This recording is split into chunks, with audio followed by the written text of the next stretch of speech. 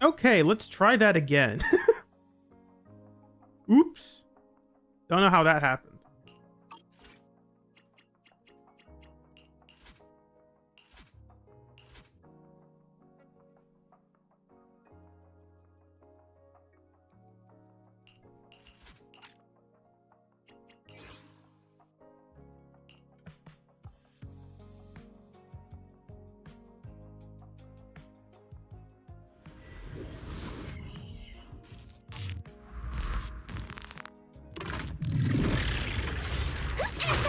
Oh, they didn't load in time.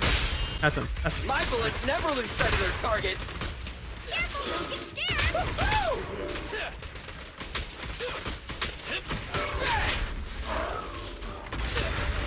Got one for complaint. Got a few for a chat. Hello. It's showtime! Hey guys, thanks for joining. Let's do it one more time. I guess I can talk about some stuff now. I'm definitely not. I don't want Billy's Starlight Billy's Mindscape 1. It's just not interesting. Never lose sight of their target. Careful, don't get scared. What are you waiting for? To catch a bullet? So get lazy now. Is it right? Yeah. How's that? Don't worry, everyone will get their share. Oh, come on.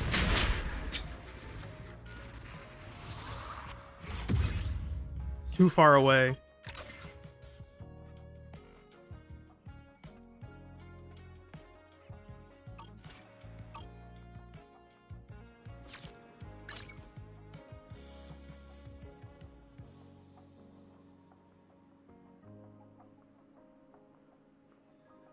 Thank you, Neo. That means a lot.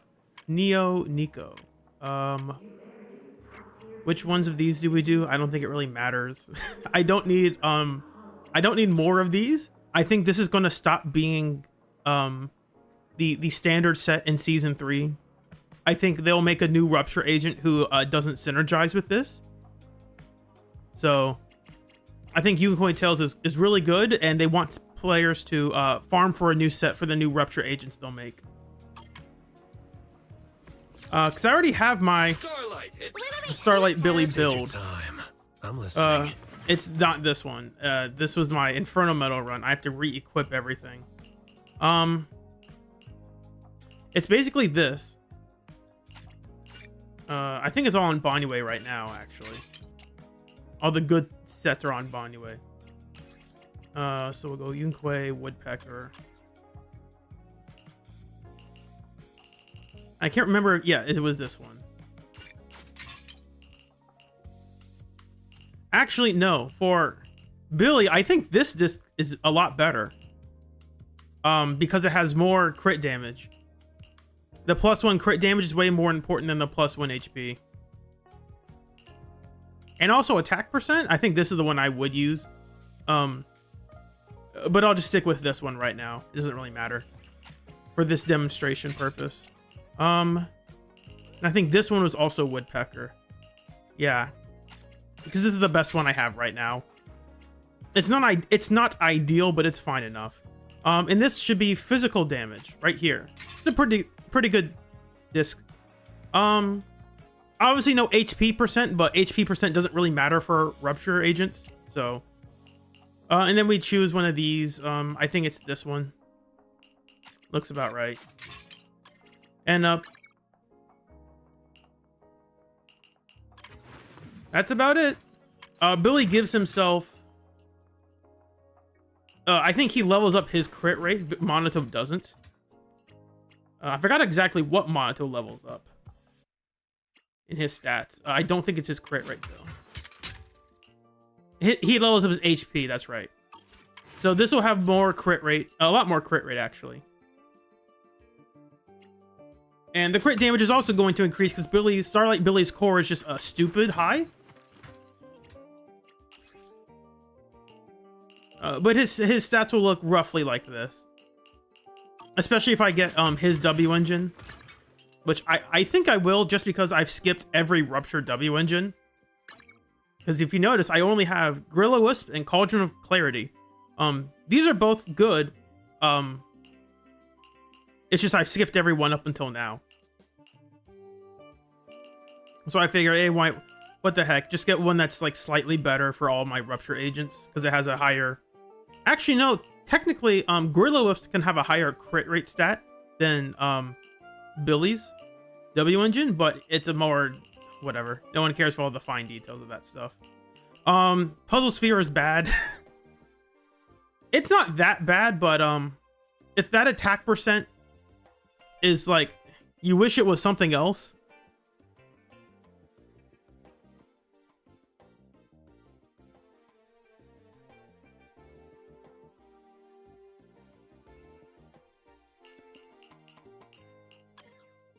I can become even stronger. Your Mindscape 6, Monoto. You cannot, in fact, become even stronger. That's it for... No, wait. I was going to do the disc farming. That's what I was going to do. Not that I need more discs. So I'm going to go for Hope Slightly Better, Dawn's Bloom, and Moonlight Lullabies. Because I never know when they're going to replace those sets. My Whitewater ballads are good enough right now. I don't think I need more. And I don't think defense agents really care about their stats. So Bunny and Wonderland isn't really important to farm for either. The Dawn Bloom W engine recycling trick, I did not. I don't know what this is referring to.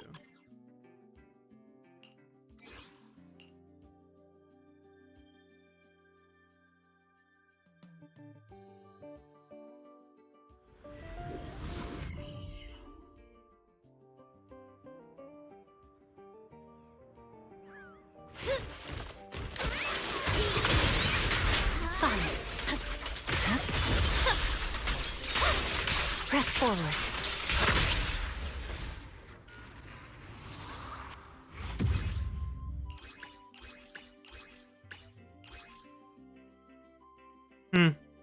Interesting.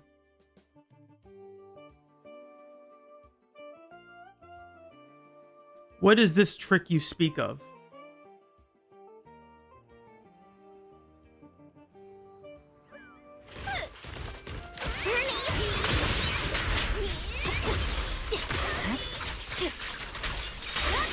No room for mercy.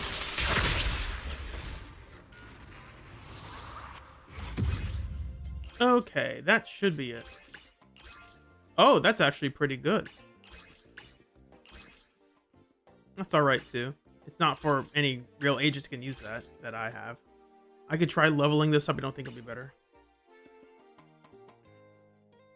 The weekly point store W engine.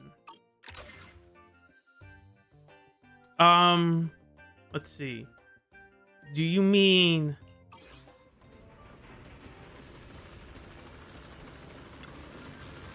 Casper over here for Gilded Blossom or whatnot?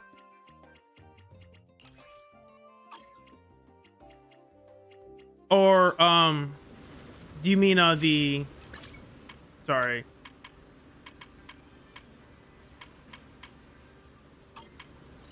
It's not selectable in there. You mean random play? Or sorry, Box Galaxy. Oh, so you have okay. What's the trick? What's the trick with Gilded Blossom? Because I already have a Gilded Blossom. Is it a way to get infinite, theoretically infinite, recycling discs or something?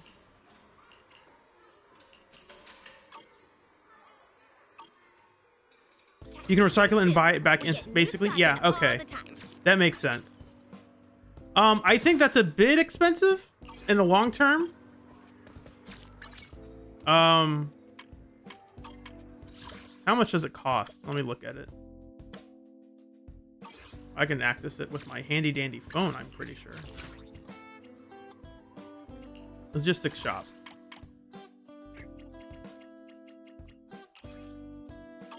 Yeah, here's the thing. It costs 1,200 though. It's kind of a lot.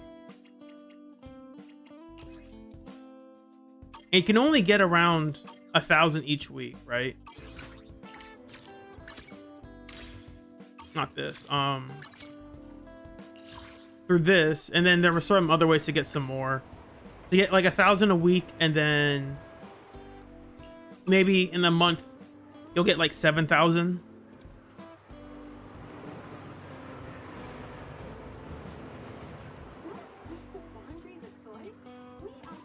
Yeah, it just doesn't seem like it seems theoretically usable if for some reason you just don't care about potential unlocks. Keep your mind fresh. Um, You'll always find something enjoyable waiting for you here. And these convert, like 60 of them convert to 1, so like the math for that is Why not try your like luck what? again? It could lead to some 6 times 12, that's surprises. 72. You never know. Add a couple zeros to that. I think that's 72,000 points to get one S rank W engine in the shop. Like that's too much.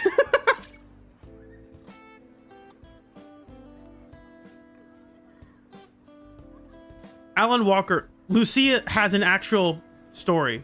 Like people forget about this because honestly, it's the one that seemed to matter the least. It's like, oh, she has a story? It didn't really seem like it, but she does have one. And we're right here by the video store.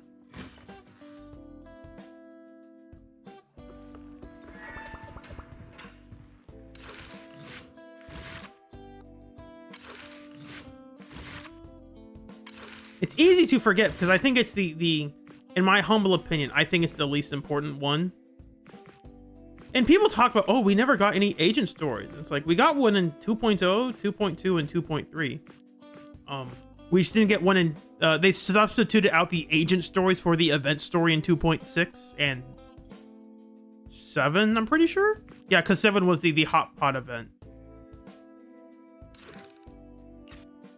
And I think that's okay. It's not like I was about to say we didn't get an agent story in 1.4, but we did. It's Haramasas.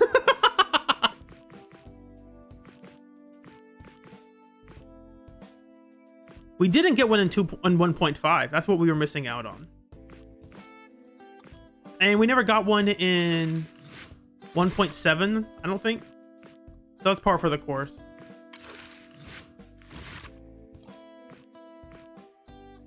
They said we got a special episode, which is their other way of having a story, but it's different. Okay. Now we can get started on stuff. Let's get out of here. We don't need this game anymore. Goodbye, game.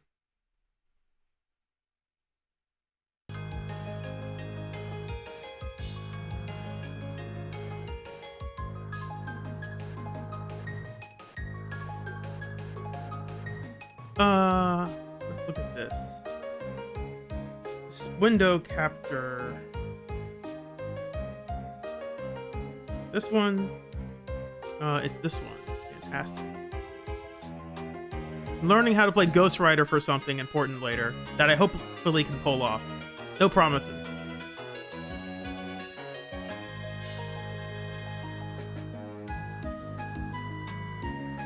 So I was thinking of doing Jufufu's story first, but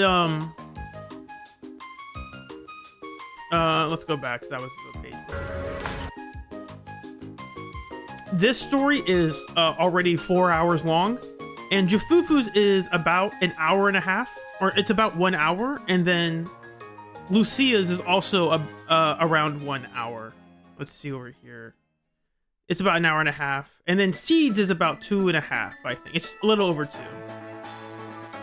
So if I combine them all together, I think that gets me to like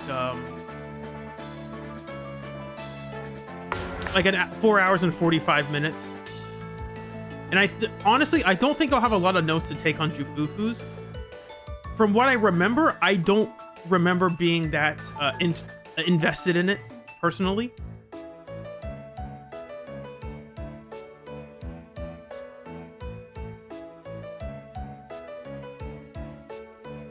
So I can do the Jufufu story tonight. I just don't know if that's what people want to see. And I think I can group it up with Lucia's story. And people would be fine with that.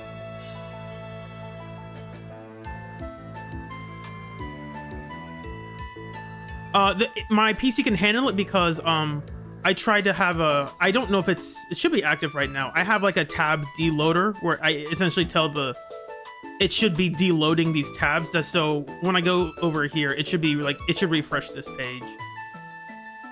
Yeah, it's refreshing the page. So the page is unloaded and then it's loading itself back in, I think. I don't know if it's actually doing that or if it's like pretending to do that.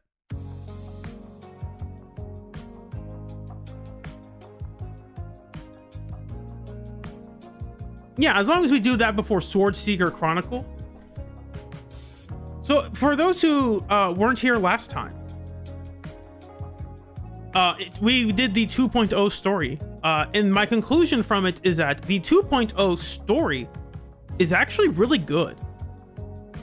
However, the 2.0 story has awful pacing because they have so many tutorials and they basically interrupt the story for about an hour plus to teach you tutorial stuff for a separate game mode that is not relevant to the story.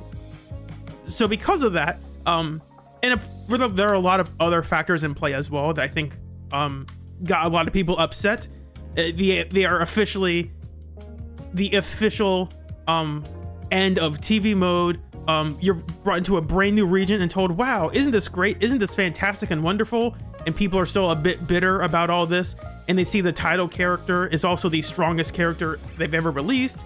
That they're a new attribute, or not attribute. They are a new class type, and that class type seems to be like, oh my gosh, they're the only thing in the game that's going to matter.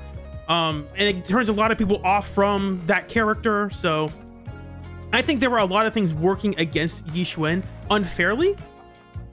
And my conclusion was Yixuan actually has a pretty interesting story. She needs a sidekick to be paired with her to bring out her personality and her humor.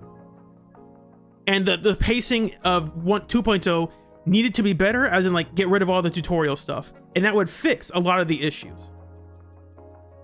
Also, another thing I think would fix it is make her the second banner character, put Jufufu first and then put Yixuan second.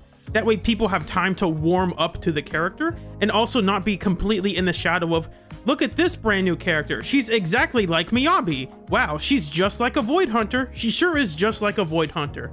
My goodness, if I can't believe this character is Void Hunter level. It's like, oh my gosh, can you tell me something interesting about the character, please? And not just say, look how she's just like Miyabi when she clearly isn't. She doesn't have the aura of Miyabi. She doesn't have the personality of Miyabi. She doesn't have the build-up that Miyabi had for basically an entire year.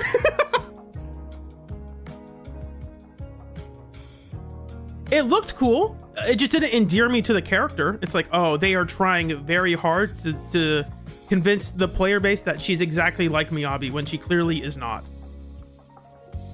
The fight looks cool if you're an outsider looking in. You're like, hey, this looks pretty. Animations are great. They're fantastic.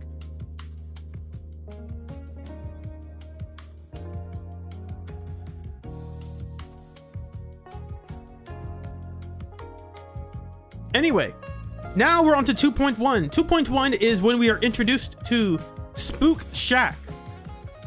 They are the online club that likes ghost stories-ish. Monato, I don't think he cares about the ghost stories. I think he's just there. He's just around.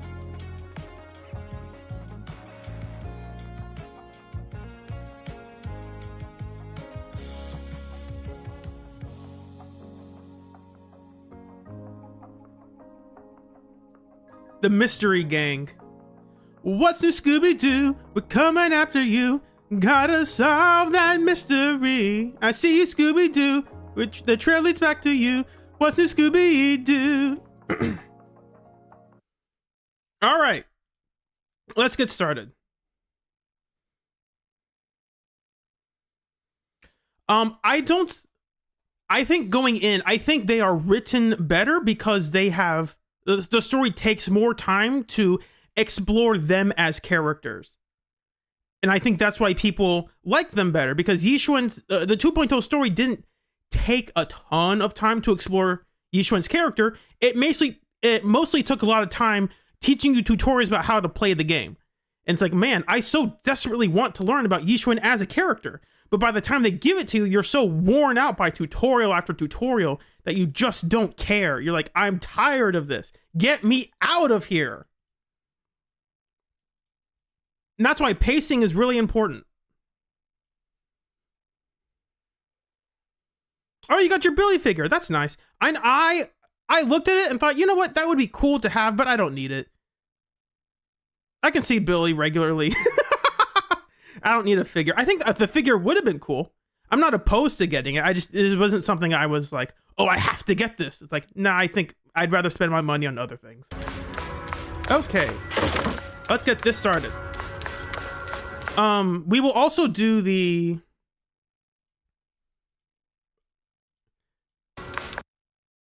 summer event story. I think we'll do the summer events before we can do summer event after 2.2 because it's not really like the summer event stuff doesn't really matter to the story, the main story, if you will.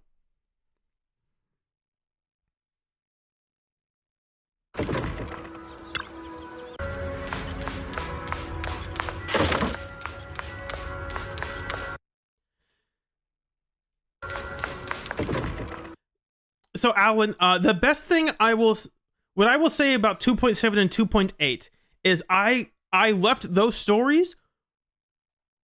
I left those wanting more out of the story. Like, oh man, that what I saw was good. I wish there was more.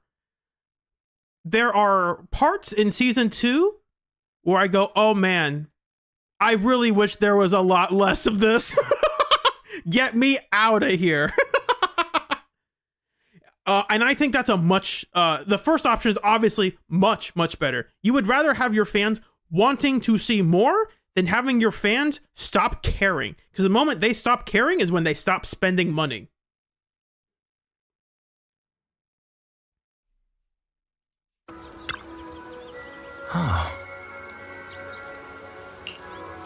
Hey, you're here, Belle. What are you guys talking about? Perfect timing, Junior. We just got a call about you. Gotta admit, there's something I want to discuss. This is also Pan's breakout story. For those who don't remember, Pan is actually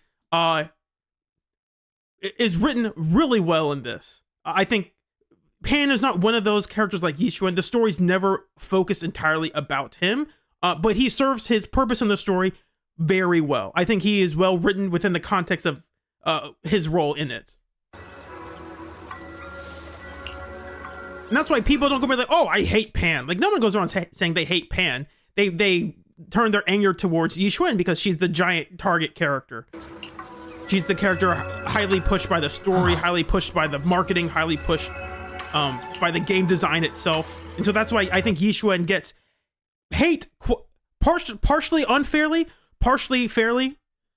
Some of it is fair because like it is the game's fault that like I would think the game sabotaged her, and that's probably why they're not putting Remiel in 3.0. They could put Remiel in 3.0, but then the narrative just becomes, oh my gosh, look at this character, power destroying everything in the new season. The entire season is going to revolve around this one character. And to be fair, those people weren't entirely wrong. A lot of things in halfway through season 2 was just, here's the fight for Yishuan. And it's like, why does this exist? The Rupture class existed in 2.0, and they didn't do anything interesting with it until 2.3. You had to wait basically half a year for them to do anything interesting with Rupture. It was wild. Junior, you remember Damien, right? The head of Porcelumex in Wi-Fi Peninsula. He sent someone to us with a banquet invitation.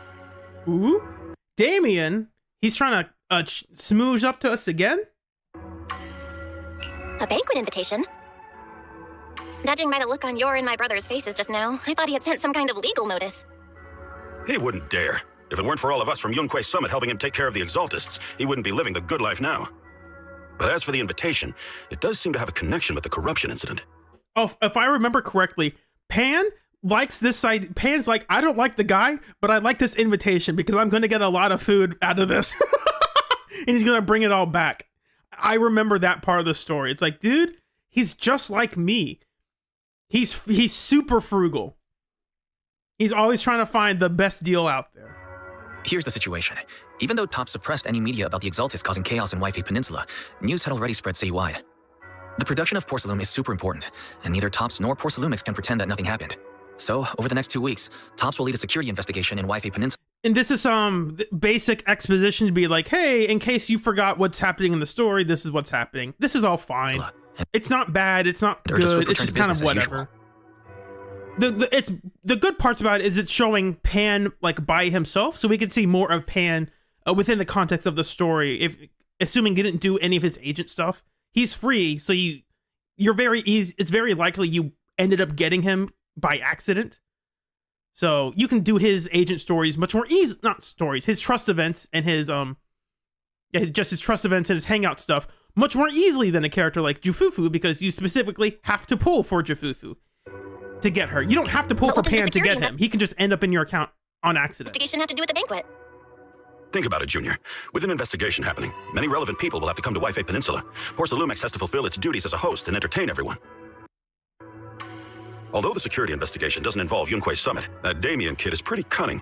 He'll leverage all his connections and resources to get closer to us. I also like this event because it helped establish the world building of who are the big dogs in town, Senior and how do they affect the region. Damien sent a generous gift, but Shifu turned it down. We were just discussing whether we should attend this banquet. According to Shifu's philosophy, 2.2 does a very similar thing at the beginning. Rinquay Summit shouldn't get too close to No, it's not 2.2. It is 2.1. That's where we see Isolde. We still have to consider maintaining a working relationship with Damien. Isolde shows up here, I'm pretty sure. Now is the perfect time to attend such a banquet. Why do you say that, Senior? Shifu and Senior Shuyuan returned to Yunque's Summit a while ago and won't be back anytime soon. If the three of us attend the banquet, it'll show Damien some respect without drawing too much attention. And so this is their way of being like, this is their way of riding around like, why isn't Yixuan showing up? Wouldn't that be the best way? It's like, it would, but this is more low profile. And also she's out busy. She probably doesn't want to go to this anyway.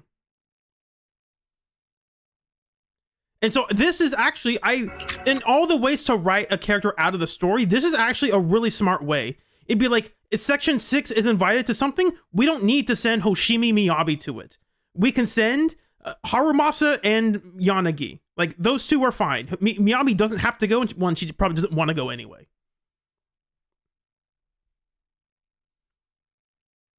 So if there are excuses for why Yixuan is not at the start of this story, I think this is a really good excuse of doing it. According to Shifu's philosophy, Rinquay incident was over. Where? Let's see. Yeah.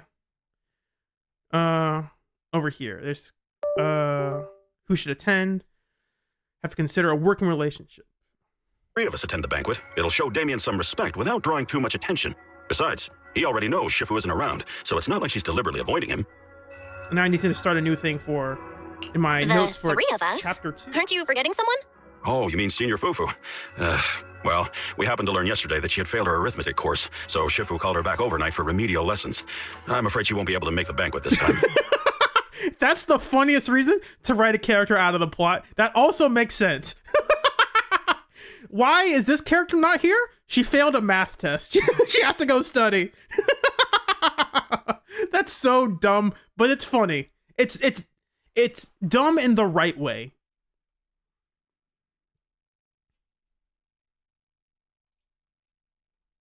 We're like, oh, this is a really dumb excuse. It's like, I know, but it's funny. Like that's funny. Come on, give it some credit.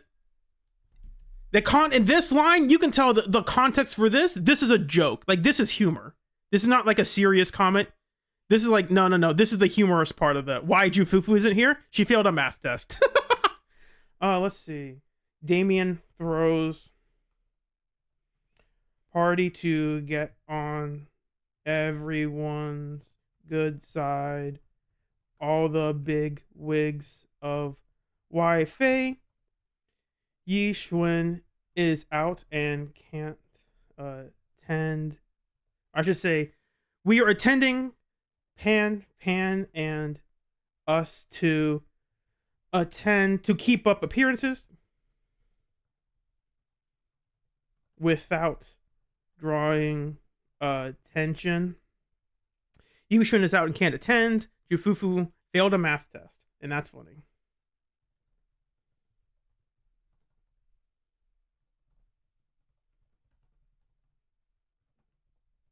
Okay, that's notes taken. I didn't expect the academic standards at Yunquei Summit to be so strict. Anyway, getting back to the point, I think your reasoning makes sense. We should go to this banquet. I agree. Plus, I have a Yes, I am aware of the wiki page. I just want to take notes along as I'm watching this. feeling there'll probably be some pretty influential guests at the banquet. We might be able to gather some useful information. All right, it's settled then. We'll do Porcelumex a favor and attend the banquet.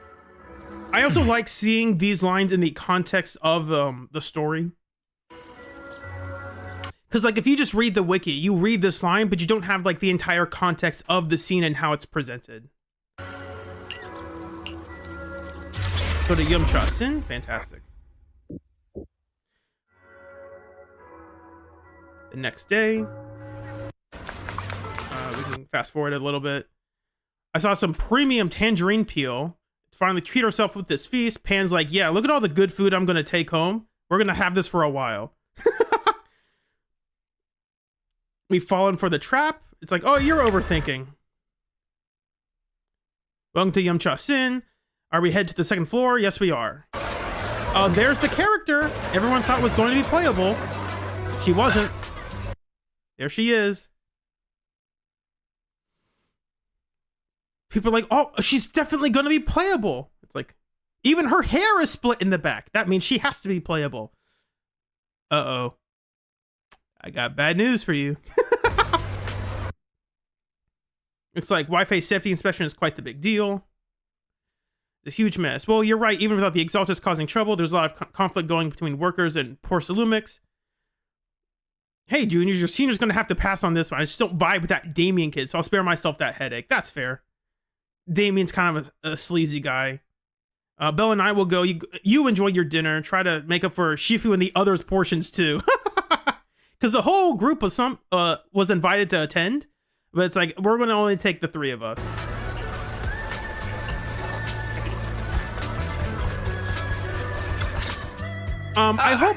I do hope he does, like, walk up to some of the NPCs in this area, because there is some interesting dialogue that you miss out on. Like, you're not, like, it's foreshadowed. It's not important. It's not too important, but, like, Pan says some funny lines, that are optional. That, again, are more about his person, show more of his character, and I think that's always a good thing. It's optional. If you want to talk to Pan, he's over The there. mystics from Yunquei Summit have arrived. As the host, having at least you two and Master Pan show up for this dinner banquet is truly an honor. Is it? Having at least the three of you guys is truly an honor. It's like, dude, you don't have to talk like that. Mr. Damien, it seems like you're a little disappointed that our Shifu couldn't make it today. Not at all. You're all disciples the Yixuan Shifu trusts deeply. Even from afar in Yunquei Summit, she entrusted you to attend on her behalf. This in itself is a gesture I can appreciate. Please, make yourselves at home tonight and enjoy the banquet. If there's anything you'd like to eat that's not being served, just let me know directly. What I also like about this scene, I'm gonna say it, point it out now. It also shows that Damien understands his place in the hierarchy of where he works. Where in 2.0, you think, oh, Damien, that's just this awful guy. He's only out for himself. In 2.1, he's like, okay, here's the deal. I understand that I am not important, so I need to work my way to get into a position where I am important. That means I need to be on the correct people's good sides, and I need to be smart about how I position myself in the business world. Mr. Damien, with so many people here for the security investigation, do you even have time to worry about our dinner? It's part of my responsibility to take care of the guests, but I understand what you mean, Master Bell. Considering that the Exaltus appeared in Wi-Fi Peninsula, and Porcelumex is responsible for security, I might seem a bit too relaxed. To be honest with you both, although my official title is General Manager of Porcelumex and Wi-Fi Peninsula, my main responsibility is actually overseeing production. Hollow Security was originally managed by someone else, who was appointed by corporate executives. Though, of course, they have since been relieved of that responsibility. I understand now. No wonder you were so willing to provide clues earlier, Mr. Damien. Seems like you had already anticipated the situation. Sounds like you're about to take over security duties, too. Congrats on moving up another rung at Porcelumex. Come now, no need to be cheeky. Things have been rather difficult for me. I'm lucky just to be holding on to my current role, especially with how nerve-wracking it's been getting everything ready for the security investigation. But after seeing the guest list with my own eyes earlier, I finally felt a bit of relief. Oh? Why's that? Why don't you have a look for yourselves? There are quite a few guests at tonight's banquet, but in reality, they all fall into just a few categories.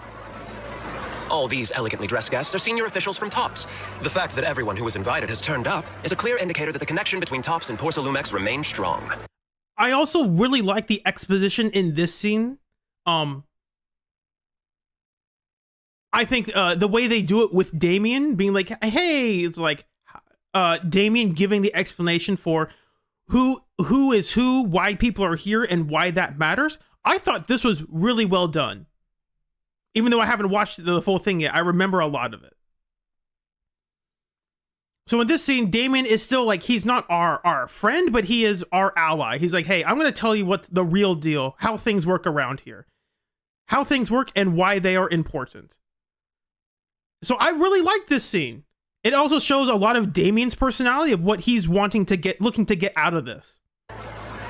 Their presence allows us to demonstrate to the military and government that TOPS is fully committed to the safety of Wi-Fi Peninsula. And he's also doing it in a way to like show off to the disciples of Yunquei Summit. Like, look at how important this meeting is that we really care about.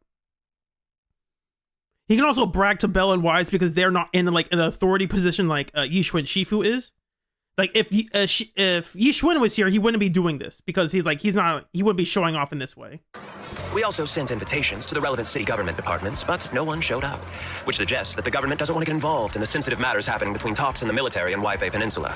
They would prefer to steer clear and let us work things out on our own. I heard that TOPS and the military often butt heads over Porsalume issues, and it seems the situation is even worse than I imagined. It is a serious matter, but not something we avoid discussing. The military is the biggest buyer of porcelain, and by controlling Wi-Fi Peninsula, TOPS essentially controls their most critical resource. So, it would prove quite difficult if the military chooses to take this chance to cause trouble. It seems that knowing who's from the military guest list is the key to understanding the situation. Correct. Do you see that lady over there? She's the military's representative. But she's not wearing a Defense Force uniform. Isn't this supposed to be a formal event? That's because Miss Isolda is not a military officer. She's a research consultant. Instead of sending Well, she was. Whatever. high-ranking officers, they hired a civilian to attend, which sends a clear message. They don't intend to investigate this matter further. Of course, though production was limited after the corruption incident, Porsalumex didn't delay any orders from the military. So, it appears they have acknowledged our sincerity. No wonder you're so relaxed now. There's no more pressure from TOPS executives, the government, or the military. But what about the rest of the guests? I see a lot of older individuals here too. Those are members of the inspection team, leading experts in the ether industry. They'll be overseeing the security investigation while providing us with valuable insight. It's like, wait a second. They're the investigators. They're basically the accountants, and you're like inviting to a social gathering to be like, hey, we're buddies, right? Great We're effort to pals. invite these academic giants. Dear guests, may I have your attention for just a moment? It is my pleasure to welcome each and every one of you here today. Looks like it's time for the real hosts to give their speech. These two. Dear guests, thank you for coming to Phi-Lum Heights to participate in the Wi-Fi Peninsula security investigation. I am Lucro, Co-Chief Executive Officer of the Porsalumex Group. Greetings, everyone. I'm Ferox, also Co-Chief Executive Officer. I've seen Lucro and Ferox on TV before. They run Porsalumex together. Mr. Damien, those two must be your direct superiors, right? That's right. After the fall of the old capital, Porsalumex's management went through a major reshuffle. Those two were the ultimate victors, but now they're secretly competing against each other. Is it okay for you to be talking about your superiors like that? I completely trust both of you, so I feel comfortable speaking openly. It's interesting he says that line. It's also like, yeah, I know you guys aren't like Bell and Wise are not the business tycoons. They're not out to get Damien or his job. So Damien's like these. Funny enough, these are like some of the few people he can actually tell how he really feels to, and they won't really use this information against him in any way. Like they're not gonna use it to trample on him and take his job or something. I completely trust both of you, so I feel comfortable speaking openly.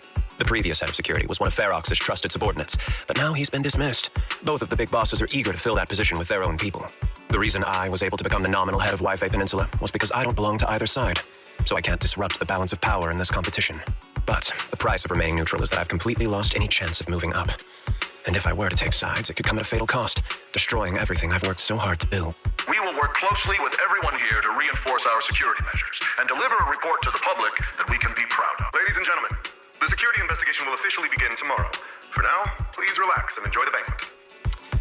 Wow, the big shots have finally finished their speeches. Thank you both for accompanying me. It's the only reason my good mood's still intact. Enjoy the banquet. I've got to go face some heat from my superiors now, if you'll excuse me. Belle, now that Damien's left, what should we do next? I'd like to take a quick stroll around the banquet hall. After what Damien said, I'm curious about the guests. You never know how much of what he says is true. All right, I'll take a look around too. See you later. Oh, you do get to talk to Pan in this.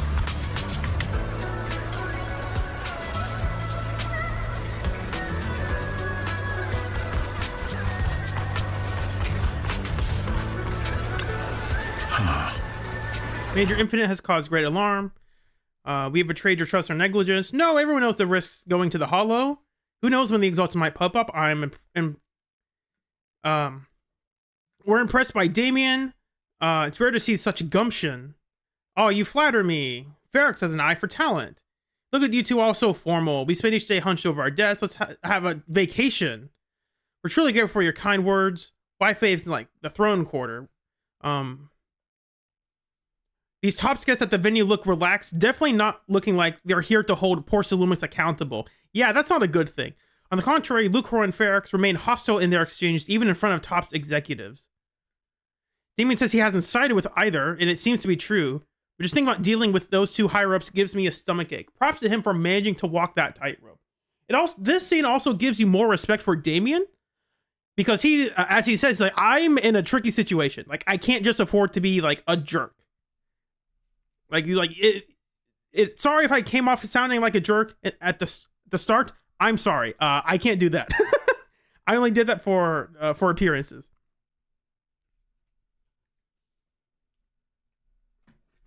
And I think overall, Damien actually has one of the more interesting character arcs in season 2 compared to the rest of the cast. Unfortunately, Yichua doesn't really have a character arc, and that's not necessarily a bad thing. Miyabi doesn't really have an arc as well. She kind of does, but not exactly. Not like Monato or Damien.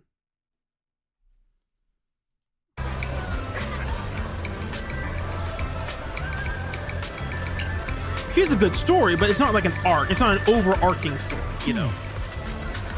How's the project going? What's the real potential? Direction look promising. Requirements for additional equipment. Getting headaches. Visit all the Tops VIPs here. It's a done deal. Oh, let's introduce you to some good people to get you funding for your research projects. Sure, will do. The inspection team seems to know each other. Rather than focusing on their duties as part of the inspection team, everyone seems more interested in their own research project. So, if they get a top sponsor, they're after money. They're after sponsorship deals. Not me. I don't get sponsored. I've been offered sponsorship ads. They're all like top-up sites, being like trying to tell people to spend money at their site. It's like, no, I don't want to do that. One, it's not a good deal. Two, I don't trust you guys. Whoops, I pressed the wrong button. Oh no, we have to find our way back.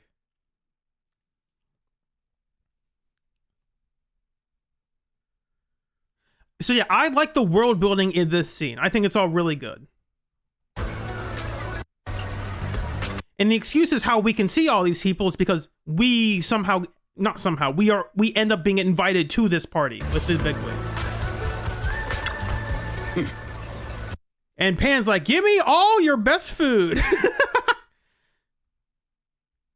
I got all this food I want to have. Give me all these base ingredients. 3 portions of each of these. It's like, what? Throw in some of this stuff too. And it's like, what? Pan, this is not a buffet.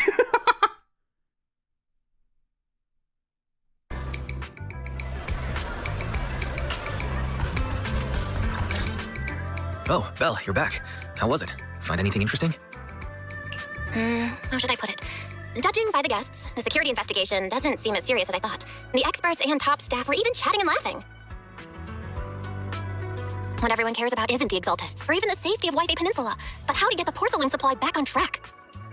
I completely agree. Of course. The security investigation is That's mainly a what way for matters. the city's upper circles to align their intentions, as well as a gesture to reassure the public. Even if there are some safety risks with production inside the Hollow, as long as they're not too serious, I'm sure they'll just sweep them under the rug. But let's not worry about that now. It's not every day you get Porcelumix picking up the tab.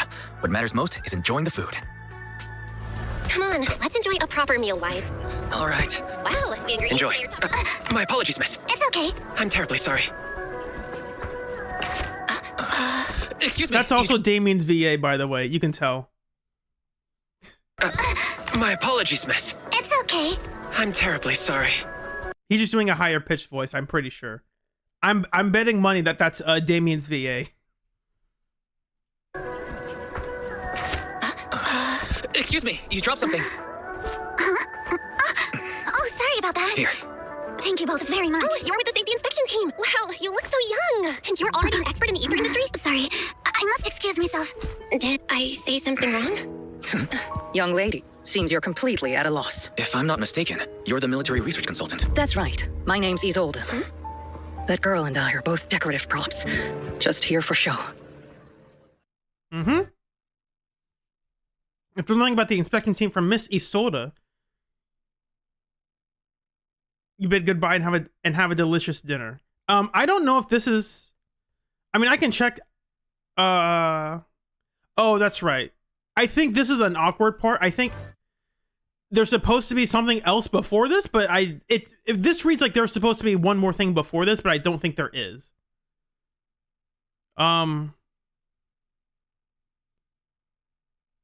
Yeah, no. I think I also remember this part of the story was like, after learning about this thing, it's like, I didn't really learn about it. She just kind of mentioned it. Later that night, in a luxury suite, Neo Nico, that is correct. That is actually correct. She did confirm that.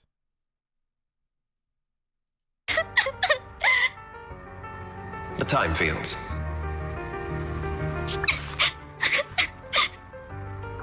Not only one of the oldest noble families in New Eridu, but also a renowned name in the field of science. The patent for the anti-corruption medicine widely used on the market today belongs to your grandfather.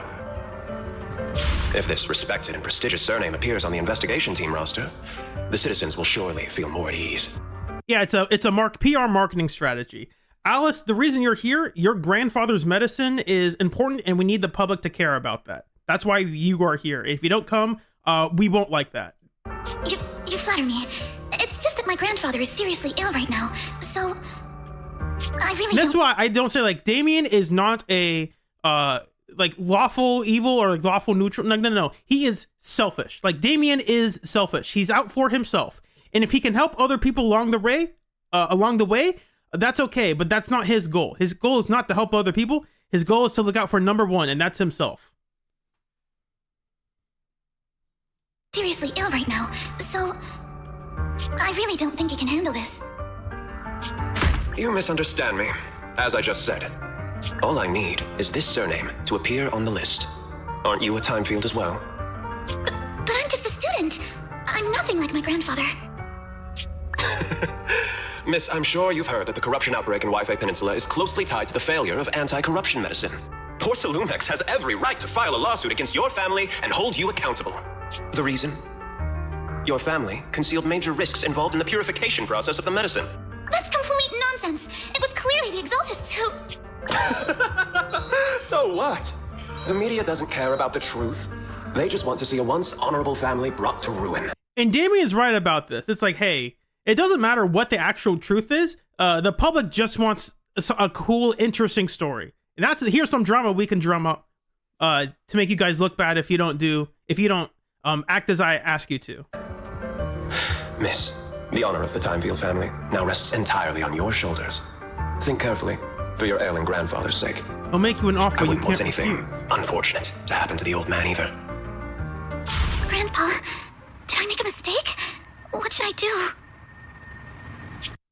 I always like the you can hear like the medical equipment in the background in this shot. Honorable family brought to ruin. Listen. At the start of the scene. Nonsense. It was clearly the Exaltists who... So what? The media doesn't care about the truth. I always thought that was a cool detail. It's entirely on your shoulders. Think carefully, for your ailing grand. And the transition between this shot and this shot, I did like the composition of it. I thought it was cool. To happen to the old man either. Grandpa, did I make a mistake? What should I do? And you can see this thing has a different emote as well. I don't really know what I never pulled for Alice, and I don't know like what is the purpose of this thing really. I think they mentioned it somewhere and I forgot about it. What's going on?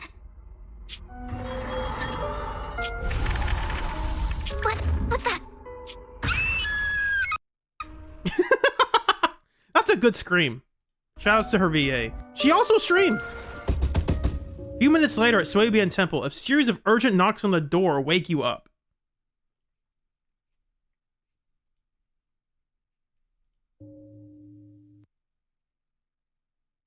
Belle, you're up too.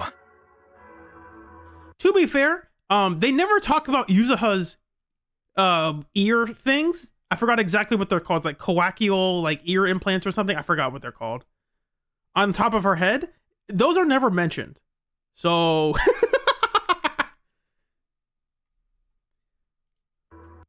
that is one thing I wish they would mention. We'll get to Yuzuha later.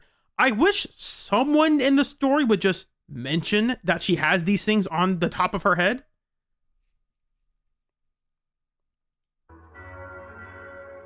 They're like, hey, do you have hearing things? And then she can give like a yes It wasn't or my no. imagination, right? It wasn't just your imagination. Someone really was knocking. I'm pretty sure I heard Senior Yinhu answer the door. Belle, let's go check it out too. There must be something urgent if someone's showing up this late.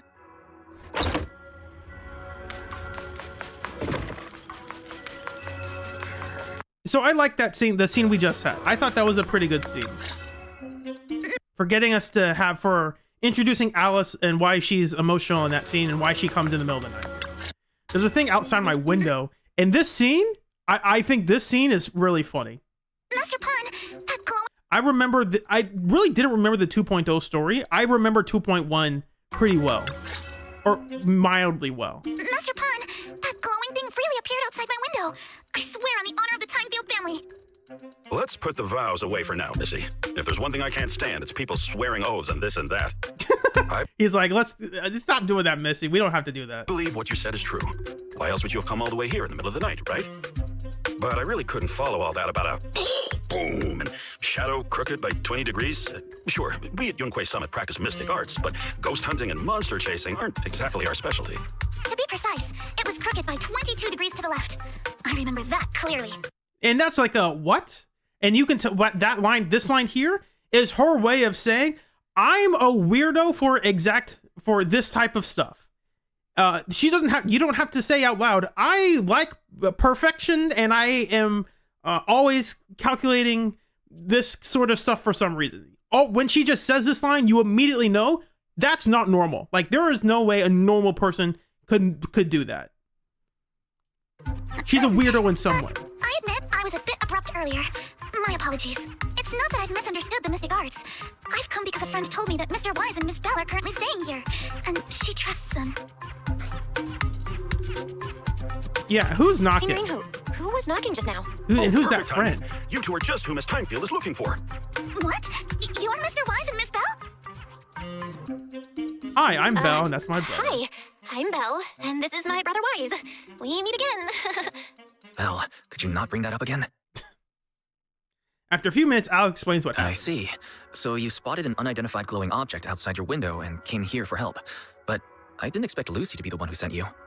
Yeah, To be honest, Miss go- Montefiore and I both attended the Celestia School for Girls. they go through that really quickly. It's like, how does Alice even know about us? It's like, well, I think this is sort of I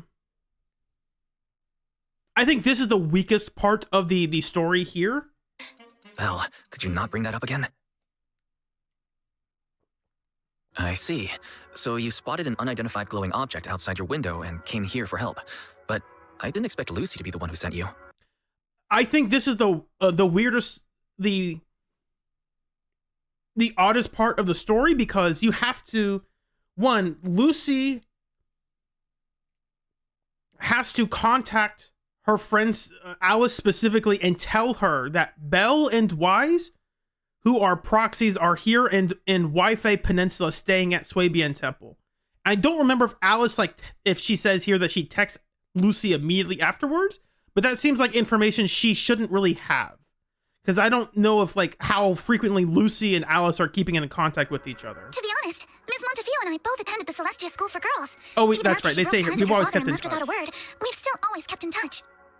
Actually, I had planned to ask Porcelumix's staff for help with this, but it's late. So and maybe I couldn't Lucy get has mentioned them in their chats. in touch with anyone. It's just a bit of a stress for Lucy to know our exact location and for her to give that to Alice. I can't share all the details, but I'm afraid that by morning, something this strange will just be brushed off and not taken seriously. After hearing rumors that Alice might only be on the inspection team because of her family name, I asked Fairy to look into the time fields. Turns out, she's likely here in place of her grandfather who's fallen ill. Yeah, so I'm Peth. The issue is not that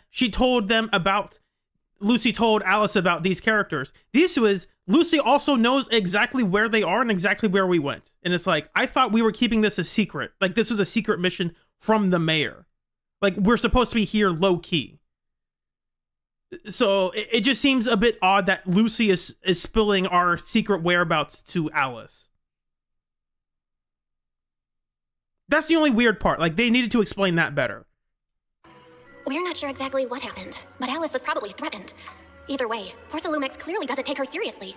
It's outrageous how they're treating her so differently from the other guests. Since Ms. Montefiore spoke so highly of you both, I'd like to ask for your help in investigating the unidentified objects that appeared outside my window. As agreed, I'll be staying in Wi-Fi Peninsula for another 2 weeks. And if this issue isn't settled, it's going to be a real problem. So, Belle, what do you think about this? Well, she's a friend of Lucy's, so let's give her a hand. Her last meeting was a little awkward, but that was mostly on us. All right, mostly on me. Do you charge per case? Or perhaps you work on a daily or hourly rate? If it's about the commission fee, please don't worry. My Ether Dynamics tutor used to charge for every 5 minutes in each lesson. Pan shows up and... Oh, that's no problem. No problem at all. You came here for help, and you're even a friend of someone we know. Of course we'll lend a hand. Don't worry. Here at Yunquei Summit, we're not only skilled in the mystic arts, we're also good at tracking things down and getting to the bottom of mysteries. As soon as Alice talks about money, Pan jumps on the scene. He's like, what was that about money? Well, say no more, sweetie. We'll help you out. No problem. Mr. Frugal is like, yes, more high quality ingredients, please. We don't have enough money. Hey! Before he was like, yeah, we don't do that ghost hunting stuff. Now he's like, absolutely, we love ghost hunting. Signorine, you shouldn't be making this decision on your own. I'm not making decisions for you. I'm just helping you seize an opportunity. Let me tell you, the Timefield family isn't just loaded, they're on a whole nother level. Whether Beeline and the others get paid leave, and whether Senior Fufu gets to eat meat next month, all depend on you two now. Are you guilt-tripping me now? Miss Timefield, why don't you stay with us tonight? Get a good night's rest, and after breakfast tomorrow, Junior Belle will go with you to investigate. Are you both really willing to take this commission? Please don't feel obligated if you'd rather not get involved with the people Porcelumix have brought recently. You can rest assured, Miss Timefield. We'll accept the commission and investigate with you starting tomorrow. Thank you so much. Is Alice that rich? Here's the answer. Her grandfather is effectively, or was effectively, a healthcare CEO. Not exactly. He was the inventor of the medicine. I think he was the inventor of the medicine. And I think he held a patent for it. But if they're in the healthcare industry, yes, they're rich. Here tonight, then.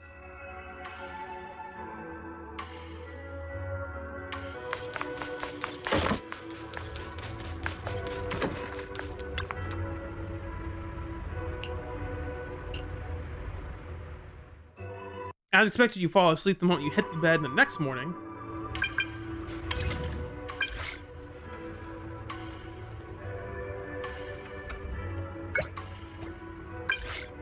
Miss Bell, hi, I'm Alice. Your brother just gave me your knock-knock contact info. This is technically not legal, but the police don't really care to stop you from using it. Good morning, Miss Bell. Sorry for causing trouble by showing up so late last Or night. internet's illegal, not knock-knock. Internet's illegal. It's no big deal. You came to us for help, and no need to be so formal. Just Belle is fine. All right, then please feel free to call me Alice. So, how did you sleep last night? Oh, I'm all right. Thanks for your concern.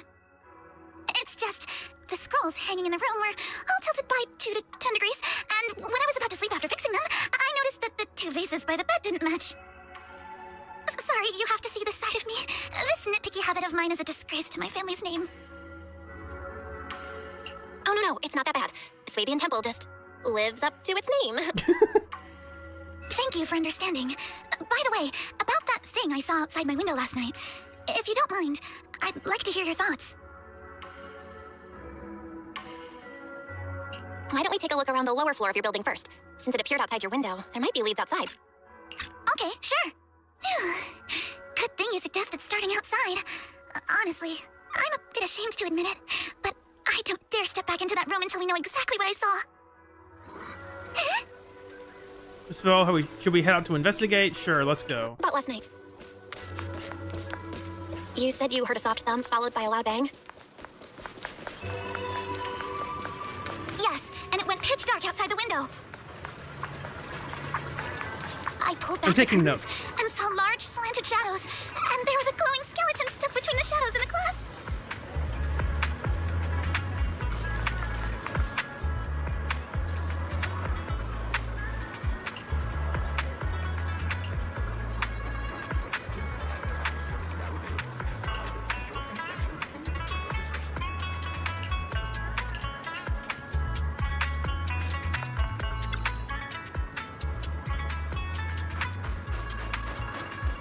There's some stuff scattered on the ground. I'm still taking notes.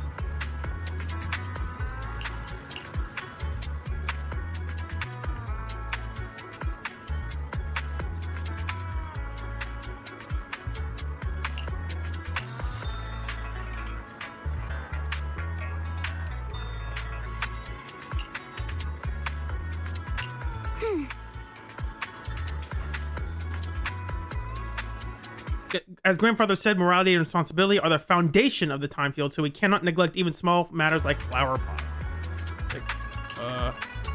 I've got skeletons. There was a huge noise downstairs. So we are being doing the murder mystery stuff. We're solving a mystery.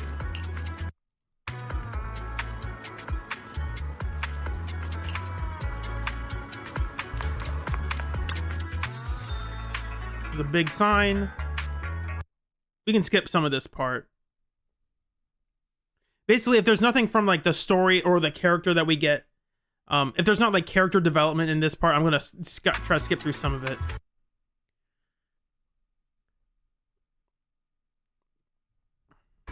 I see. Sorry, I was talking to myself yesterday while I was in my room. I heard noise coming from over there. It turns out there was a construction site not far behind. There's a tower crane over here. That's correct. Overturned drinks. There's a number of scratches on the surface of the box. They look like claw marks. You have a gut feeling. There's a trail of tiny footprints, glow in the dark paint. Very convenient. It's also the middle of the day. Belle, have you figured out what happened last night? I have some theories after seeing the footprints, but I want to hear your thoughts first. I think our guesses are probably pretty close. Really? Then let's go over what we found together. First, about that huge shadow. What do you think it was? And how did it end up outside my window?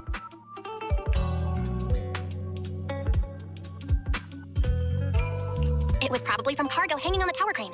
The cargo was big enough to block the whole window, and the way it vanished without a trace makes sense if we assume it was moved away with the crane. You mentioned hearing a soft thump before the shadow appeared. One of the ropes holding the cargo probably snapped, causing the load to tilt and bump against your window.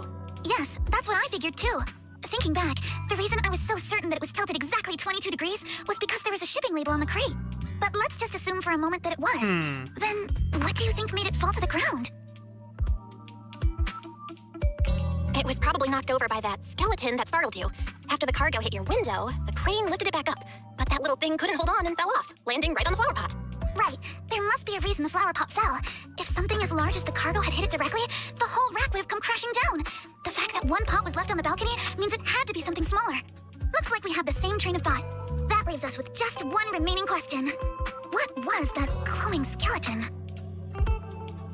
There's no doubt. The culprit is whatever animal left those glowing little footprints. Since its paws were covered in glow-in-the-dark paint, the skeleton pattern was probably painted on its body or clothes. There's no paint on the drain pipe, so the little creature most likely hitched a ride on the cargo. It was caught in the crane malfunction, which then caused it to slam into the window. Later on, while trying to escape, it knocked over the flower pot. But the exact sequence of events isn't really the point. What matters is this. No matter how clever an animal is, there's no way it could have dressed itself up like that. Which means someone deliberately used it to pull a prank on me. That's going too far. Belle, since it left footprints while fleeing, there must be more tracks nearby. If we follow them. in my personal opinion, I think this scene, it's hard to convey all these like the stuff about here's what I think happened if you don't actually get to see it happen. It's just hard to follow along with it.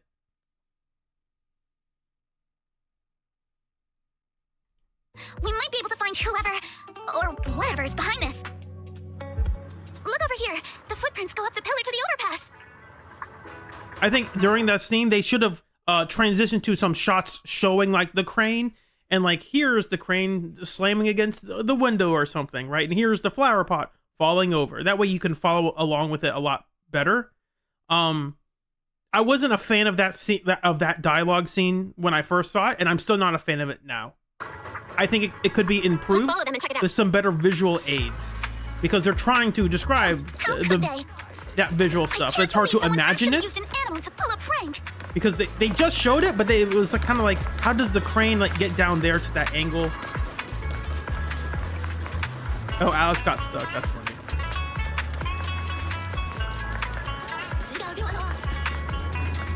The footprint stopped here. Did it jump off? Let's go down and take a look. Heart rate of the client increased to 120 BPM. Here is a proverb. A cornered rabbit will bite. Thank you, Fairy. Barry, you're not helping. Huh? The footprints disappear here. Uh-oh, the footprints are all jumbled here. Where could it have gone? Huh?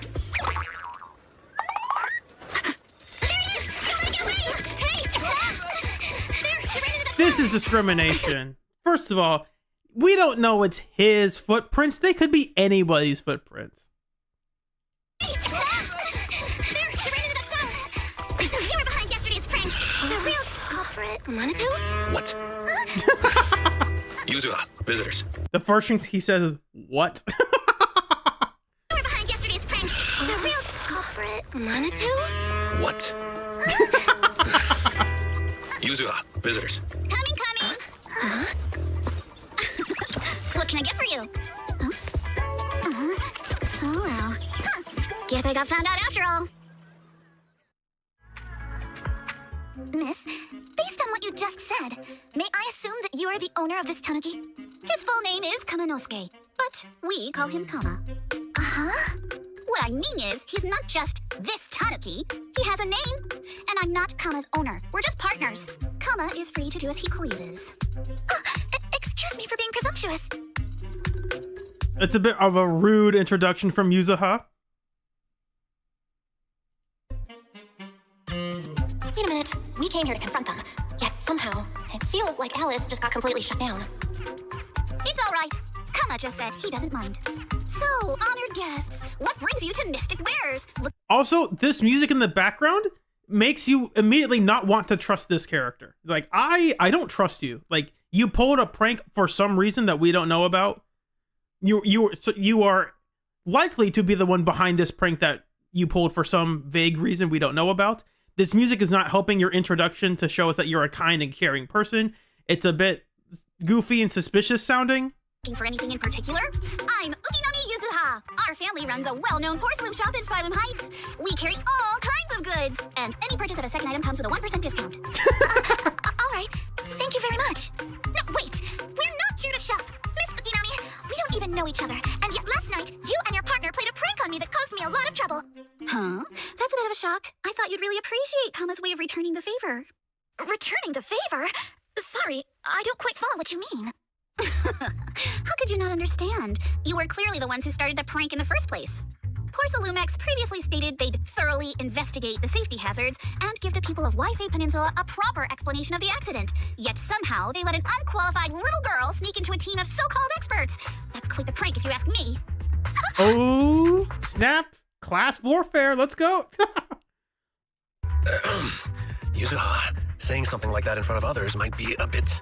Minato, I've been meaning to say this for a while. You having that face and always talking like a goody two-shoes? What a waste.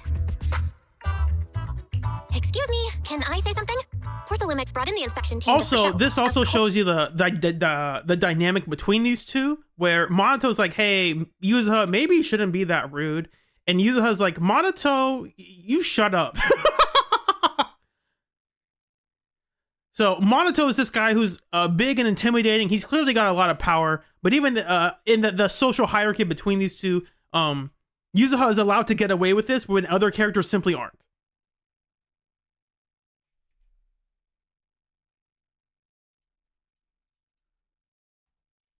Of course, people are going to feel outraged. It's just that even with so many well-known experts on the investigation team, none dare to basically Yuzuha's a jerk so in why this place scene. all the blame on Miss Timefield alone? Oh, I see. You're saying I'm just picking the easy target? I remember now. I've seen you before. You were that disciple in training, Belle, from Swabian Temple. Didn't expect you'd be more witty than you look. Anyway, after hearing you out, I realized I didn't think the prank through. Sorry about that. It won't happen again. I really appreciate you saying that. But you don't look so thankful. Are you still so concerned about what happened last night? No, you've misunderstood. I indeed joined the supervisory investigation team. And though there are reasons I can't fully explain, as a descendant of the Timefield family, I won't forgive myself for my mistakes, just because you apologized. I only hope you'll take back what you said about me being unqualified. The Timefield family has always upheld strict discipline. Both my grandfather and father were scholars in the ether industry, and I've received a systematic education in hollow and ether studies from an early age under their guidance. Monato, what's with this person? She seems just as weird as you. She just likes to dig up Monato. It's like, what the? She's weird as you. It's like, what does that even mean? How would I know? And for the record, I'm not weird at all. He isn't. She's like, she's just jabbing at this guy. So let's use it as a jerk. Has a relationship with Monato that lets her get away with saying pretty much anything. That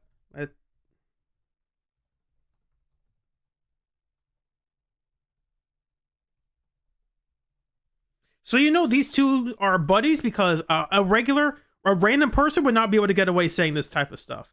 You only let your friends get away with saying this type of stuff to you. Like, you're a weirdo, just like my friend, and your friend's right there. It's like, what are you talking about? So from the sound of it, say you're that? pretty confident in your knowledge. Then do you know what this strange piece of porcelain is?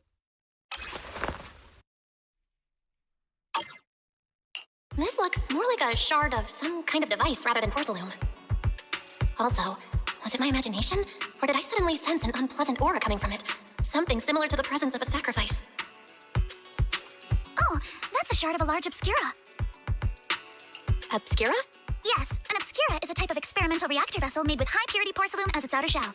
Due to the unique properties of porcelain, when etheric matter is placed inside obscura, it can slowly come into contact with the air. This allows researchers to observe how ether behaves once it leaves the hollow. Although an obscura is a rather expensive piece of lab equipment, there's nothing strange about it. This shard hasn't been coated with the outer layer yet. It was probably damaged during manufacturing. Damaged during manufacturing? So there is something wrong with this thing. See, Monato?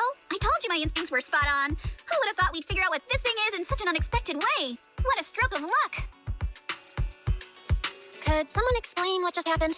We suspect that someone at Porcelumex has been illegally producing high-value porcelain items inside the hollow, items not listed in the official registry. Simply put, they publicly claim to be producing low-value products. Workers' wages... Dave Chrome, I have. I'm not usually a fan of when people try to pigeonhole archetypes based around like a theme. I think those don't usually hold up very well, like a story theme. I don't think they hold up very well. Inside the hollow, items not listed in the official registry. Also, I have the top comment on that video. Put, so yes, I have seen it. Low-value products. Workers' wages and even the reported profits are all calculated based on that. But in reality, someone's pocketing the difference for themselves. Exactly. The obscura. Sorry, Dave Chrome. Sorry. I read yours. I meant to say Cato Weiss Garcia. My bad. My bad. Sorry. Regular product of the Wi-Fi Peninsula factory, so its appearance here clearly points to shady dealings going on inside the hollow. Yes, they do say miasma a lot. I mean, they said miasma a lot in the previous chapter as well. It's just here they also go into more detail about it. So we found it in a batch of materials delivered to our shop from Siloam Bay. The residents there collect discarded porcelain from the hollow, and my father uses the scraps to make handicrafts. Let's go, Monato. We're heading to Siloam Bay. If we can trace this shard back to its source, we'll have enough evidence to expose the corruption inside Porcelumex and give them a real scandal to deal with. Wait a moment. Are you sure it's okay to just say your whole plan out loud like that? It's fine. You're a scaredy cat. No way you'd snitch to Porcelumex. Wait, you wouldn't, right? Of course not. But not because I'm afraid. As a descendant of the Timefield family, I would never stoop to something so dishonorable. Belle, it seems you still have some questions for Miss Ukinami regarding the Obscura. Apologies, but given my current position, I'm afraid it wouldn't be appropriate for me to hear any further details. So please excuse me for now. Thank you for helping resolve the issue. I'll have the payment for the commission sent over promptly. You didn't leave with that fancy girl. Do you have something to ask her? Can I come with you to Siloon Bay for the investigation? I'm curious about the origin of that shard. Besides, I can help if you're heading into the Hollow.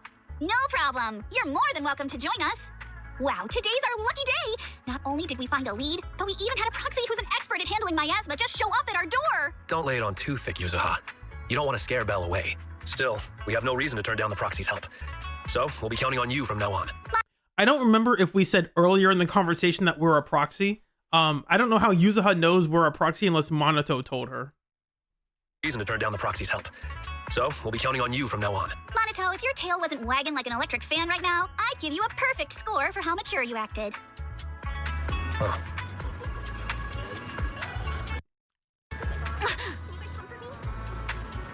Monato was like, yeah, Yuzuha's annoying to be around. And Yuzuha's like, what? Yeah, they're classmates.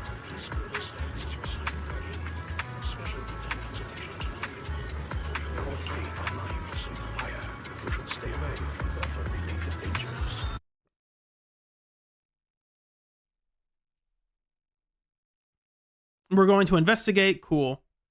That's all we need to know from that. Ooh, more conversations. The elevator's still out of service, but I heard the repairs were already finished. Sorry for the inconvenience. Though the repairs have been completed, some facilities and services, like the Wi-Fi cable car, have recently been suspended due to safety concerns. Safety concerns? What exactly do you mean? Sorry, I don't know much about the specifics since the Wi-Fi cable car is operated under Porsalumex. You can contact their service hotline. Customer support will be able to provide you with more detailed information. Then, is there another way to get to Siloon Bay? As far as I know, there aren't any other routes available at the moment. What a shame. I heard Siloon Bay is on the seaside, and the scenery at sunset is supposed to be stunning.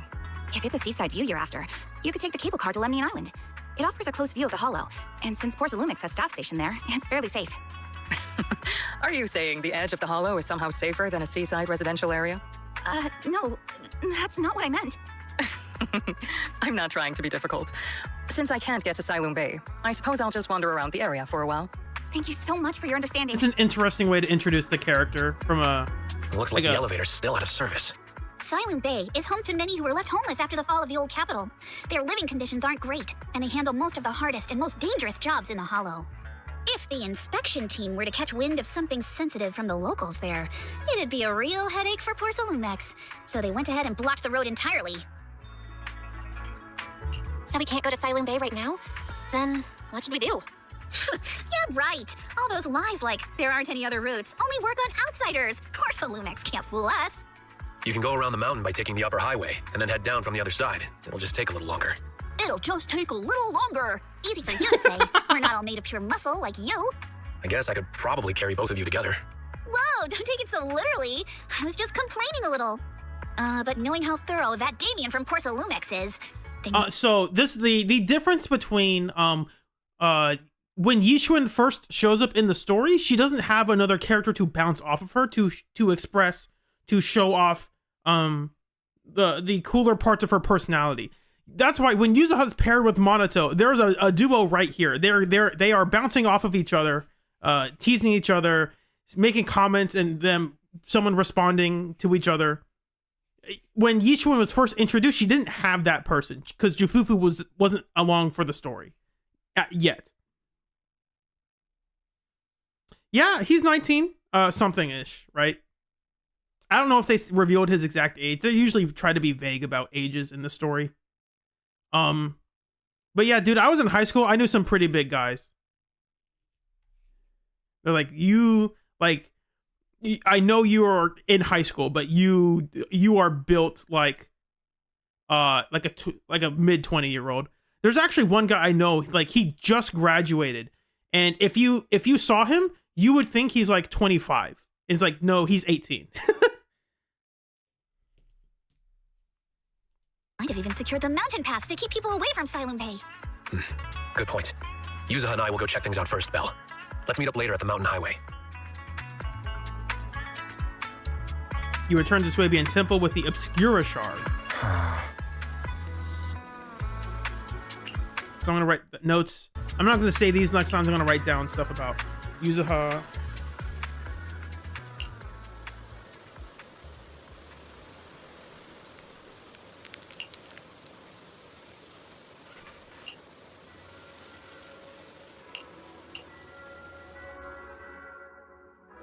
I wonder how things are going with Monato and Yuzuha. Let's go check.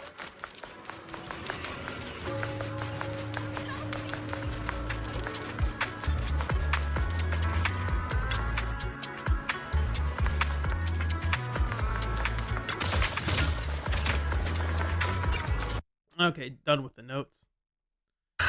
Actually, I think you're a little on edge if you see that rich girl. I don't want Belle to think you're a mean person. And it's like, what does that mean? Did she say a line before this? I don't think she did. It's the first thing they said. I couldn't care less about that lady. Besides, what does it matter if people think I'm mean? So, use Monato. I'll put another note here. Monato cares about. Monato cares about public peer. Ren says. Yuzuha doesn't.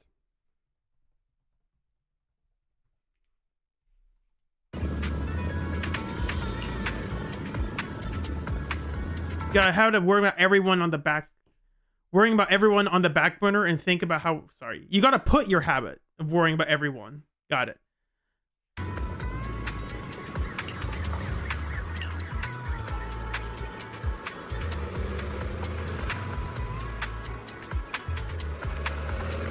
We just finished the investigation. Damien's suspected. He blocked them all off. Exaltus might try to escape. I'm certain that doesn't happen. Security 24/7. You got triple the strength of a normal person. Vaguely explain Fairy's abilities. Seeing this killer AI can perfectly wipe out surveillance footage. Yeah, it's a little bit of corporate espionage, you know, nothing too personal. Sorry, Damien. You say you don't care. Good thing the princess isn't here right now, or she'd definitely be all, absolutely not, you can't do that.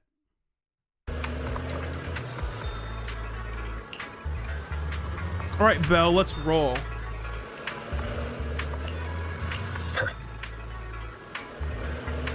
Poor Monato. He wasn't playable at this time.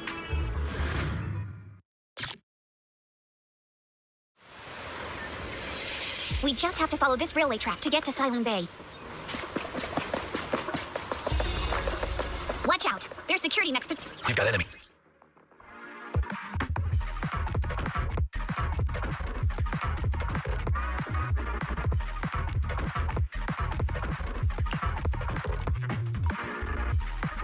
Okay, we're gonna skip some of this. Too hard, Monaco, or people will notice the damage. Can we implant the mech with memories of accidentally falling or something? All done. Let's go. Hold on. Come with me for a sec. I think if I see the, because I forgot this part of his Notice fighting. the damage.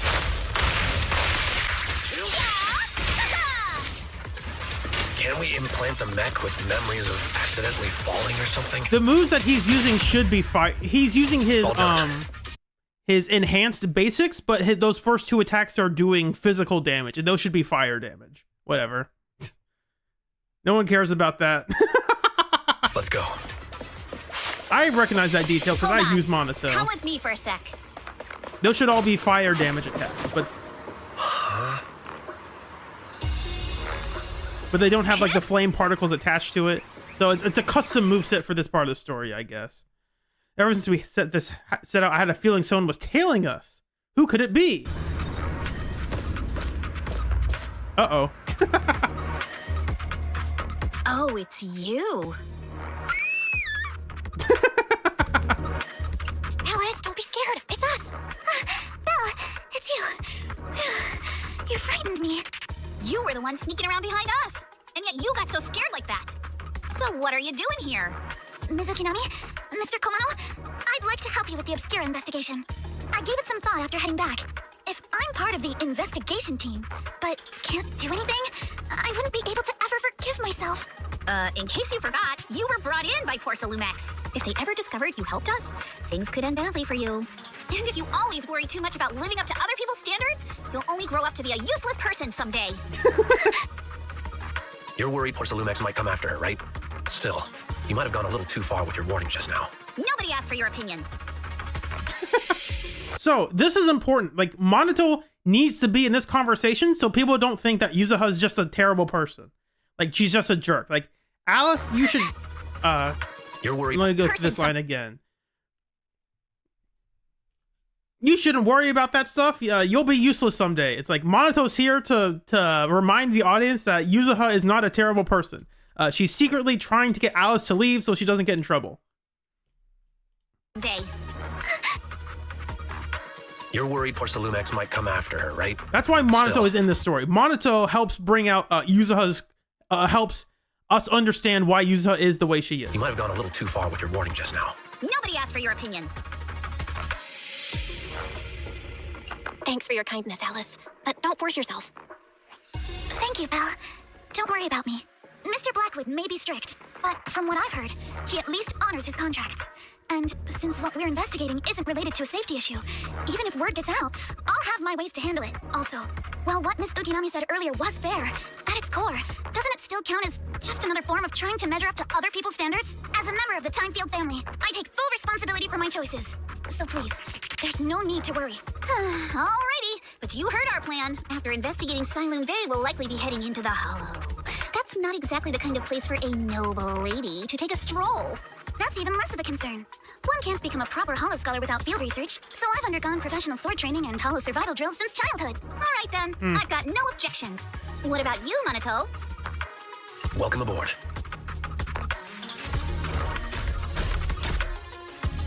A patrol mech is approaching. Careful. Here's the intro to how to play Alice. We can skip some of this. All right, let's see what you got. I'll take care of it. You're a real chatterbox. Be handle yourself well. If you're not sure how to respond to Yuzuha, just don't. She won't get mad. Well, you can give it a try too. Monato is like, just don't give any reaction.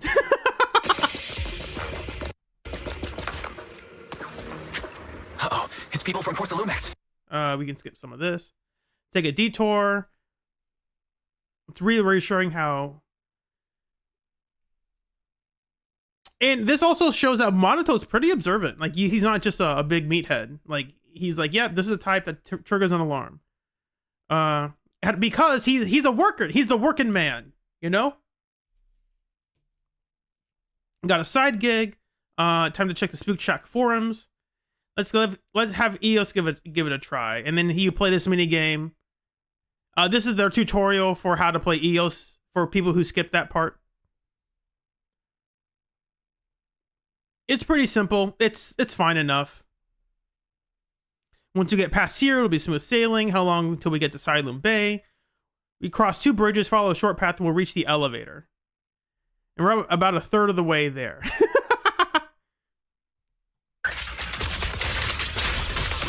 got this, Alvarez! Now you see why I sometimes just want to punch him. Right, Belle? It's not that much farther. We're only a third of the way there. It's like, oh my gosh.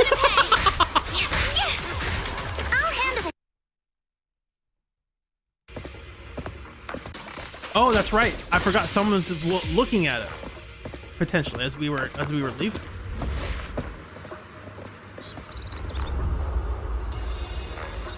Who could that be?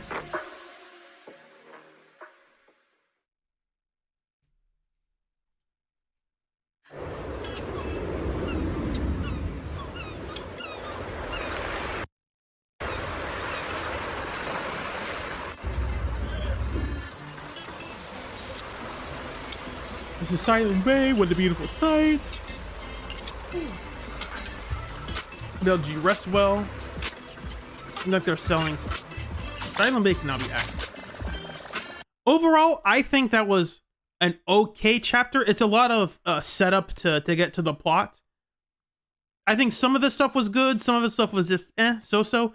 A lot of the early exposition stuff I thought was really good. Huh, Yuzuha, here to pick up materials for Uncle Balrog again? Seems like you've been the one picking things up these days. My dad's been having some back pain lately, so I've been running errands for him. But if you keep skipping school, won't you get expelled? You're one to talk. Careful, or I'll have Kama replace all your favorite Bubble Pop candy with rubber. Actually, we were supposed to be doing our Hollow internships these days. But since Lemnian Hollow's been unsafe lately, they ended up canceling everything and just marked us all as qualified. Well, your luck's still better than ever, huh? My brother failed his Hollow internship 3 times last year. For a while, just seeing the Hollow from a distance made him nauseous. Oh, right. What kind of materials are you picking up today, Yuzuha? Check out this piece of high-grade lumite ore I've got. Ajang snatched it from a white-haired ghost woman in the Hollow just last night. A white-haired ghost woman. A white-haired ghost woman? That's right. He was hauling cargo in the Hollow for Porsalumex and somehow stumbled upon a huge pile of lumite ore. So he started gathering the stones one by one, and then a shaky, wobbly figure started drifting toward him from a distance. It was a ghost woman with long white hair, bird-like wings, and golden feathers. But in the blink of an eye, she vanished. And just then, Ajang suddenly felt a shiver crawl down the back of his neck. Ow! Yuzuha, why'd you flick me? Weren't you the one who said that the most important part of the porcelain business isn't selling goods, but selling stories? That story was awful. Didn't you go around last week telling everyone you heard strange moaning sounds on the mountain paths nearby? Your story sure changed quick. That one wasn't a lie. Mello, Dante, and I all heard it, and not just... So this also shows that Yuzuha is a salesperson. She sells stories. Yuzuha sells stories. And also, I think she runs like a thrift shop. I don't remember exactly. It's a porcelain shop, but I don't know all the stuff they sell. In sales, it's not about selling the product. It's about selling the story about the product, making the customer feel excited that they bought the thing. Like, sell me a pen. It's like, this pen will change your life forever, you know, that sort of thing. Strange moaning sounds on the mountain path. Uh-huh. You said that one wasn't a lie. Which means the ghost story's mostly made up, right? You're trying to trick me again. But seriously, Ajang really did get spooked by something all pale and ghosty last night. I'm not making that up. All right. I'll take this piece off your hands. When my dad turns it into jewelry, I'll give the story a proper rewrite, okay? I promise it'll be weird and thrilling enough. But in exchange, you've got to tell me something. Take a look at this piece.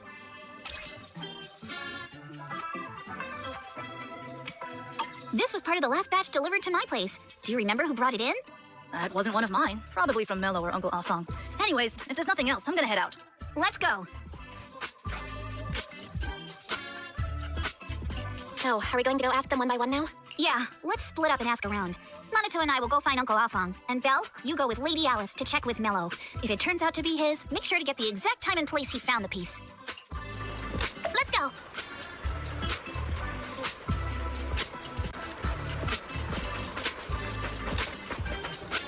Huh?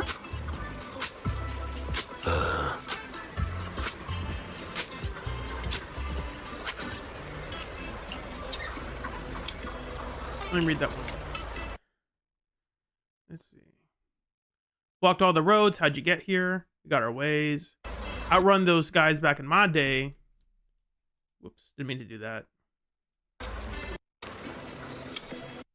Recognize this thing? Probably doesn't.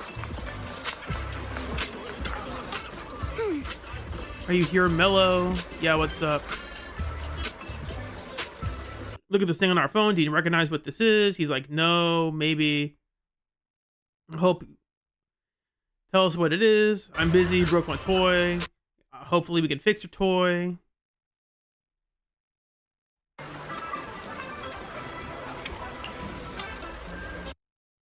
If you can fix it, we'll tell you all about it. And you do a puzzle. This puzzle to fix the toy, I guess. Somehow. Whoa, awesome! It's really fixed! Hello, little one. Can you tell us where this porcelain shard came from? No. Huh? What? It's important to keep your word, little one. You said you would! That, right? But my mom said Porsalumex doesn't allow outsiders around here these days. So if I see any suspicious strangers, I'm not supposed to talk to them. And I've never seen you before. We're not really strangers. We're friends of Mystic Wares, the folks who often come here to collect materials. That's right. Miss Yuzuha came here with us today. You know, the daughter of Mr. Ukinami Balrog, Mystic Wares' owner. And you say you're not suspicious. Uncle Balrog's last name is Lee, not Ukinami. You didn't even know that Yuzuha was adopted. How am I supposed to believe anything you say? Oops. Lore drop. So Yuzuha was adopted. No wonder her name feels so different from Uncle Balrog's.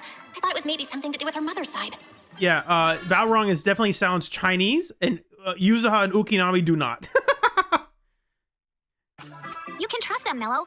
They really did come here with me. Yuzuha! You know where this dark piece of porcelain came from, don't you? Yeah, I do. Dante found it. He thought this piece of porcelain must be valuable, and I said it wasn't. That's how we got into a fight. He broke my toy, and I smashed his Denny gun. Is there something wrong with this piece of porcelain, Yuzuha? Dante didn't get himself into trouble, did he?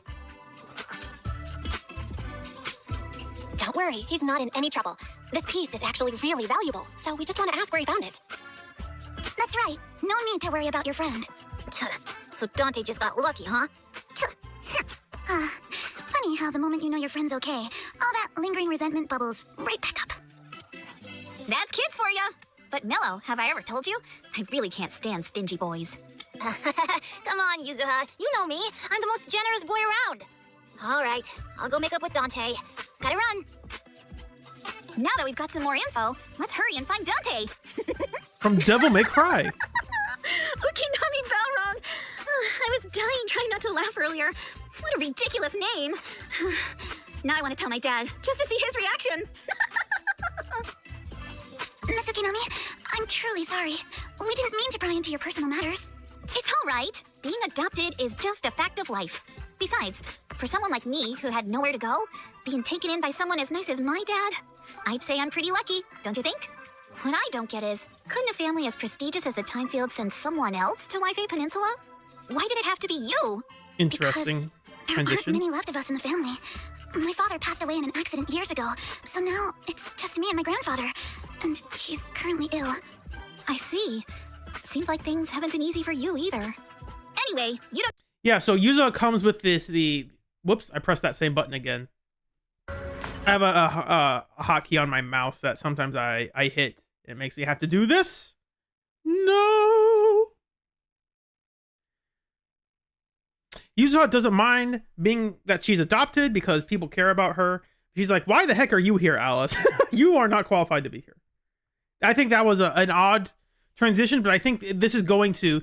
Yuzuha thinks that Alice lives the good life, and then like, you're rich and you have nothing to worry about. So why are you here again? And Alice is like, actually, no, things aren't actually good at home. I'm pretty lucky, don't you think? What I don't get is, couldn't a family as I have a good dad. Why are you here? My dad's dead. It's like, oops. Currently ill. I see. Seems like things haven't been easy for you either. Anyway, you don't need to dwell on my background. Constantly apologizing makes you seem unsure of yourself. You're a noble lady, and you've had a great education. So, show some confidence, all right? Yes, I will. All right, then. Let's get going. Where is Dante's place? It's up there, very close.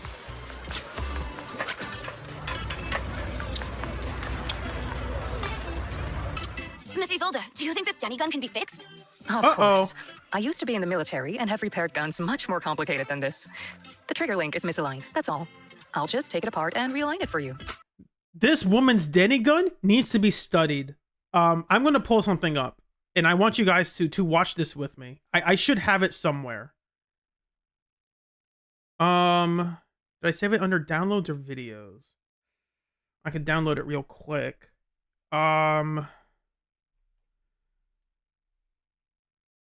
Okay, I had it saved on Discord, and I sent it recently.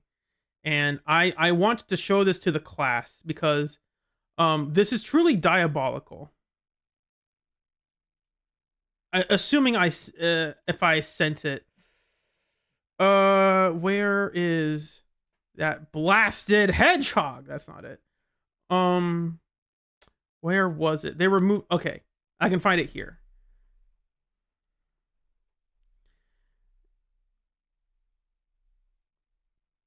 Maybe I can. Where is it? No, it's supposed to be in here. Where'd it go?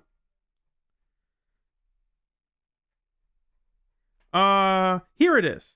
Got it. Okay. I'll put it in downloads. Okay. I want to show you. This is a bit of a spoiler for those who are unaware of some things of how the events of the story play out. Let's watch this together.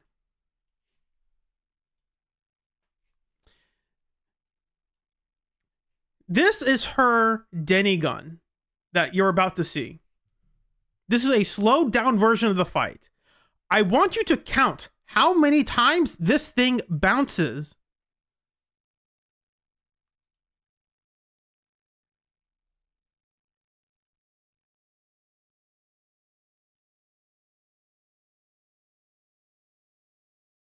Did you catch all of that? I'll play it again one more time.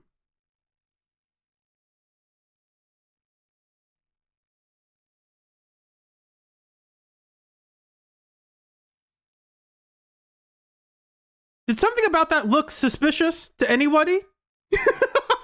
I'll turn on some music real quick because I think this is funny.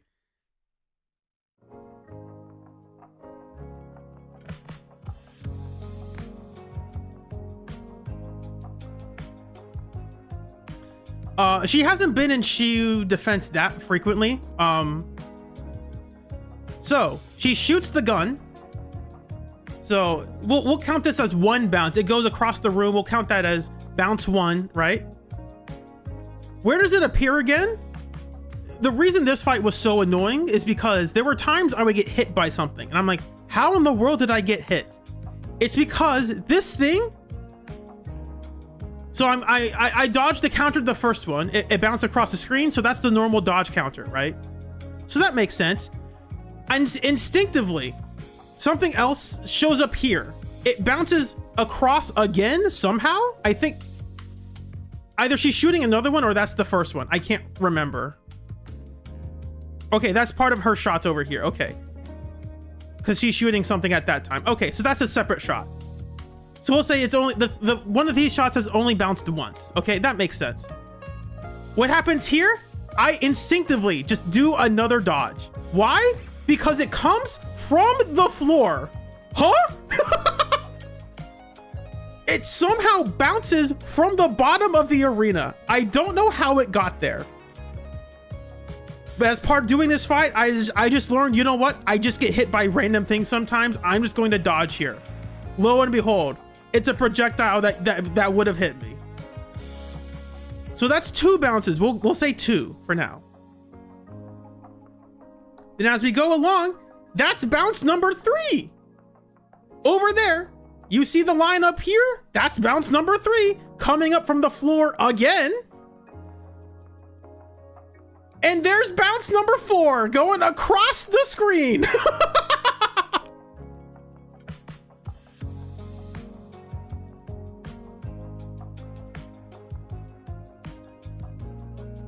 So you can see why I think this boss is like, I think this boss is cheap and annoying to fight. Because like, how in the world are you supposed to dodge those things?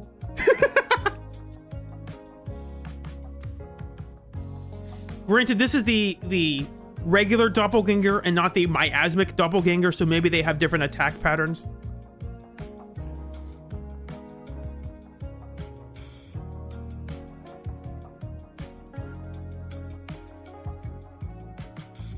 Marcus, evasive assists are good. Solo Billy cannot do any evasive assists. I made a video fighting this boss. This is also the first time I leveled up Billy's skills to level 12 or level 16, depending on how you view it. Up until now, all my videos had been with level 11 skills.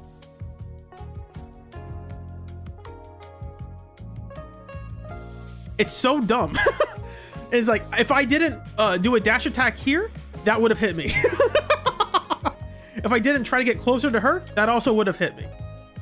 It's so funny. It's so funny because it's dumb. Like, why in the world do you give this character a Denny gun and just have bouncing bullets? This one here is the most egregious. It's like, how in the world is a player supposed to even think about this? Hello? Anyway, back to the story.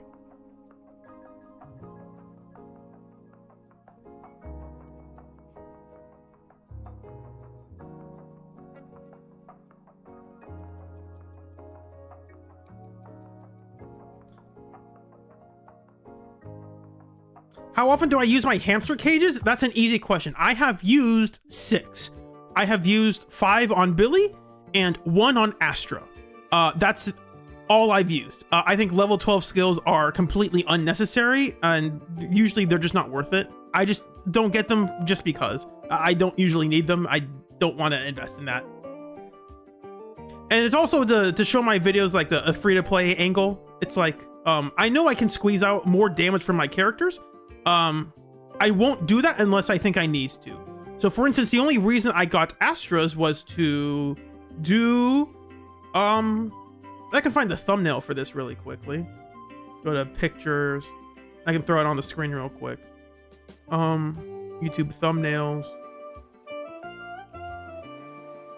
Should be DA 2.1, but I forgot if I titled them DA or Deadly Assault.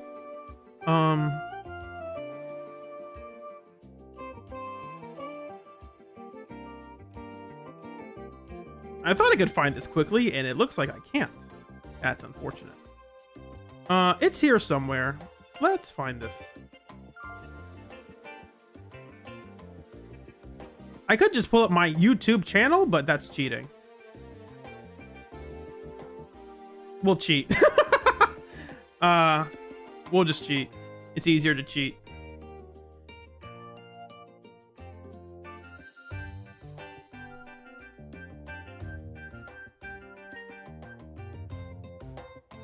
This one. The reason Astra needed her level 12 skill is because I'm pairing her with Billy and Monato, and I need to squeeze out that last bit of extra damage in order to get that 20k. That's it.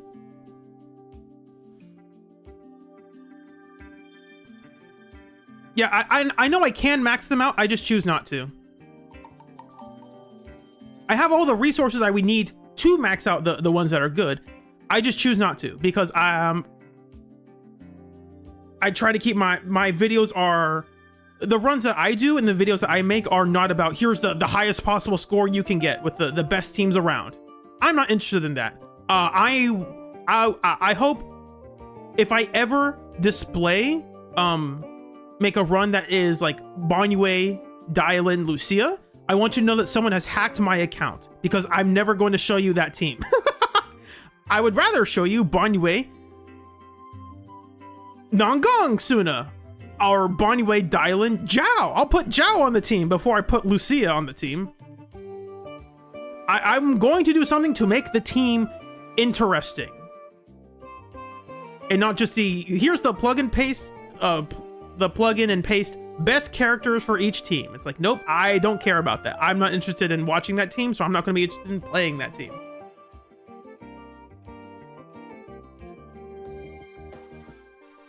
Bonyue, Promea, Zhao. That is definitely a team. That seems a bit odd for Promea and for Bonyue. I mean, we can talk about Marvel vs. Capcom 3. For those who don't know, Marvel vs. Capcom 3 is a fighting game where if you ask anyone who the two best characters in the game are, the 2 best characters in the game are Morgan and Zero.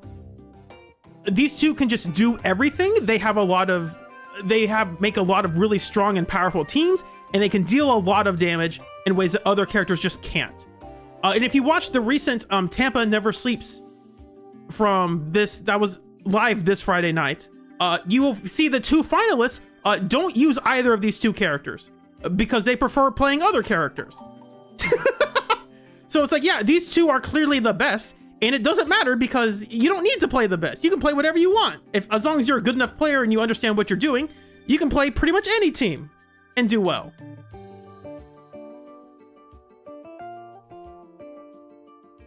Have I tried Neko Pulchra Trigger? Maybe not Neko specifically, but I think I have tried Neko and Pulchra in the same team. It's a bit odd because Trigger's, you have to basically ignore Trigger's quick assist. Otherwise it kind of makes things weird. I think it's better to do, it might be better to do Pulchra Trigger, as in the order would be DPS Trigger Pulchra, Because I think Trigger can give more quick assist frequently, I think.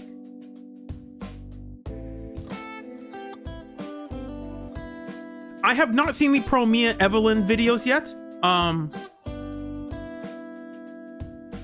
But that is something that I think I would like to look at. All right. Back to that the should do story, it. and Show I'll me mute your my Dante. deals. I'll fire a test shot. Here you go. Isoda fires a plastic Denny from the toy gun. Well, it seems our 4 friends over there sure know how to stay quiet. Perhaps I'll have to say, the next shot will be a live round. Interesting way to introduce the character. Turns out you already knew you were here. Isoda shoots at us. The first thing she does,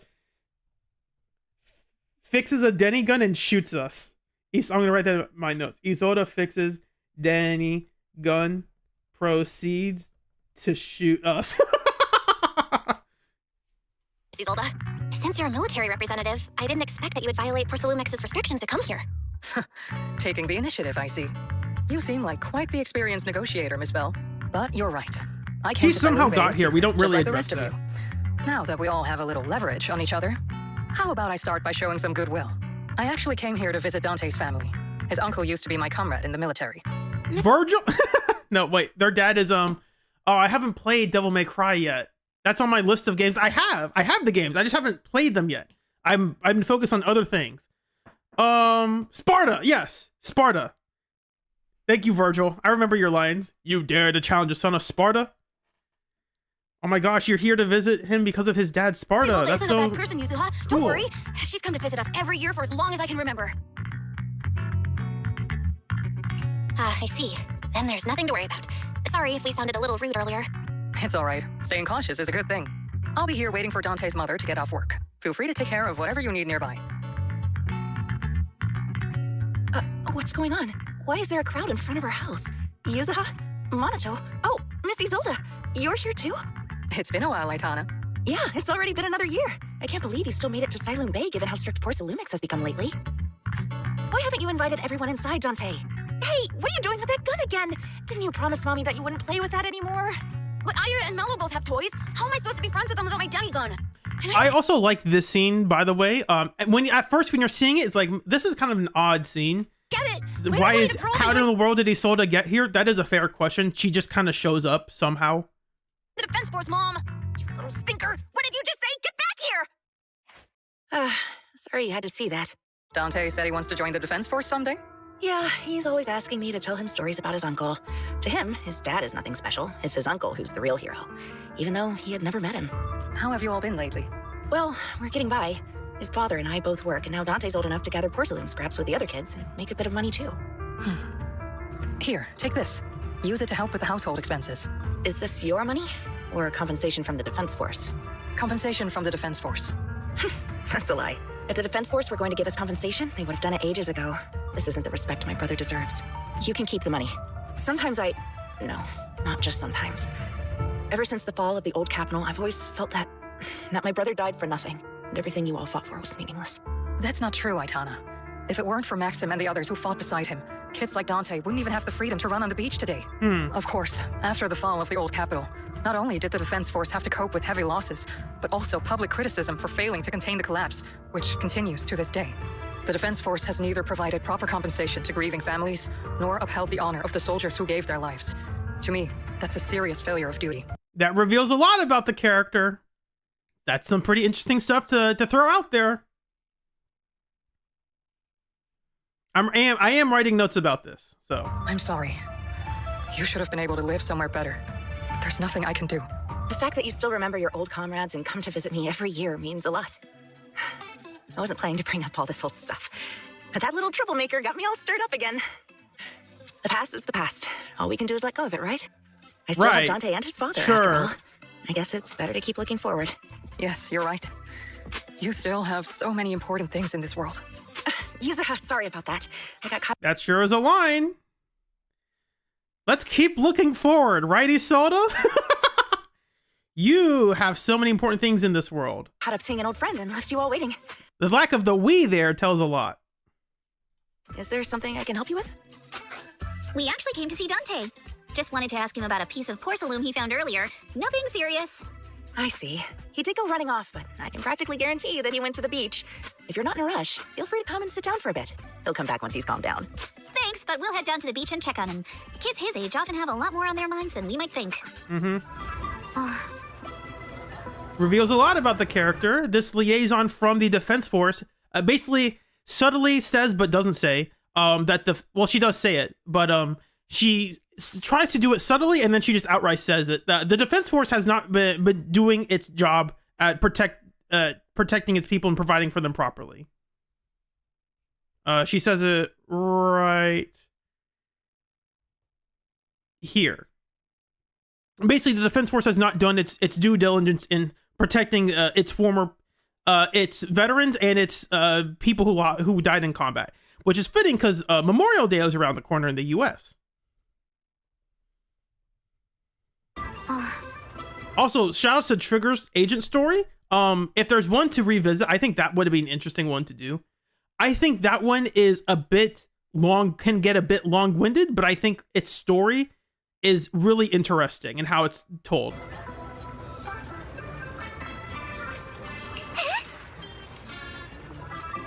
Which is funny because we are going to get Trigger very soon anyway. In the next story, and we'll talk about that when we get there. I thought, yeah, we like, why don't they get a pension? They should get a pension.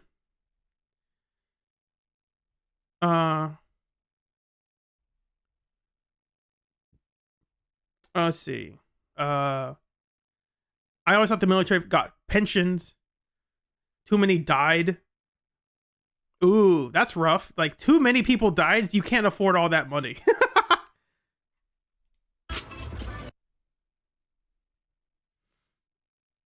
My former unit wasn't responsible for the Hollow Zero frontline. We were tasked with retrieving crucial supplies from inside Hollow Zero and providing disaster relief along the borders. Ooh.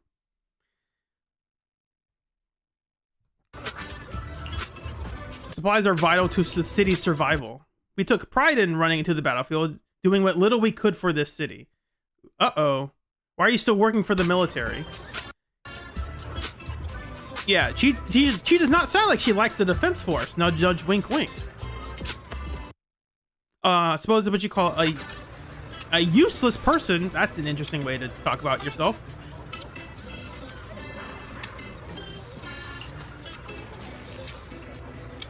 Yeah, she reached Silent Bay before we did.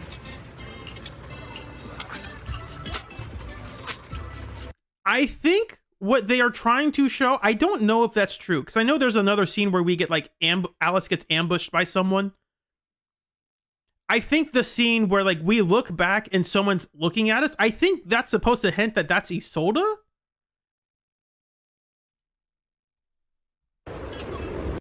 A little bit behind this. This scene here, like this person here is supposed to be Isolde? Maybe? I don't know if that's true. I don't think it is, but that could be what they are hinting at with that line there. Like, ooh, how did she get here before we did? Well, don't ask me. Wow, like how it doesn't make any sense. Okay, Yzma. How did we, Kronk?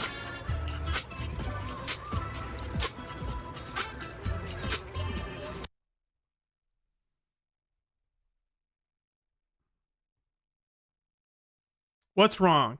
Head to the beach with Dante. Oh, we'll meet. I'm sure we'll meet again in the future. I am. After hearing all that, I feel a bit different. So, Miss Isolde used to be a soldier, and it seems like she's been through a lot.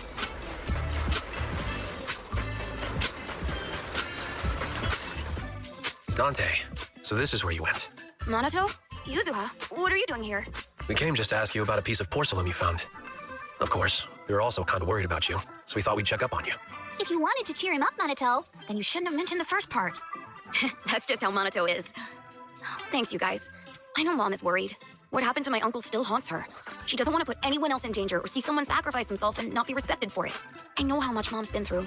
Miss Isolde told me that after the fall of the old capital, many military families like ours were left struggling without their main source of support and had to drift from place to place. But I want to join the Defense Force to help make it better. Mom had to let go because she couldn't do anything about it. But I want to change that. I want to make sure they never hurt anyone again. I'm pretty impressed, Dante. I didn't expect you to think about all this so deeply. It really is a great dream. Miss Isolde, what are you doing out here?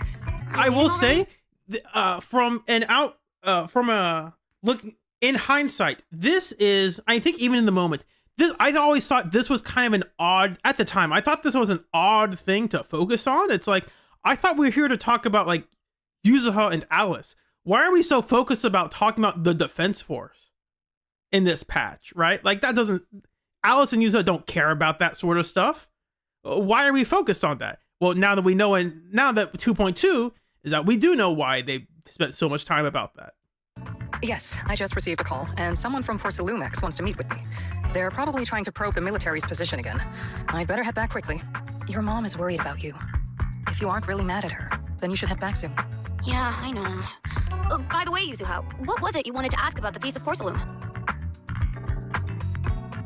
Did you remember this? Where did you get it from? Oh, that? I got it when I was fishing from a boat 3 days ago. It was near that small reef island about 3 kilometers from shore. I was out there for a while and saw the shard drifting from the direction of the hollow. If I'm not mistaken, this looks like a shard of an Obscura. Was it made in Waifei Peninsula? I think I get why you came to Silum Bay now. You don't need to explain further. There are some things I'd prefer not to know. Thank you for understanding. I've got a question. Why would an Obscura shard drift out from the hollow in the first place? Oh, Lemnian Island is actually connected to several water systems, and there are even underground rivers. More world building fell here. into the water and got swept out with the current. That also But gets since the hollow covers such a explained huge later on area, in the story. It'd be hard to pinpoint exactly where it drifted from. We use this information for later. Let's have Fairy map out all the nearby hollow exits later. But figuring out exactly which one the Obscura shard came from might still take some time.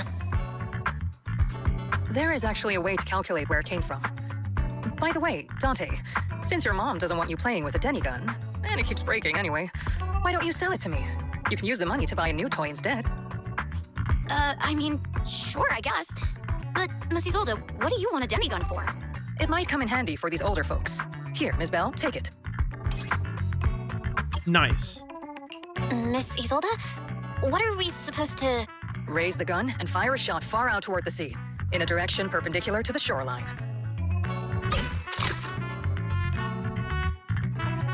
Look! The toy Denny you fired is floating on the water! Start timing it now. After a while, it will drift back to shore.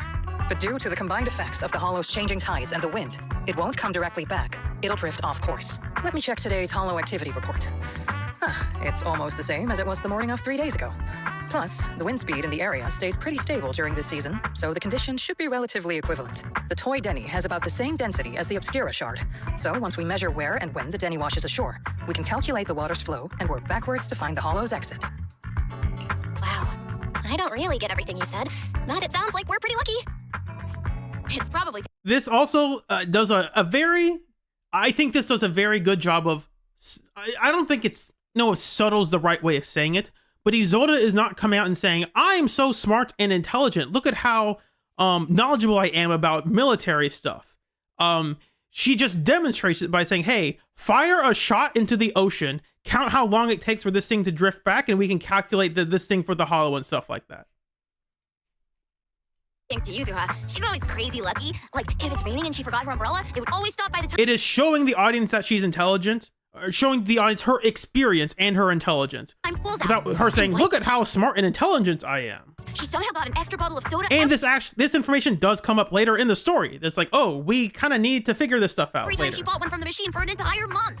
Maybe that piece of porcelain drifted out of the hollow just because Yuzuha needed it. And Yuzuha is incredibly lucky. What's up, Monato? What's with the, Oh, it's nothing. No way! You definitely have something on your mind. Out with it. 3, 2, 1. It's nothing, really. I just suddenly remembered your last name. Miss Ukinami's last name? Oh, right. It's different from Dad's surname, Lee. He said it'd sound way too weird if I were named Lee Yuzuha.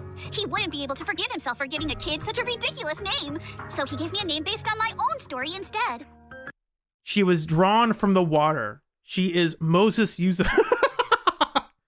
Mr. Lee sounds like quite the interesting person. So, Ukinami is a surname based on your history? That's right.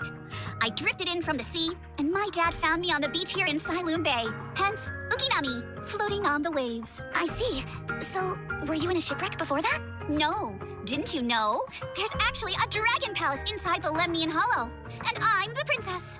every day. Really? I lived happily under the care of my loyal retainers. But one day, a lost traveler wandered into the palace and told me all about the human world beyond its walls. I decided to leave with him on a whim.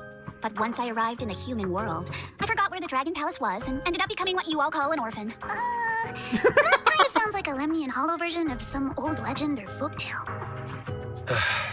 Not kinda sounds like. It is one.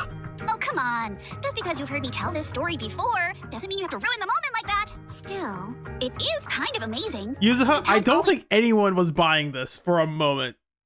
He seems to carry all sorts of things to this beach. Me, that Obscura shard, we both ended up here the same way. Wow, that'd be crazy if it happened again. No, that wouldn't happen again. It's crazy. Phew, we finally managed to calculate it. I've nearly forgotten everything I learned about terrain analysis in the military after not using it for so many years. Thank you for your insights, Mrs. Zolt. You've been a great help. No need to thank me. Miss Tynefield, you look much more lively than back at the banquet. Seems being around someone your own age really does make a difference. All right, everyone. I'll be heading off now. Make sure to take care of yourselves. All right, since we've pinpointed where the Obscura floated out of the hollow, how about we head in and take a look? Great idea. There's still some time before nightfall. Even just scouting ahead a bit would be good. Miss Yuzuha, are you going into the hollow? Then take our boat. Mello and Ayuba would be happy to help out however they can. That's the ship? That's not really a ship, kid. I don't think that's gonna support us. That looked like a really tiny ship.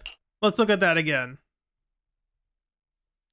Yeah, I think Monato takes up the entire space. Like,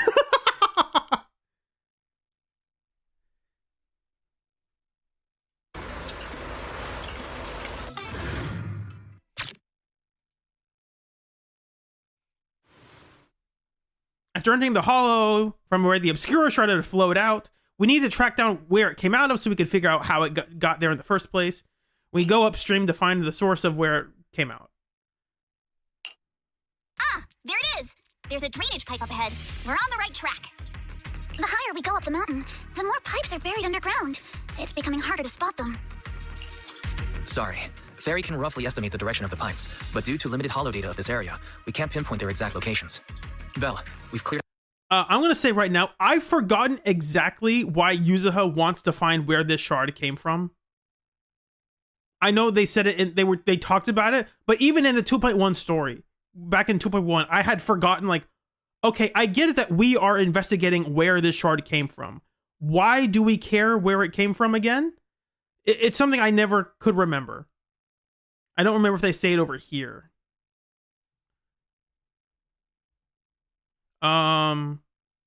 Like around this point. Because they ask about the shard, and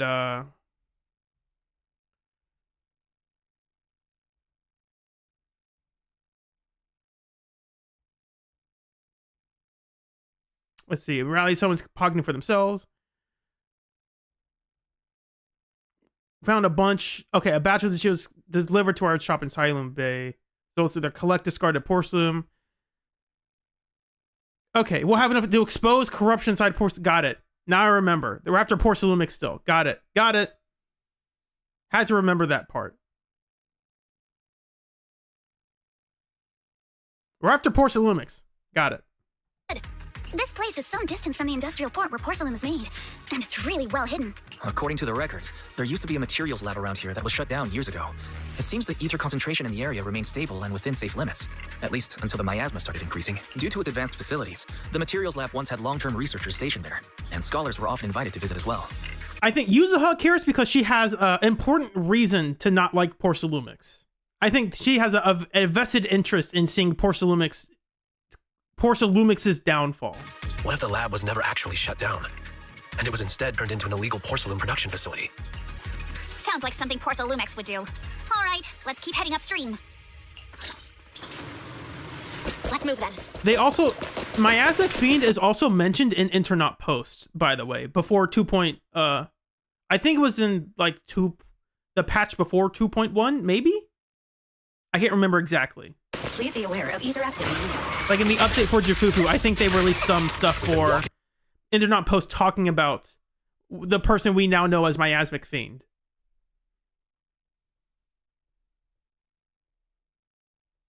Path splits in 2 directions. Miasma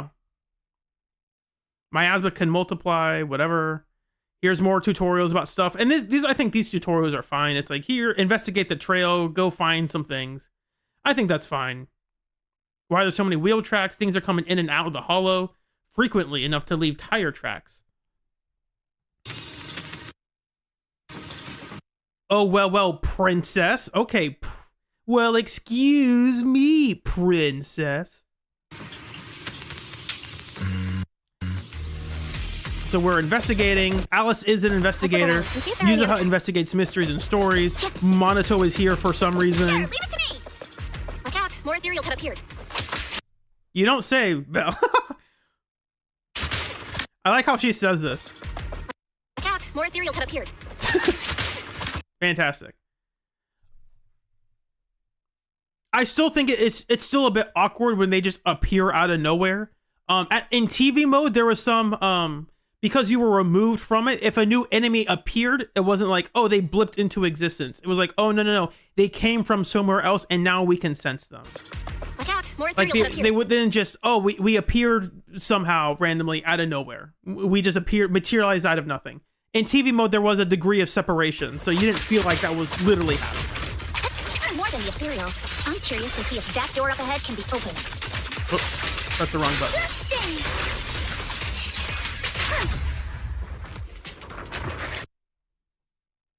Can we open it? It's hard to inform me device is abnormal. We have to find a way to hack into it. And I think this is okay. It's an easy way to be like, let's have some platforming puzzles, I guess. That's their replacement for like TV mode stuff, essentially.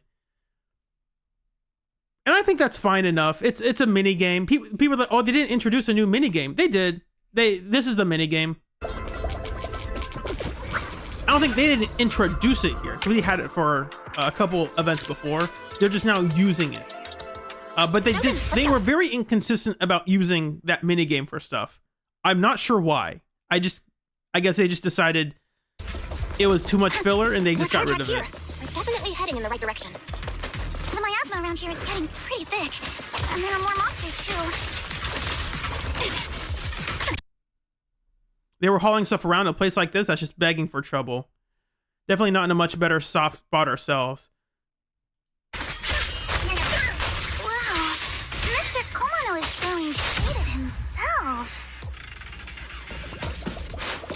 Whoa! Our princess is throwing shade?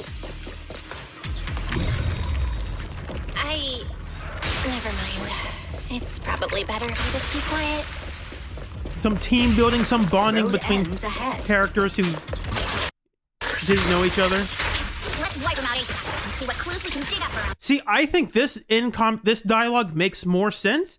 Not makes more sense, but I think this works better because Alice and Yuzuha literally don't know each other. So like when they are talking to each other, that is them learning about each other at the same time as we're also trying to solve that mystery.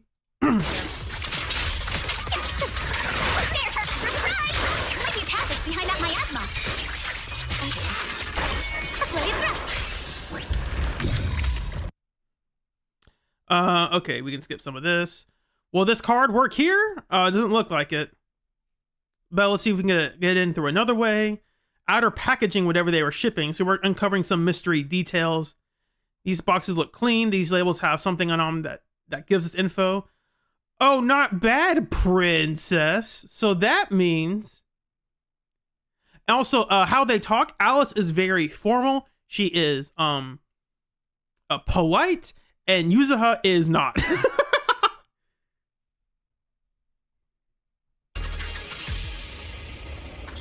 They're using fake boxes. Ooh. Let's see. The ethereals weren't that strong. They should have been able to cause that much damage. So something else did all this stuff. What could that mean? Okay. Is this really as far as we can go? This can't be right. Whoops. I pressed it again. No! Go back! It's easy to find. We're right around here.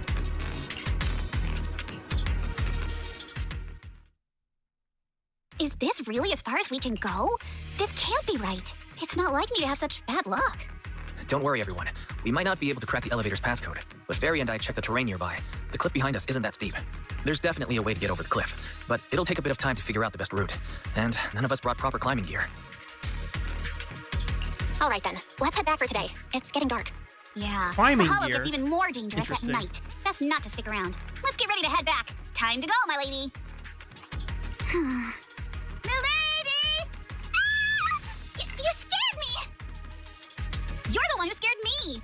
Why were you just standing there zoning out like that? It's just that I just felt that label on the crate looked oddly familiar. Like I've seen it somewhere before.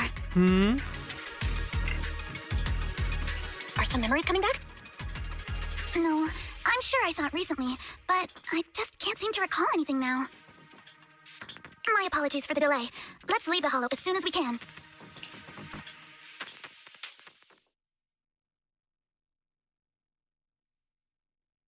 After leaving the hall, the group makes their way back to Phylum Heights. We finally made it back to Phylum Heights. It's already dark now. Everyone? Good work today. I was planning to tease the princess about her lack of stamina, but looking at you now, there's no point. Since there's nothing more we can do today, let's just call it. All right, I'll contact you as soon as we finish calculating the route. Excuse me, sorry to bother you all, but are you Miss Alice Timefield?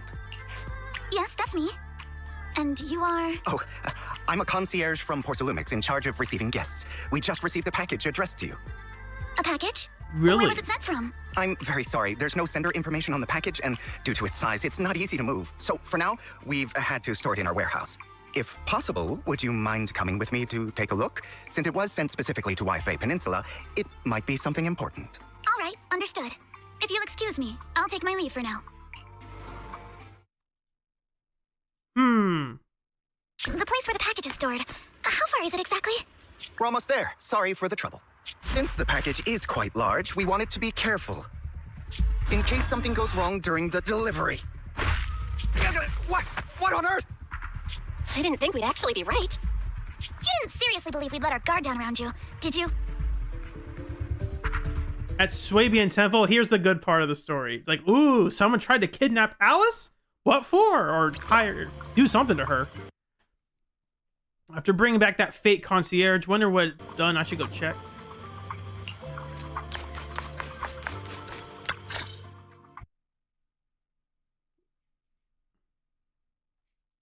You're here, Belle.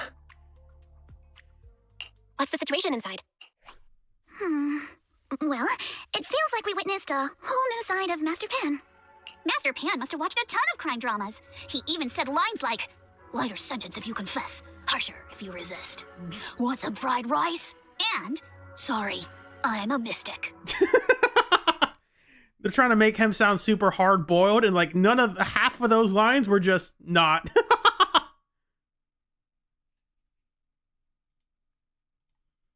Okay. Some more notes. Fake concierge tries to silence Alice. Pan gives a brutal interrogation.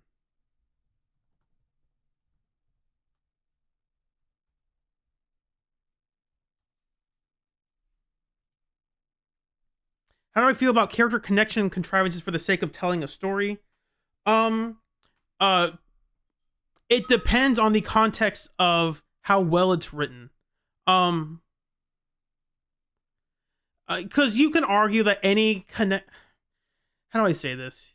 You can argue that you can drum up any contrivance in a story.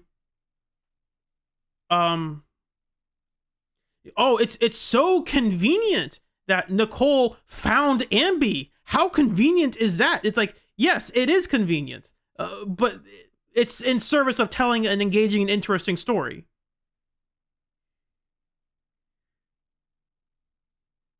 It's awfully convenient that Billy was. I'm not gonna. Never mind. I won't speculate on that because I don't want to say it incorrectly. Let's see. What's another one?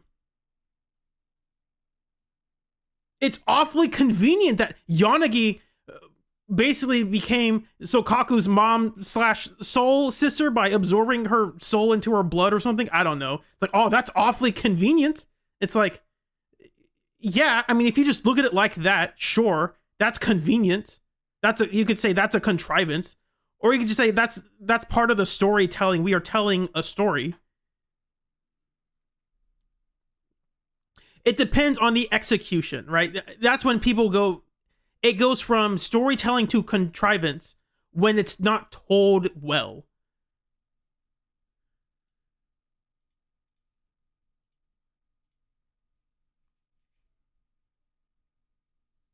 Confess, harsher if you resist.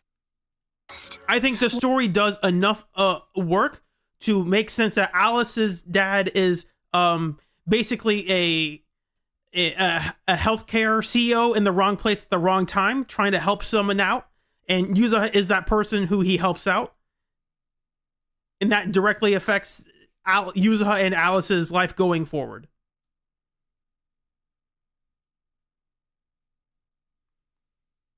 Yeah, the nature of storytelling is your life is full of coincidence. Oh, it's awfully what an awful coincidence that you and you're in the exact way that you are and that you look.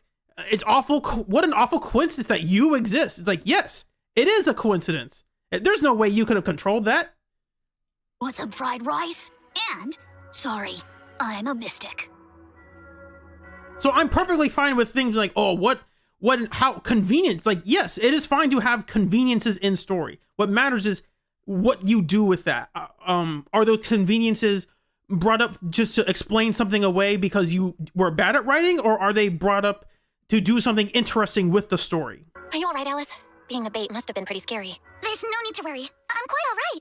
I may not be the best at dealing with unexpected situations, but thankfully, we were prepared for this one. By the way, did you guys feel anything? What do you mean? You mean the guy that's following us? So you also felt as if we were being followed? So I think this is supposed to be the guy that appeared on the cliff, and that's why we saw it the first time. But they make it seem like it could have been Isolde, and I don't know why. Yeah, at first I thought I was just being paranoid because we ran into Miss Timefield and Miss Isolde. But now it's clear we've had a tail since this morning. Yeah, exactly. That's who that guy is. Pretty sure. But we don't have any solid proof that they're up to something. Even if we catch them, they'll just brush it off. Plus, we would risk giving ourselves away. I agree with the proxy. Besides, they probably haven't tried anything because we've got numbers on our side. Once one of us is alone, chances are he'll make his move. If we can figure out who they're after, we might be able to bait them into slipping up. I think I'm probably the one they're after. How come? Because I just remembered. The crate that hit my window last night had the exact same label as the one we saw in the hollow. Then we were right. That fake concierge really was the one smuggling stuff into the hollow. They tried to go after Alice just because she saw the crate. Whatever they're moving, it has to be something big. Oh, look! Master Pan and Mr. Komino are coming out. Senior, how did the interrogation go? He confessed. He told us everything. Come on, let's step away a bit. Don't want that guy overhearing us. Don't worry, Beeline and the others are watching him. Good job, Pan. And all right, Interrogator Pan. I'll keep it short. That guy was smuggling ether explosives into the hollow. I also think it's a lot funnier that we don't see the interrogation. We only have Yuzaha's description to go off of, and he's like, confess now, and it's want some fried rice? It's like, what?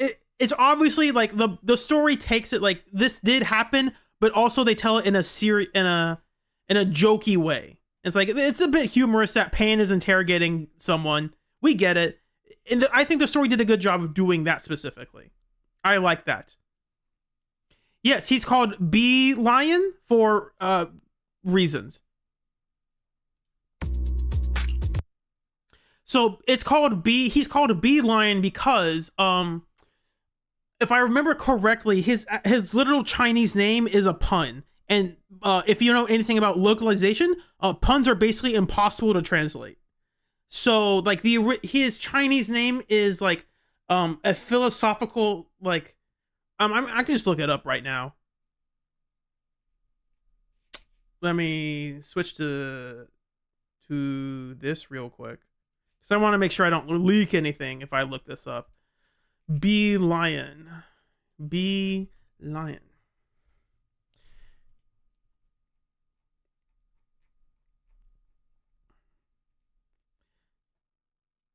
Okay, let's look this up together.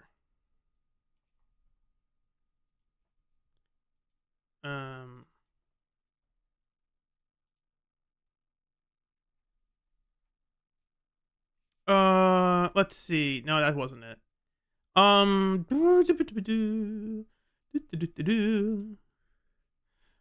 It should be in the lore section then. Let's see. Trivia, here it is. Here we go. I can show it now. So, in Beeline's Chinese name, Shi Ye, Shi means lion, while Ye is an ancient modal particle for question. So its name is literally lion question mark. It's like, is this a lion?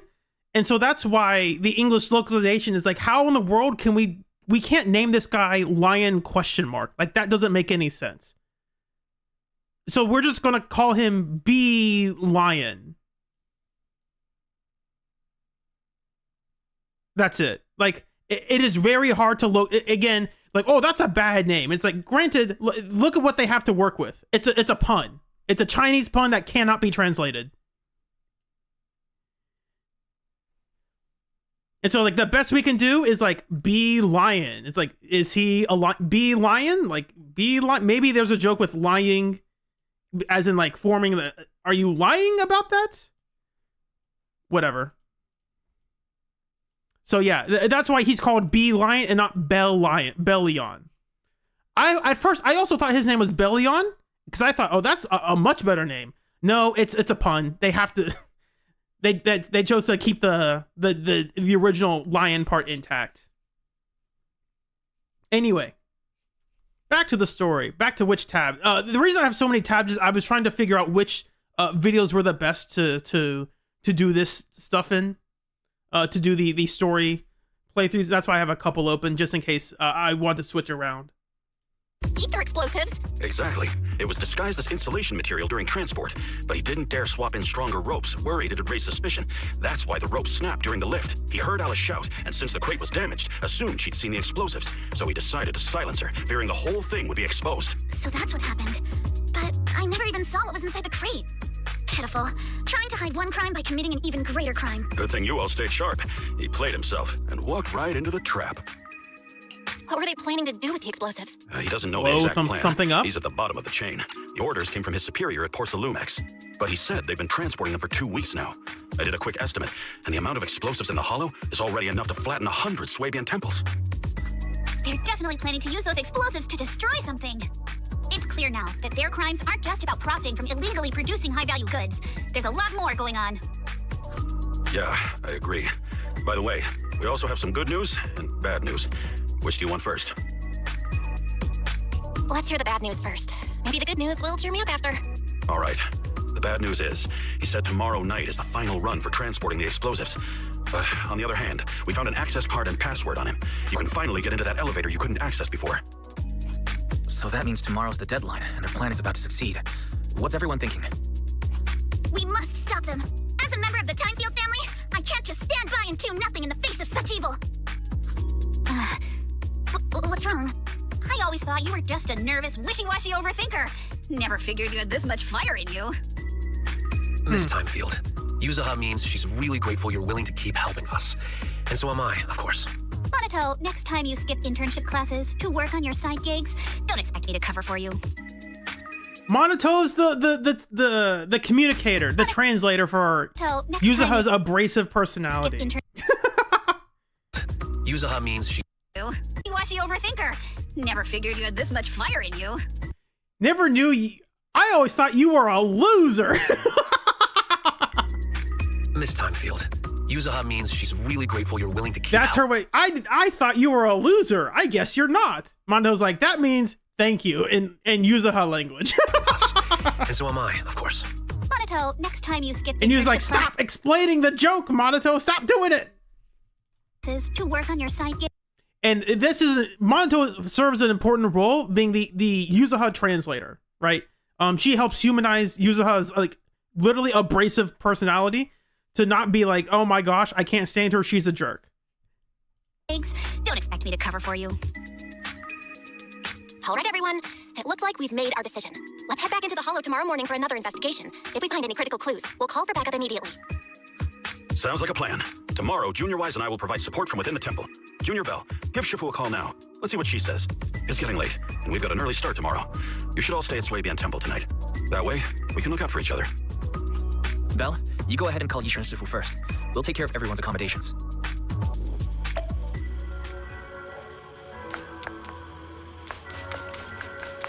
No, he doesn't read the lines here. Don't worry, I've got this. Swabian Temple may not have many rooms, but we got plenty of bedding. And Yuza says,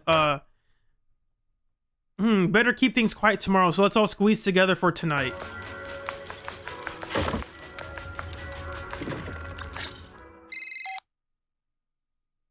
We call Yishun to be like, hey, there's like a bomb threat that like might level a giant part of the city, and we don't know where it's being headed. In any case, Belle, or the Hollow. you It's must all be the extremely Hollow. careful when you head into the Hollow tomorrow. Porcelumix has been Porcelumix is trying to blow something giant up, and we don't know why. That's a good reason to call your master. It's gotten beyond the scope of, ooh, let's find out where this came from, and let's handle a bomb threat. with the safety investigation, yet our enemies haven't faltered in carrying out their plans. That means they're out of time and desperate to act. So you mean that they don't have full control over the situation? There's some other factor that's forcing them to act? It must be so. I shall head out once I settle things tomorrow and should be back at Swabian Temple by night. Strictly speaking, Yunquay Summit should stay out of Waifei Peninsula's affairs, but given the urgency, we'll make an exception. That's great! It's such a relief knowing you'll be with us, Shifu. How else would I prove my worth as your Shifu? Oh, right. Nothing. Never mind. What is it, Shifu? Well, it's nothing particularly significant. Just, these past few days I've had a lingering sense of unease. Why is that? What could this unease be about, I wonder? Let me write that in. Yish.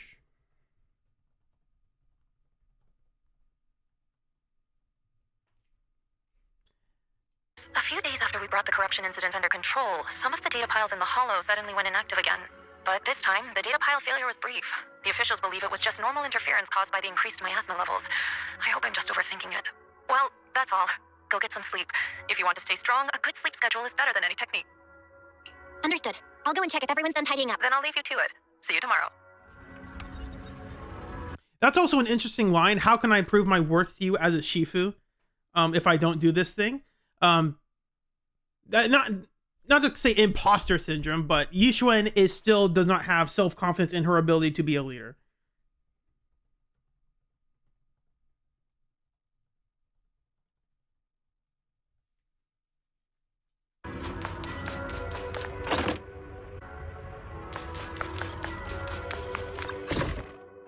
Belle, the call's already over? I was just about to go say hi to Shifu myself. Have the rooms been arranged? But we're still trying to figure that out. No one's comfortable taking Shifu's room or Senior Fufu's room, and the room Alice stayed in before is being used to hold the prisoner. But Miss Ukinami and I just decided to share a room. In that case, why don't you two stay with me? My room is a bit more spacious since I have to keep the HDV in there. It'll be like a sleepover. No problem. Whatever makes you happy. Sleepover, let's go. Let's share our stories Are you about sure each it won't be too cramped with the three of you staying here? Don't judge our space needs by your build. Besides, with this kind of vibe right now, doesn't it feel just like a field trip? Wow, you're right. I've heard all about them before, but I've never actually been on one of those trips myself. You never went on a field trip as a student? No, never. My school has a lot of aristocratic kids, so they thought trips were too risky, and didn't want us spending time showing off and competing like that either. So we never had one. Perfect! Then tonight, you get to experience the joys of commoner life. First on the agenda, ghost stories. Wait! Ghost stories? Judging by that face, milady, I can tell that you're the perfect audience. Don't worry, I'll make sure it's a night you'll never forget. Ooh, count me in too. What's wrong? My belt feels a bit heavy. I wanted to take it off, but the buckle seems to be jammed. Hold still. Let me take a look. We sometimes get similar issues with the crafts at our shop, so I always carry a toolkit with me. See? Here. I haven't taken the time to talk about their designs. I really like Yuzuha's design, and I I think Alice's is okay. I don't love it. I just think it's good. It's a little tool I made by modifying a hair clip. It's also my lucky charm. You probably recognize this character, right? That show was super popular when we were kids. Wow, it's Sailor Sailor Boo! I used to wait for it to air every week when I was little. How nostalgic. Right. Yes. Are you all right? You don't look too happy. Is there something wrong with the hair clip? It's nothing. Don't brush me off. Something's definitely bothering you, right? Actually, I had a pair of hair clips just like this when I was little. They were my favorite, but I lost one of them. How did you lose it?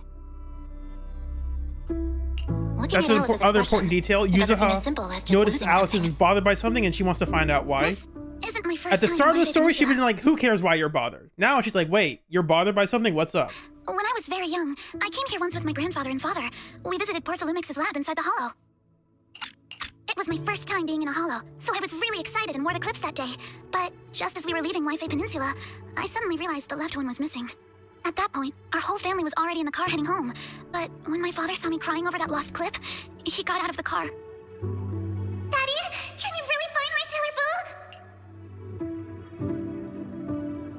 Boo? Of course. There It's your it favorite is. hair clip. We have to find it. It's I just right happen there! What do you mean? to have some more questions for the lab researchers anyway. You and Grandpa head home. I'll be back once I find your hair clip. Thank you, Daddy. It's a promise then. You have to find Sailor Boo. If you don't, you can't come back. Uh-oh. Your wish is my command, little princess. Sir Lionel shall reclaim your lost treasure without fail. I never imagined that would be the last time I'd ever see him. Huh? My father got into a car accident on the way home. Public security believes it was caused by fatigue. He crashed into the guardrail on a sharp turn. The fire from the crash was so severe. Grandpa couldn't bear for me to see my father like that. So I only attended his funeral. Can I ask one more thing? What happened to the hair clip you lost? Public security searched the crash vehicle, but found nothing like the hair clip. Not even any fragments. I lost it, and I said those things to him. That's why. Don't be ridiculous. This wasn't your fault. You can't blame yourself like that. Yuzuha, are you all right? Sorry. I shouldn't have said that. It's quite all right. I know you mean. So we find out later why Yuzuha is like this, where it's like, is abrasive about that, blaming yourself for that. It's not about her dad specifically. It's about like the notion of like, oh, I did something. It's my fault that something bad happened. It's like, no, it's not. Your fault? You can't blame yourself like that. Right. It's all right. I know you mean well, Miss Ukinami. It's not often we get to talk, and I would wait to really get there brought to them right down. talk more about Let's it. change topics. Oh, right. Since Miss Ukinami's hair clip is a good luck charm, there must be a story behind it. Would you be willing to share? It's nothing special, really. This hair clip was simply the first gift I got when I was a kid, so I kept it as a lucky charm. Sounds like you're holding out on us. Same. I thought the same as Belle and Mr. Komono. I'm not hiding anything. I'm just telling it like it is. And come on, we all know each other pretty well by now, so you don't have to keep calling me Miss Ukinami or Monato Mr. Komono. Especially every time I hear you say Mr. Komono, I have to hold back my laughter so hard my abs start to hurt. Very well. From now on, let's be more casual with one another. The other thing I think is interesting is that the music during that scene is also the music they play during the movie theater, which is usually like personal time, a one-on-one time with agents that you care about. So I think that also does a lot of work to make this scene feel more personal, you know.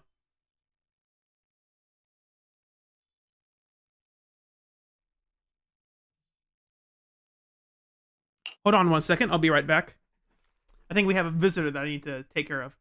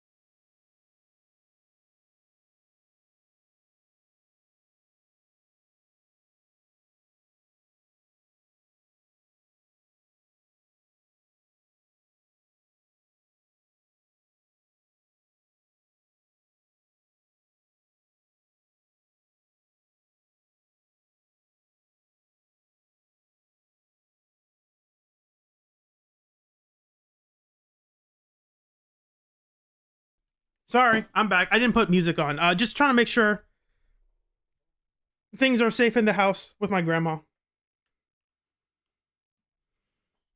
Sorry about that. We're back. Let's see here. Everyone's up. Looks like we're all in good shape. Let's get ready to move out. Belle, you take everyone to the Hollow with Eos. Senior Inhu and I will support you from afar. Why can't we take Pan with us? Come on, Pan. Be the support for the team. Without your additional ability and all that.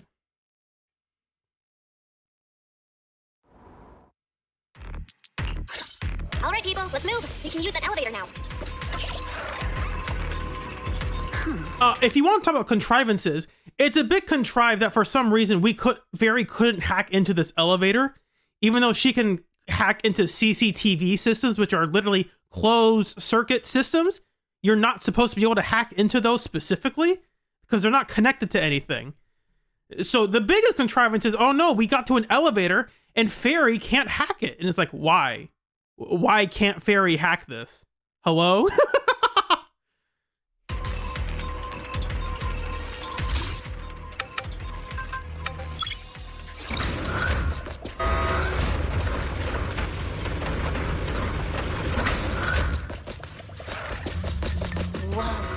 There's a lot of porcelain crates here.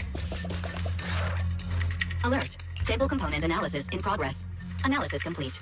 The target's composition is a 99.97% match with the Obscura shard you possess, Master. Looks like the shard we found came from here. The Obscura and the explosives. Both definitely point to the same place. Everyone, I just checked. The Obscura here has no coding. It's probably been stashed here temporarily, waiting to be coded. So, this place really is the factory where they produce the Obscura? There's no doubt about it. Look, there's a door ahead. Behind it should be the open-air workshop where they cure the coatings. Let's get going. We need to do a full investigation of this place. Let's open the door quick so we can investigate the inside of the factory.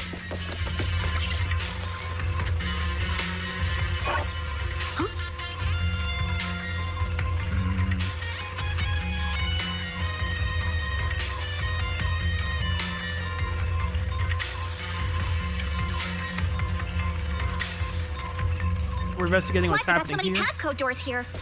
Good question.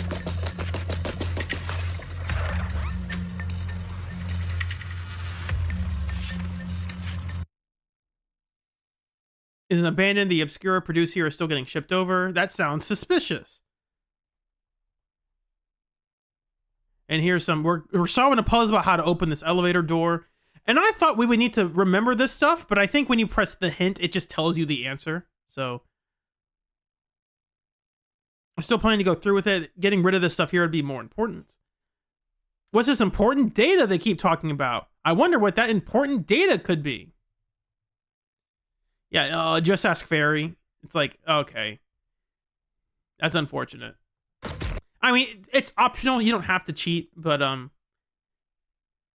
out, monsters!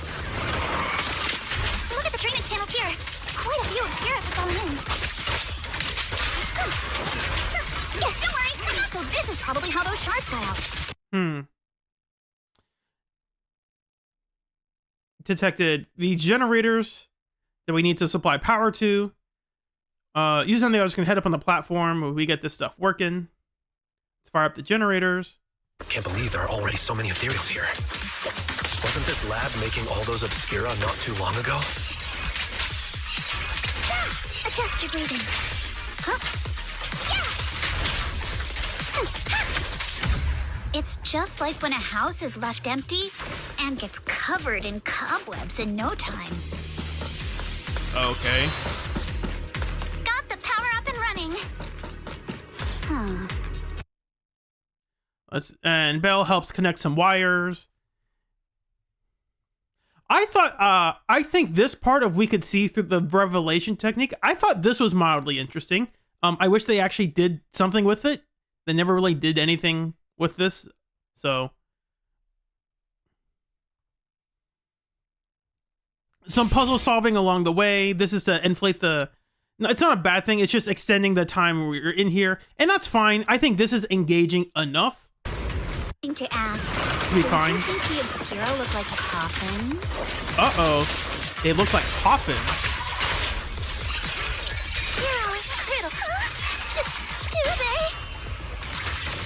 This open workshop is just like a huge mortuary.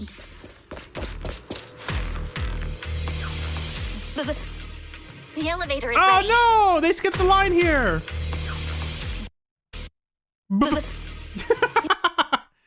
elevator is ready. No! I want to hear that stuff. That's the problem with doing this. Granted, you can't hear this now anyway in the base game because they removed pretty much all that stuff from the main story. Not removed it from the story, but you can't replay that part of the story. Let's see if Ruben has that around the 2-hour mark. Around here-ish. Oh.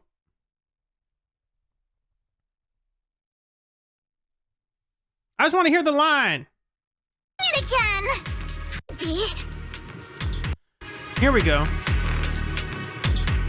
But without the thermal setter unit, it'd and that'd be.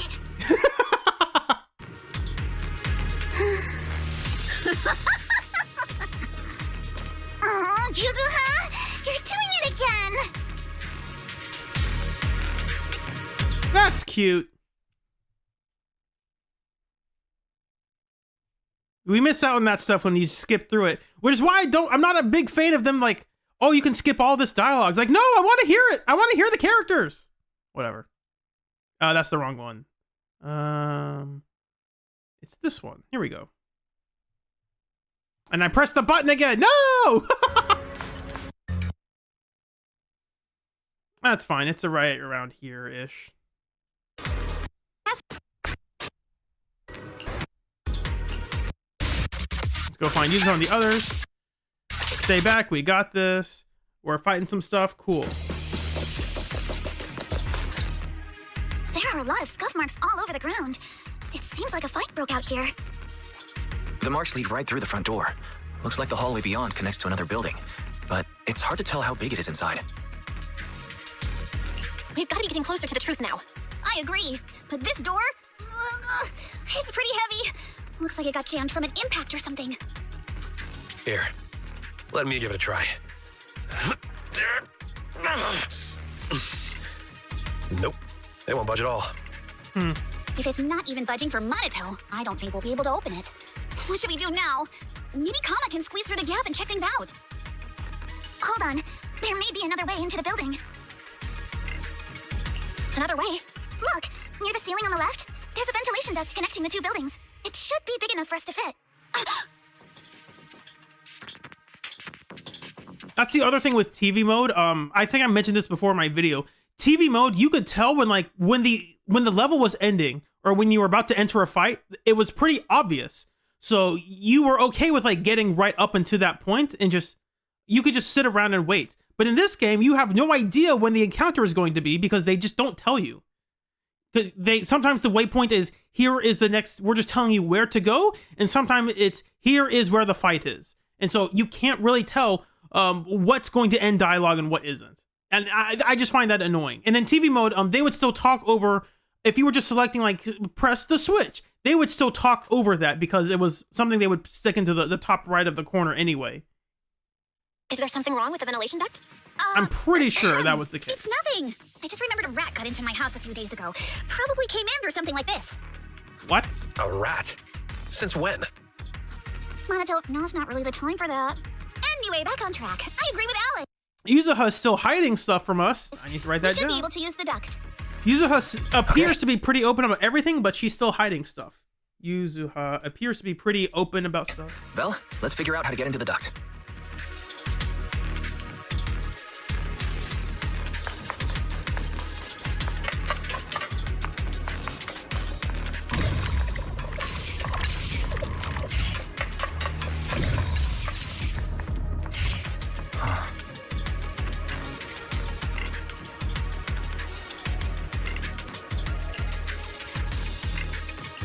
Getting the ducts. Uh-oh. Here's the iconic section. The duct is bigger than I thought. This is a game changer. Quite literally. Everyone here? Yep, don't worry.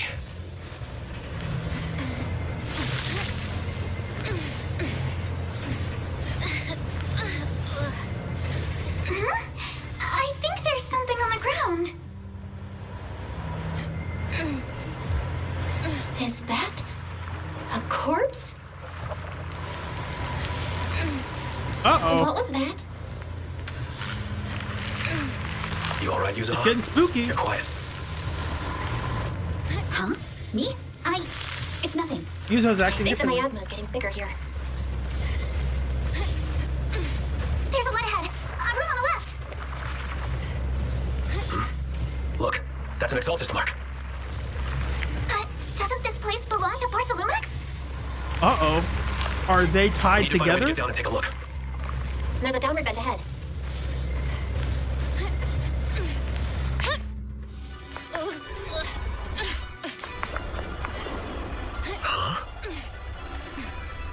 A bunch of things around the room. This is where we split up and investigate. Like, let's read through all this stuff. Destroy these things immediately. These are documents that are that are being destroyed for some reason. Here are some engineering files converting factory equipment into stuff for Exaltus researchers.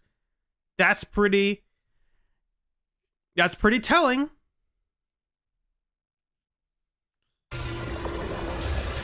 The Exalted have started to figure out a lot of stuff about the Hollow. Since they want to research sacrifice, they need a lot of funding and a stable venue. So this is how we explain, how do the Exaltus finance any of their stuff? And that's because they're secretly being funded by some section of Porcelumix.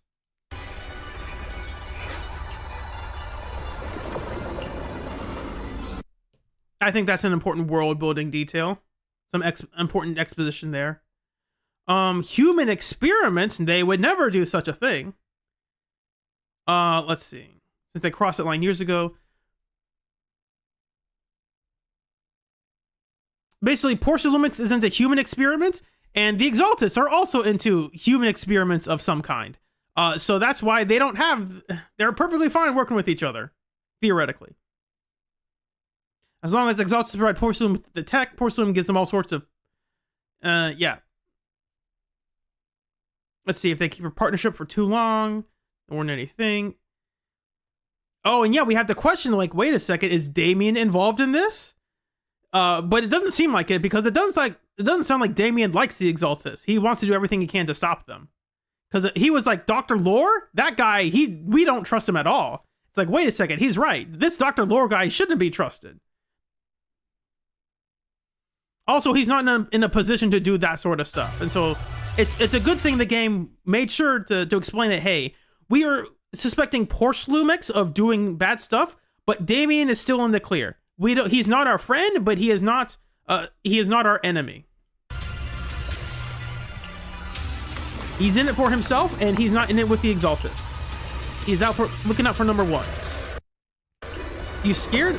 Yeah, it's like, whoa, what are you doing? You sneaking up on me scared me. It's like, wait a second, you're the one who does that to other people. What's wrong with you, Yuzuha? You've been acting strange recently.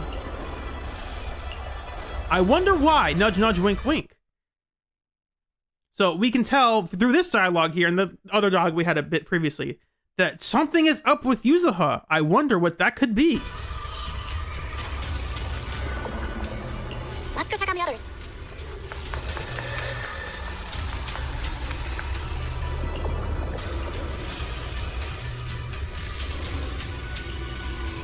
Have subject type in bloods.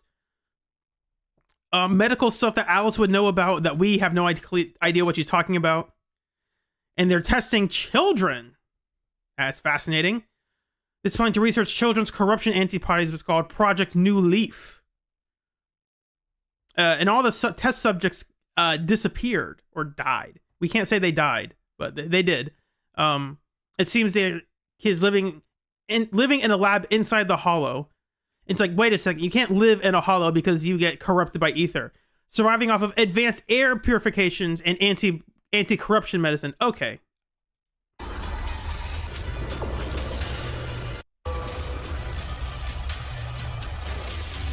And the reason they have to do it is because they don't want to be found out by people. They don't want Tops finding out. Probably. They don't want Krampus finding out. Like, yeah, we're just doing some human experiments. Krampus probably wouldn't like that. Especially in the Hollow. It's like, wait, what? This is definitely against ethics and codes. We can't let this happen. We're okay with the human experiments, just not in the Hollow. Just not on children in the Hollow. That's a bit too far. If people sign up for it, that's fine. But like, you can't do it in a Hollow with children. That's crossing the line there. Krampus wouldn't like that. Portia Loomis got the contact with the Exaltus not long after Project New Leaf went bankrupt. Let's look elsewhere.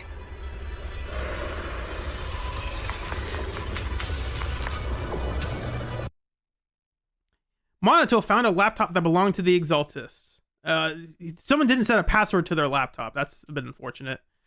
Seems the author was once Landon's follower. Landon was the guy in 1.7, which is a callback you have to kind of remember. Unless they say it right here. Nope. You have to remember back in 1.7 is when Landon is mentioned. It maybe it was 1.6. I don't remember if it was off the top of my head. I think it's a little bit in both. Anyway, I think one of the criticisms people didn't like about the Exaltus is that they were upset that they thought the cult was super organized and stuff, and then 1.7 story shows like, oh, these cultists weren't organized, and that's upsetting. And I'm not I understand why they're upset. The funny thing is that real life cults are not very organized because they're cults. They don't tell people stuff. And so I'm fine with different sects of the cults being like, no, we're going to do our own thing our own way. We're still related to the cult. We're still tangentially related, but we're not going to cooperate on stuff. We're closed off from the rest of y'all.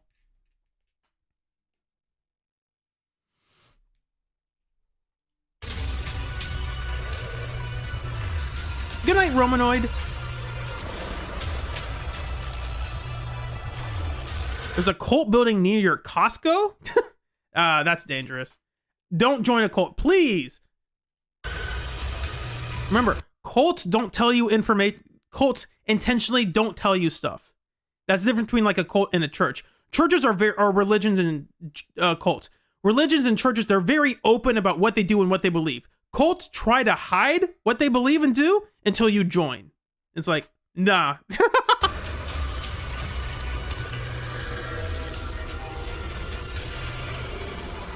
One is withholding information, the other is presenting information about themselves. It said Dr. Lord defied the creator's will by tricking innocent people with leaving water, and that's why he was punished. Wait, what? Some captured Exaltus members seem pretty ticked off at Dr. Lore because of these experiments. Kind of did mention something about he's done even more than what he was asked for. Seems like it was a pretty complicated thing within the Exaltus. So this is even more confirmation that just because you're a part of the Exaltus doesn't mean you are agreeing with everything the cult's doing. Dr. Lord did his own thing, and a couple of Exaltus are like, hey, he did this thing and that we didn't like that. They've been colluding.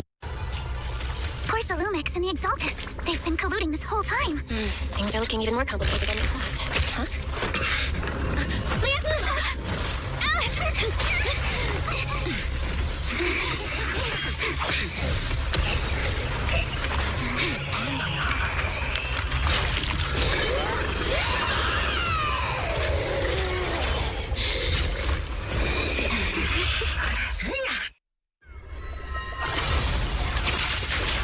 This is terrifying. This is a tough one. Watch out, guys. Look out for yourself. I wonder if you can actually play Monato in this story now. Like if you joined in or if you joined after 2.3, if you could play Monato. Because they did the same thing for Lighter. Lighter wasn't playable back in 1.2, but when he actually released in 1.3, you could play through the story and you would actually be able to use Lighter. So I wonder if they let you do the same thing with Monato here. I'm guessing no, but maybe they will. You can't replay these scenes anyway, so. Unidentified? Who could that be? Yeah, who could this character be? Now, we know who this character is because we saw them, but we saw this character at the end of 2.0, but no one here knows who this is. The fairies, answer me!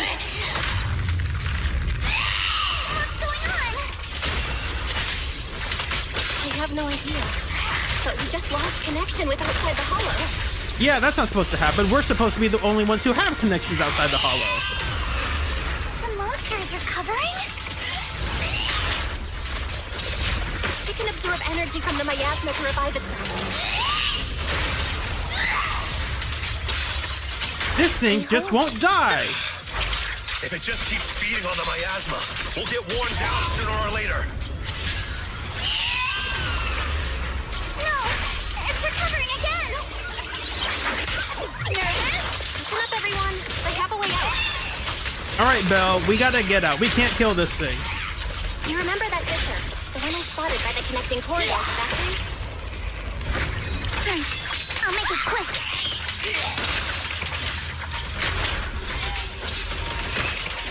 The fissure is located right outside of this building.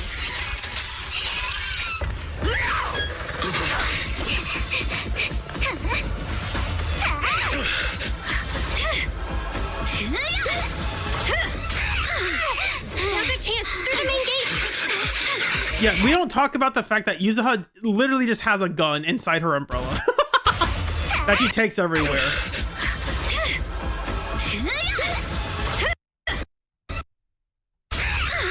Unless it's saying it opened with such extreme force that it shoots people away.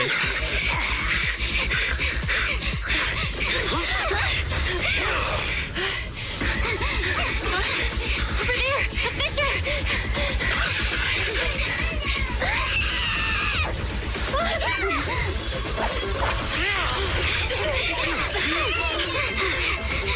Let's go. I'll boot up. No, it is a gun. It is confirmed a gun.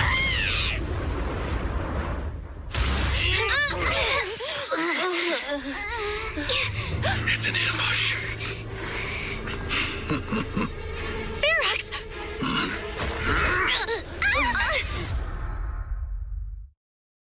I forgot they knock out Belle.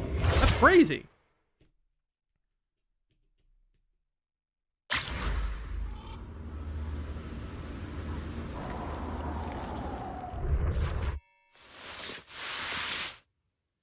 Can you hear me?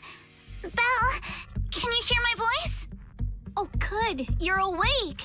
Wait, don't move yet. Right. The ether concentration here isn't very high, but if that swelling on your head splits open, the chance of corruption will increase. What happened afterward? After you fainted, Ferox and his men brought us here and locked us up. But since you're from Yunquay Summit, and I'm part of the inspection team, Ferox seems unsure about how to handle us. Yeah, they're in a tough situation. It's like, wait a second, we can't just kill these two. These two people would actually know who these two are. We can't get away with offing them. Hey, it's lucky I have you big shots here with me this time. As for our current location, judging by direction, we're in the valley. I like that. The game's like, why didn't they just immediately kill us? And the answer is, we're kind of too important for them to immediately kill. So they don't know what to do with us. Behind the Obscura factory. This used to be the materials lab. Oh, we're that close? Ferox We have too many connections for them to just outright kill us. Yuzuha, your sense of direction is amazing. It's not really my sense of direction. Never mind. In short, this is the main base where the Exaltis and Porcelumex conducted their research together. Katawice, that's a good joke. I like that. Where's Monato? Monato got dragged off for questioning. They were gonna take me. Marcus, it's not plot convenient. The first part of the story is that we are invited to a fancy, to a high society party because we are part of Yunquay Summit. And so is Alice. Alice is not part of the Yunquay Summit.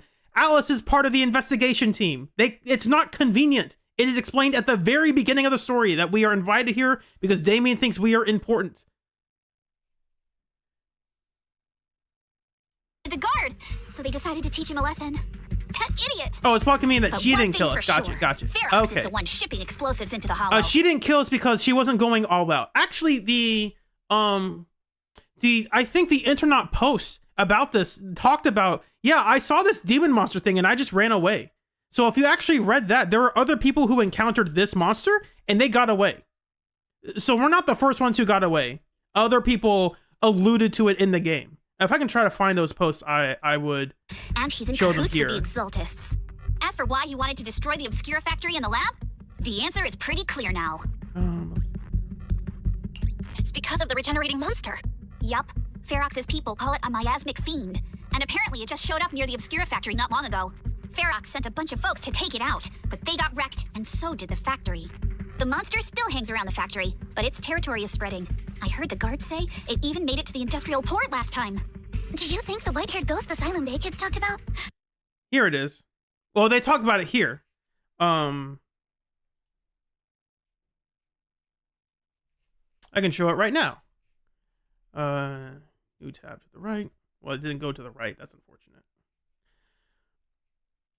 A terrifying experience. And this person talks about, I was working in this part of Lennium Hollow, and then I saw this creature, this terrifying creature. Was this an ethereal? And so it's not like other people encountered whatever the heck this creature is, but they were able to get away. Whoops, that was the wrong thing to press. Trying to close this. And that takes me here. I'm pressing the thing to close this. Whatever.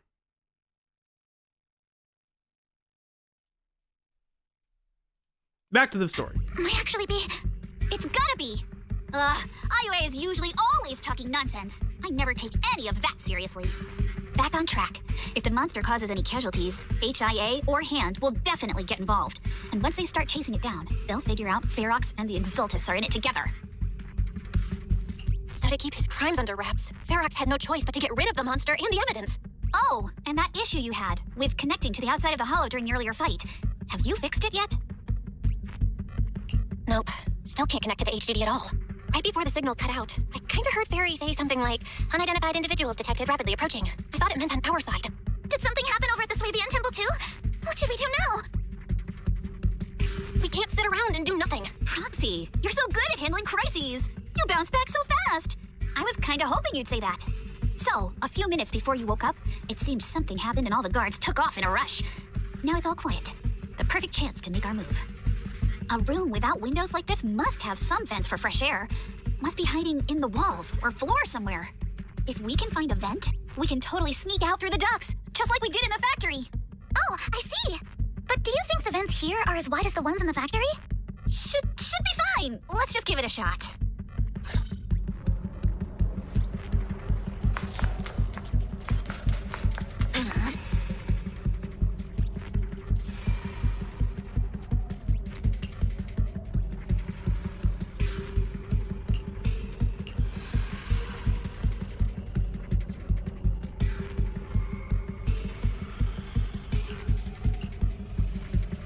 I also remember this part here. You got a special achievement depending on which person you spoke to first.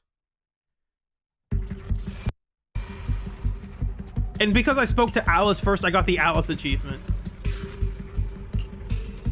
Seems like you're back to your usual self. I've never been a negative person to begin with.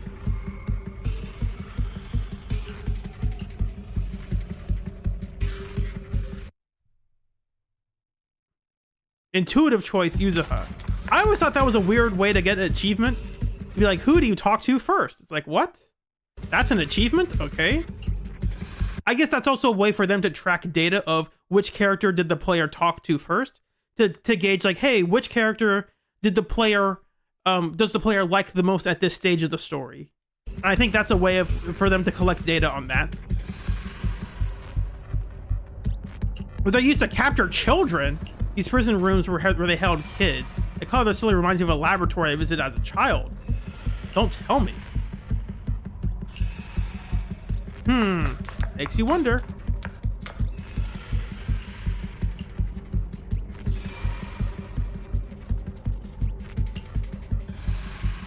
It's weird they left Eos with us. Maybe not weird. It's odd that they just kept Eos around. Because they could have disposed of Eos perfectly fine. And probably not got in trouble for it. Let's head out. Alice, I'll carry Monato's weapon. Just worry about your sword. Your swords. They also left our equipment and our swords here. That's a bit of an oversight. Now that's a convenience. If that's a contrivance, right? That's a contrivance right there. They left us with everything.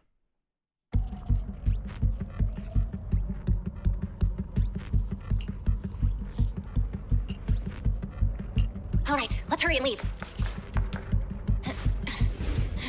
The ether must have gotten into the room from here. Oh, I forgot to write about the pipe crawling. I actually did like this as a way to take away control from the player and put them in a position where they are this is basically trying to replicate what the effects of TV mode of putting characters on a dedicated path and telling them to go in one direction. But it also has the benefit of like showing glimpses of things along the way that are obstructed by just naturally being in a giant grate, you know, in a giant vent. Vents usually aren't this big, by the way. In real life. The crystals have formed inside. It's the exit. No one's here. Let's get down. Watch out! Monsters! Let's be quick and quiet. It'd be trouble if Ferox's men find us. Oh, there!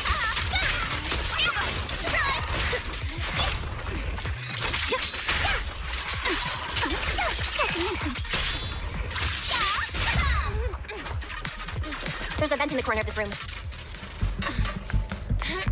And by taking away that sort of agency, that also hypes up the level of the horror aspect immersion of like, ooh, what's around the corner? Well, we can't know and we can't do anything about it because we are literally defenseless. We can only move in one direction. So if something spooks us or pops out, we can't stop it. And I think that's interesting. Or that it was handled in an interesting way.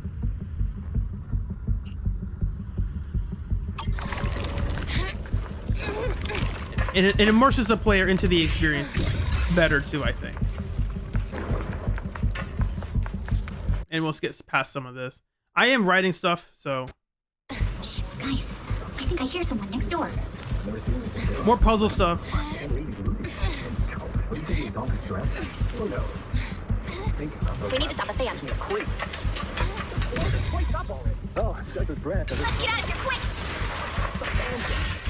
The vent's straight ahead!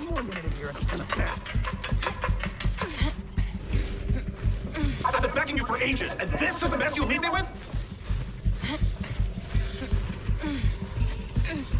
I hear someone right ahead. It's Ferox. What do you want from me, huh? Oh, you exaltists. Look, I've been more than generous to you over the years. As long as you give me the tech, you can carry on with your research, praising your creator or whatever. I've never stopped you, right? But seriously, you caused this huge mess in Wi-Fi and then just vanished overnight, leaving the miasmic fiend in my factory? What's the deal with that, huh? You mortals just won't get the Great Overseer's plan. Wait, Overseer? Is he talking about Mevarok? Didn't Shifu take him out already? Or did they fake their death? Oh, cut the crap. Where's Mevarok now? Where'd that guy take the other exaltists? Take him away and make him talk. He'll crack sooner or later. Yes, sir. By the way, did that young man held in the warehouse out front say anything? Who sent them? A Yunque Summit disciple and the Time Field girl? How did they get dragged into this? This is also a good way to show, because we hint that, oh man, Portia Lumix and the Exaltus, they're together? Are they working together? And Ferox basically comes out and says, what the heck is wrong with you? The goal was, I give you money, you give me tech. Why in the world are you deciding to nuke all of Wi-Fi Peninsula? That wasn't part of the deal. Why are you doing that to me? That's bad PR, man. I don't want to deal with that. He's obviously still a bad guy, but he's not like, I'm going to destroy the world. He is, I'm going to make as much money as possible. And if that destroys, and hopefully not destroy the world in the process, because I need a world to give me money. Twice, but just won't say anything. Well, blacked out twice. Interrogating him. This is ridiculous. Why are all these people so stubborn? No, Monato. Oh, no, this is bad. We gotta get Monato out of there.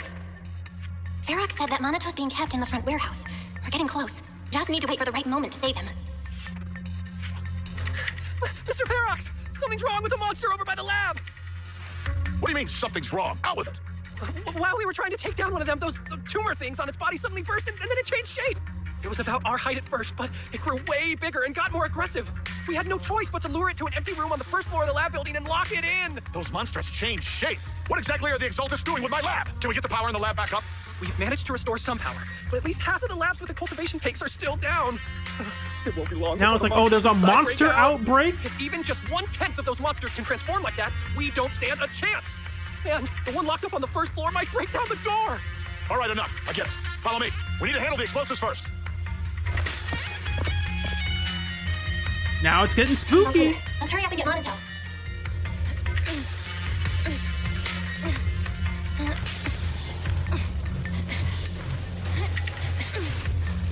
This should be the place.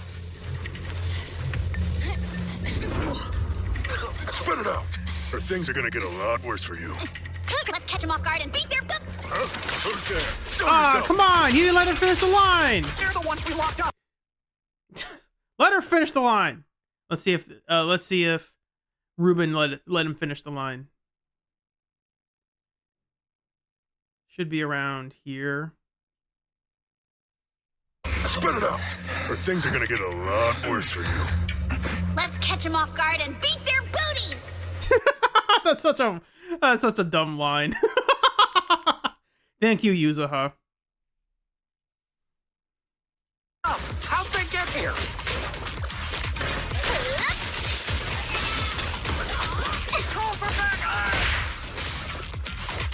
See, that's the kind of dialogue the players can't experience anymore because you can't play these combat encounters again. I won't let you.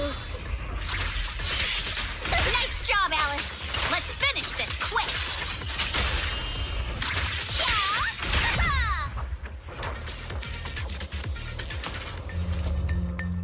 Monato, are you okay? Oh, crap. You're injured. Badly. I'm fine. Don't worry about it. Monato taking one for the team because we can't do this to a girl. I mean, that makes sense. Monato's character, like his visual design shows him as a tough guy. It makes sense that he can take a beating. It wouldn't be the same. It would be crueler if they did to someone like Alice. Like, we're gonna beat you up to a pulp, Alice. Like, that seems harsh. Monato seems like he can physically he's able to take that kind of beating though. Are you really okay? We heard Ferox's subordinates say you passed out twice. See? I'm awake and all good. Just a bit banged up. Honestly, being sore from a long day at work would be worse. Don't worry. We still need to figure out how to escape. If it comes to the point where I think I'm gonna slow you guys down, I'll let you know. Hey, don't say stuff like that. It's bad luck. Sorry. See, Yuzuha shows that she cares about, despite the teasing and be like, Monato, shut up! She shows that she cares about Monato's safety.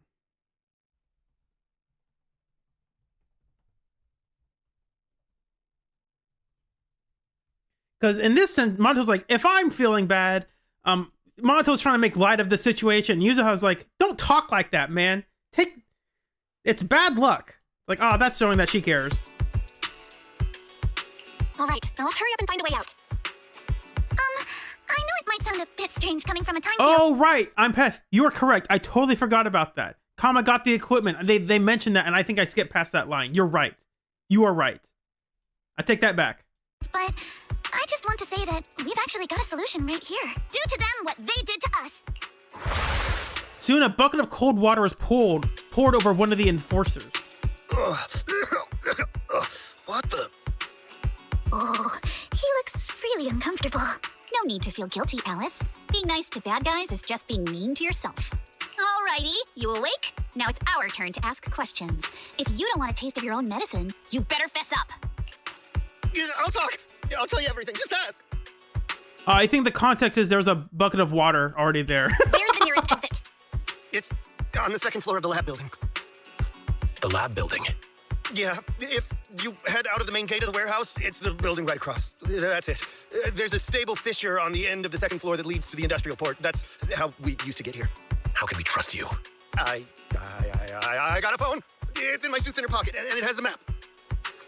Oh, let me check. Just as I thought.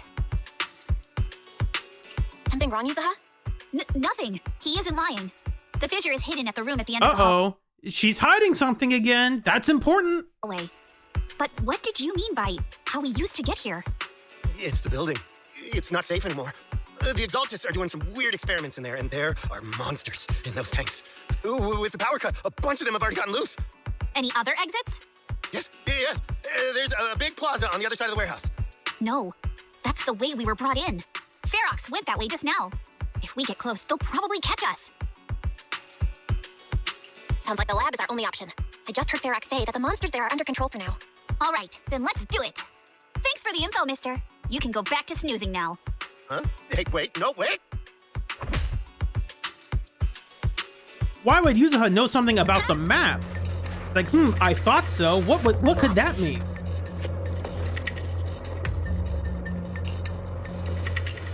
All right, let's head to the lab. That sounds like something they'll reveal to us. Whoops, wrong button.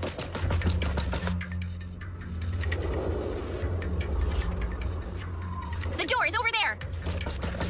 And I think there's more combat over here. Or no, there's some more dialogue here. Impressive. You just took one glance at the map and managed to remember the layout? The elevator is right across. Leave the miasma to me. Let's get out of here. Something bad's gonna happen. That's why we're running out. The picture's on the second floor. Let's move.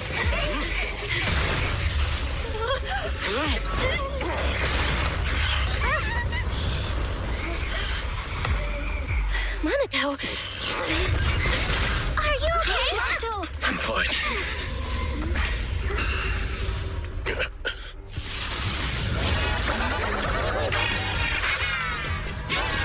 You handle the miasma. We'll take care of this thing. Not this Joker.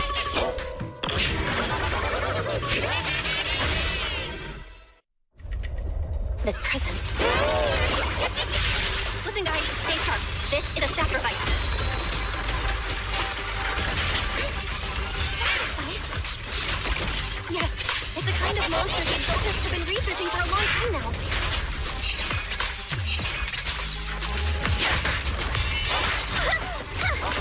Evolved so much already?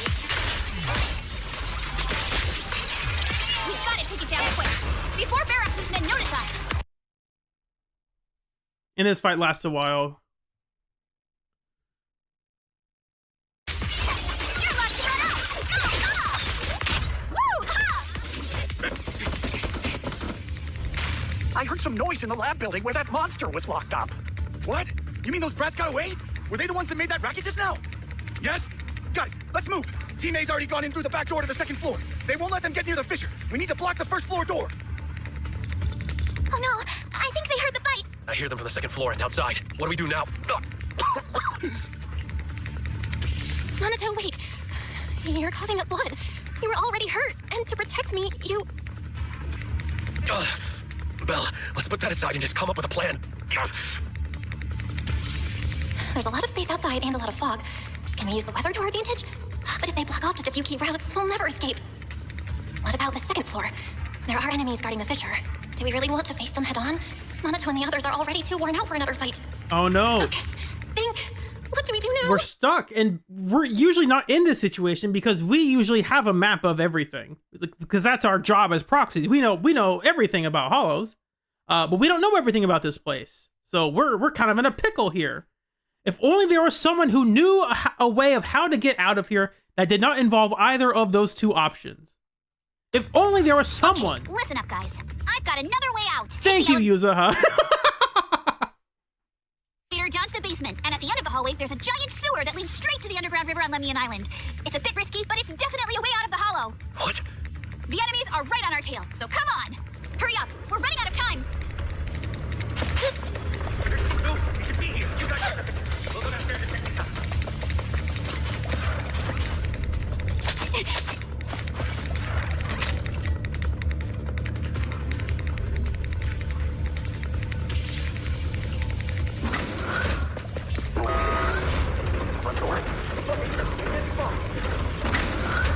This way, follow me. Hey, you little punks, listen up! Give up and surrender now! More monsters. What did he say again? I want to double check that. I think I know what he said, but I just want to be sure. You little punks, listen up! Punked. Got it. Give up and surrender now! More monsters. Monaco, stay back and leave it to us. Huh? Oh, you think you can get away? A flurry of thrusts. This way. Hurry! I also like this part where he's speaking on the intercom. I liked how it sounded like it was surrounding you in the building. Ignore him. I like the audio effect on it. Family and friends. Get in down there. And I've got ways to make them vanish without a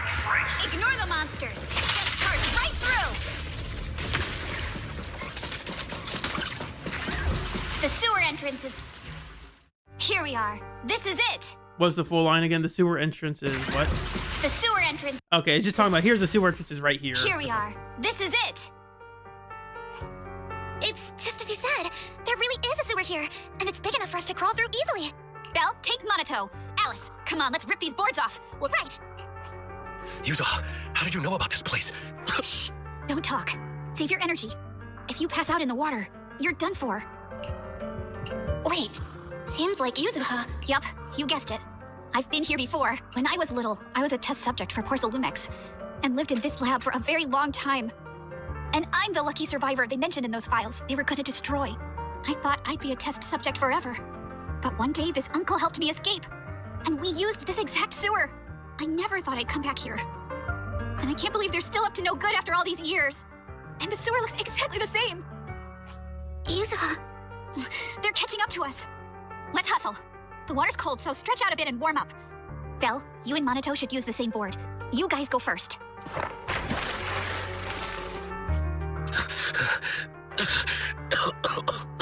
Hold on tight to the float. This river moves fast, so we can get out of this hollow in 20 minutes tops. Alice, Yuzuha, we'll head out first. You guys better catch up fast. Don't worry about us. Good. They're off. It's your turn now, Alice. Grab the float. Your turn. Wait, what do you mean my turn? Why aren't you getting in the water yet? You go first. I'll be right behind you. Uh-oh. No! Yuzuha! You're lying! I'm not lying. There's no time. Let go! No! I won't let go! I need you to explain everything first! Listen, Alice. Don't worry about me. Trust me. I've got this. I know it sucks, but we lost this round. Ferox will soon wipe the evidence here. I know him. He won't let anyone get away, but I'm pretty sure that as long as I go with him, Ferox won't bother you guys again. What are you trying to say? Yuzuha, please, don't listen to Ferox's nonsense. Once we're outside, we'll find a way. I'm the one who dragged you all into this. It's my fault. So I should be the one to face the consequences. What? Why should you be the one to... I don't understand! Yuzuha, please, just come with me! Alice, don't you get it? You lost your dad because of me! What did you say? Alice, I'm sorry. I owe you this. What is this? Yuzuha! Yuzuha! Yuzuha! It's okay. This will work. Now, time to do what must be done!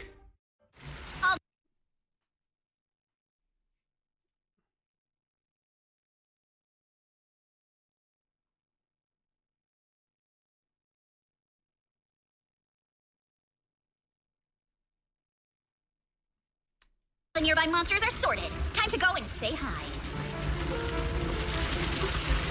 We'll be all right. Luck's definitely on my side. Found him! In here!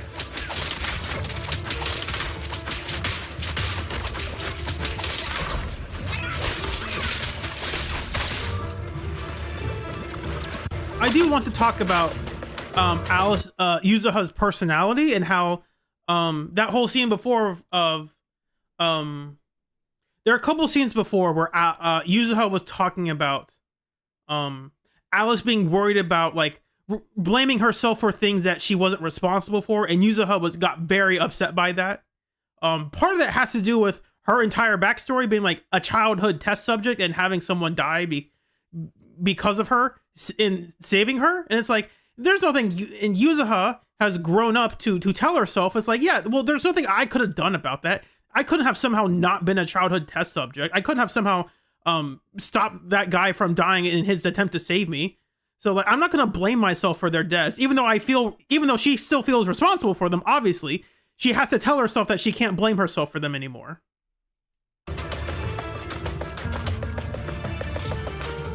So that's why when she hears Alice talking about blaming herself for those things, she's very clearly like, don't say that stuff like that. You can't blame yourself for that, because that's what she has to tell herself. Miss Ferox, we got someone. Just one little girl? Where are the others? Well, she's the only one we found when we got there. You useless fool!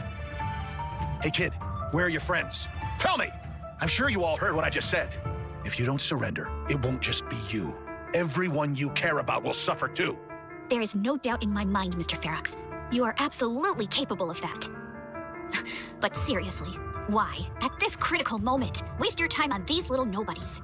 What do you mean? For a big shot like you, sir, no one has the power to mess with you. Not without solid proof. So, get rid of whatever there is in the Hollow. No one can touch you. As for the others, I don't even know if they'll make it out of the Hollow. Even if they do, they won't want to risk their necks ever again. Ha! Nice try. You're just saying they're not a threat to me, so I'll let them go. Yeah, all of this mess started because of me. So if you're looking to point fingers, here I am. Taking all the blame yourself. That's a gutsy move. But seriously, what do you, a clueless little girl, know about cutting deals, huh? What can you even do? Mister, don't be mad. You're a businessman. I came to you, right? You can believe I do have something you want. Remember this mark? It is weird they tattooed a child. That's... Years ago, there was a special test subject in this lab. Her blood had these amazing antibodies that could push the purity of your porcelain beyond the company's previous limits and rake in huge profits. You once said she was worth more than the whole lab, and she was like the princess here. Which is a reference to how she said, I was in the dragon's palace and I was the princess. It's like, oh, so that's a half-lie. Obviously it wasn't a dragon's palace, but she was treated like a princess here. Or she was called a princess. So that's a neat tie back to her origin story of how did she get here? She came from a dragon's palace. It's like, remember she came from a test facility for children. Too bad she vanished one day. You must have felt just as terrible as you do having to give up this lab today. Oh, I get it now. You're the kid who got away. So you didn't die in the Hollow. Someone, grab her! Nobody move! If anyone takes a step closer, it'll be my blood on your hands. Mr. Ferox, now that you're remembering all this, how about we cut a deal? If you let them go, I can help you make back your losses. You know I've got that kind of power. What? You want to be a test subject again? That's right. Wow. You finally broke free, only to waltz right back into trouble. You really are a lost cause, kid. No, Mr. Ferox. I'm satisfied trading my freedom for their lives. Yup. It's time to return the borrowed luck from that day to her. You're doing great, Yuzuha. This is the last injection for today. Don't bother trying to talk to her. The child won't respond no matter what you say. Is it PTSD from the previous corruption immunity experiment? I heard she was the only child who survived. Probably. But then again, if we hadn't taken her back in, she would starve to death. That's right. I'm just lucky to be alive. And lately, I've even found a new source of joy. It's this vent here on the floor. If you follow the duct, you can crawl into a showroom lab meant for special guests. And from there, eavesdrop on all sorts of interesting things. Wow, I'm in luck. Someone's here today. So this is how porcelain is made, Daddy? That's amazing! Huh? It's a kid. Looks like she's about the same age as me. Come, let's visit the next lab. Wait for me, Daddy! So pretty. What a lucky day this is. But what I didn't expect that day was, because the dose I was given that day was higher than usual, I dozed off in the duct, woozy and dazed. I had no idea how long I slept. Oh no, I fell asleep. What's going on here? Why is there a child in the ventilation duct? What's all over this child's body? Don't tell me Porcelumex is conducting human experiments. Seal all the exits! Someone is escaping with an important research subject! If word gets out about our secrets here, it's all over! After them! Mister, maybe you should just leave me. Don't say something so foolish. Don't worry. We've arrived at our destination. You can get to safety now. It's a stream. Yes, it leads to an underground river beneath Lemnian Hollow. Even if the hollow's structure keeps changing, the water will never lose its way. It will reach the sea for sure. I have a lot of thoughts about this, but I'm saving them. Just 20 minutes or so, and you'll be out of the hollow. Mister, aren't you coming with me? You go first. I'll be right behind you. Now hold on tight to the float. Don't let go no matter what. Okay. All right. Now it's time for me to do what I have to do. I can't let them discover this drainage route. I have to get as far away from here as possible. And as luck would have it, I was free. But that same stroke of luck also shattered her happiness. Now, obviously, the contrived part is, wait, how in the world did he get shot? Like, how in the world did he lose them while also being shot, right? Like if they were able to shoot him, they must have been in his line of sight, right? Unless unless he snuck around them somehow, you know. That's the part they don't show. We don't get to see the scene of him sneaking around the place, so we don't know how that played out. So they can hand wave that away. But that's fine. I think that's like, if that's the worst thing about the scene, I think that's still a good scene. I think there were some ways I would change the pacing about how Child Yuzuha is be like, I'm just so lucky to have found this duck that lets me listen to special guests. It's like, okay, that feels a bit awkward. It's okay. That part's okay. It's exposition for the audience. I think they could have handled that a bit cleaner. But I don't think it is awkward, but it's not bad. But I don't think it's bad enough to be like, this is a terrible scene, you know? It's a means to an end. They're trying to set up the whole reason of why in the world she would be in that position to be saved. Luck also shattered her happiness. Rushing water sweeps around through the underground river made of pipes and rocks. All we can do is hold on tight to our floats.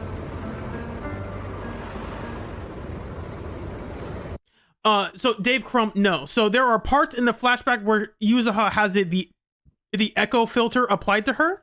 I was lucky to be alive. And lately, I've even found a new source of joy.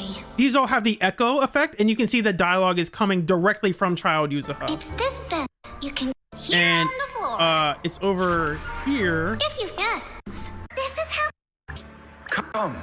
Daddy was. A lucky day this is. So here, this still has the echo effect.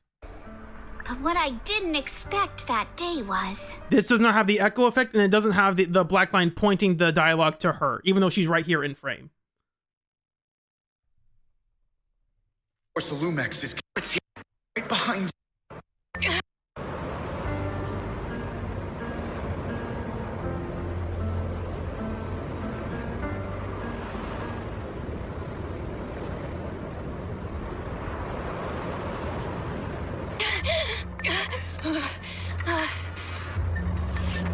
Where are we? It's outside the hollow. We made it. What about Yuzuha and Alice? Did they manage to catch up? I'm here. I'm right here. Alice, why is it just you? Where's Yuzuha? Yuzuha, she... Wait, look. Something's coming through the fog. That shadow. Is it a boat? Are we saved? No, wait, hold on. They're shining a flashlight. They're searching for something. Are those Ferox's men? They've tracked us down here? This isn't good. We're about to get caught. Right there. Sorry about the wait. Up until this point, I think I had paused here. I was like, dude, this has been pretty spooky. We go from like investigating this research lab that we found out is using child experiments that is also creating monsters because of the Exaltists that are now running loose and may or may not kill us eventually.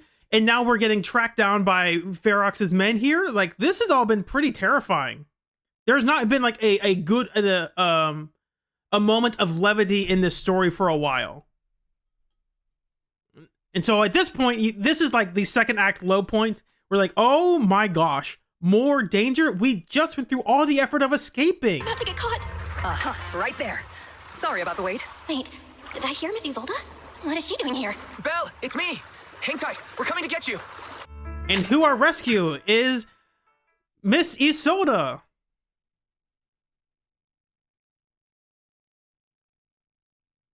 Still feeling cold, Belle? How about another cup of Senior's ginger tea? No, I can't. I've already swallowed enough seawater. One more sip and I'll be tossing my cookies. Look at you, cracking jokes already. I guess you're feeling better now. We've puzzled out what went down on your side. Now it's our turn to fill you in on what happened at Swabian Temple. While you were dealing with that miasmic fiend, Ferox sent people to the temple. He must have been worried about getting exposed. I've totally forgot Pan's the guy who names this thing. What the heck? Thank you, Pan. This sort of miasmic fiend fellow. Oh, wait, what's its full government name? We can look at the database site. Why not? I won't spoil anything.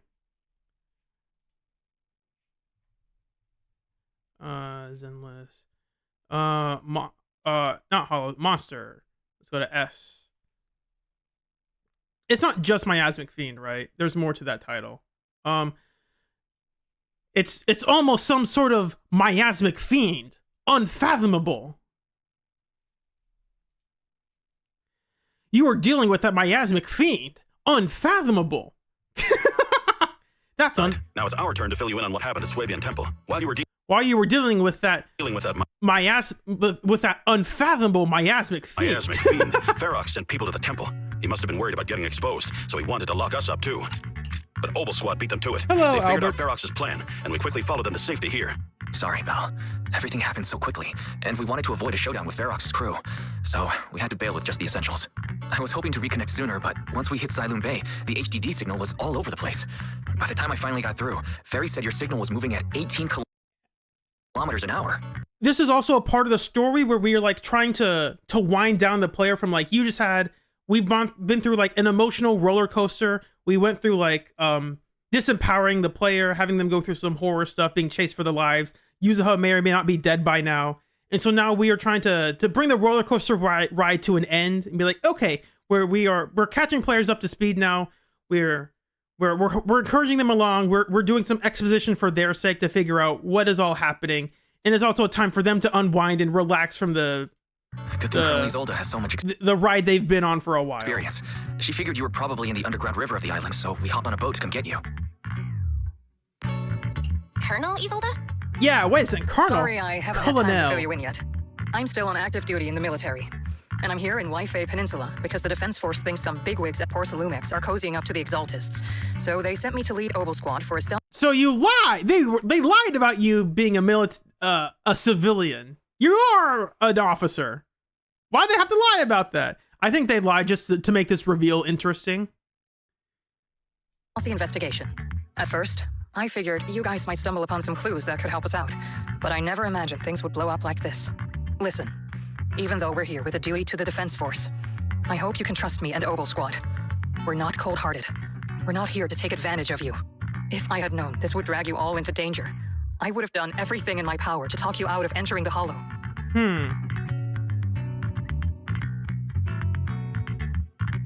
Honestly, thanks to you, we're closer to uncovering the truth. We completely misjudged how dangerous it was inside the Hollow. But right now, the most important thing is that our friend Yuzuha is still in there. We've got to get her out, and Ferox is about to erase all the evidence inside that Hollow. Right. We can't let that happen. If you don't take him out quickly, he'll become a real and terrible threat to your safety, not to mention destroy many more lives. I'll talk with Magus about our game plan. In the meantime, why don't you check on your teammates? After that, we can map out the rescue plan together.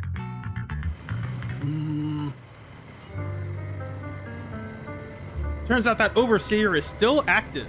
I thought we beat them up. Those guys had Porcelumex's backing. When I called Shifu, didn't sound surprised. She said no wonder something felt off back then. About that sort of miasmic fiend. Thank you, Pan, for name dropping that for us. Shifu immediately asked if it had the appearance of a woman. I always thought the miasmic fiend looked familiar. Turns out, looks like my hunch was right. What was the hunch? Shifu suspects that since the monster is so powerful that previously Moscow data pile was probably caused by its emergence. Did she say anything else? She said the airship will arrive in the Wi-Fi soon. The crew's worried sick that we heard about our situation, but we'll be fine.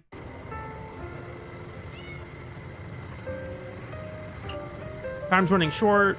We still got a chance because they haven't set up the bombs yet. The HDD set up, we can connect to the other issue I have with the HDD is that it seems like the sibling you don't choose is always on the HDD, but you never get to like see what they're doing, you know? So I wish there was the story would have more of a back and forth between here's a section of us following Belle and here's a section of us following Wise when they're working together on this sort of stuff, you know? That's just my personal take. I think that could be an interesting way to tell the story. By the way, Trigger and Soldier 11 are both here today. Why don't you go say hi to them? So they here are Orphe and Magus. We did see them before. I think in they have like a little thing that they show up in Hollow Zero. So it's not just here that they show up. And you can't talk to them yet, so I'll skip ahead to when he actually gets to characters. Oh.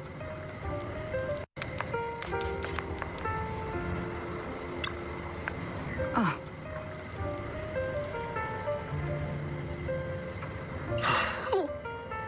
Dave Chrome, I do believe I remember hearing about that back then. Last Order, I am enjoying it because I get to view this from a perspective. I have the benefit of hindsight, and I have the benefit of skipping all the filler in between because I don't have to. Like, I don't think I would have. I think if I had to replay everything, like start a brand new account and get to 2.0 and then play that story, I think I would have hated it. I think I would have dreaded, like, oh, here's another tutorial about how to play the game. But because I don't have to do that, I can appreciate the story for what it is and criticize the pacing of how the gameplay story integration can ruin things in the writing.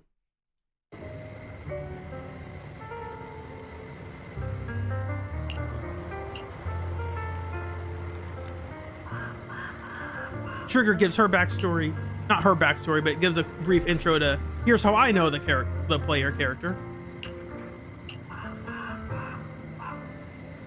We can skip some of this. Don't worry, as soon as the pain is hitting you now that you've calmed down, the painkiller should kick in. When we help out Monato, we push ourselves too much. I thought you'd take it slow and not going so often, but seeing you closer as the goal is true makes me happy. So entering the hollow in physical form is too risky. Yeah, Trigger brings out a good point. Entering the hollow in physical form is far too risky. Your chances of running into danger are infinitely higher than before. Like, yes, that is a problem. This is the price for finding the truth. Like, okay, this has been my biggest criticism of the story. It's like, we are well aware that we do not have to be physically in the hollow to do stuff. At best, we are using our magic powers to like reveal electric parts to like turn on equipment.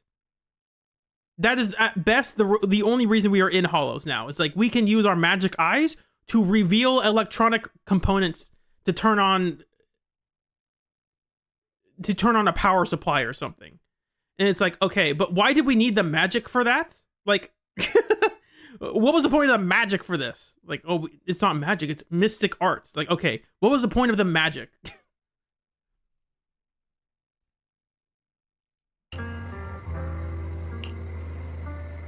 Oh? What does that say? Besides, I've got you by my side, right? Okay. When I went on the sea rescue with Colonel Isoda, with the Colonel and your brother. Fun fact, I love reading this word as a word, and how it's pronounced are very different because it's taken from, I think it's a French word that is spoken in English and it's pronounced very differently.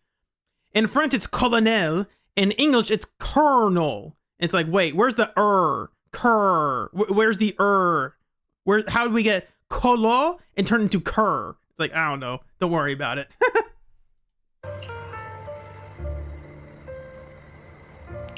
Afraid of my shortcomings. You understand. Determination now will help you rescue Miss Yuzuha.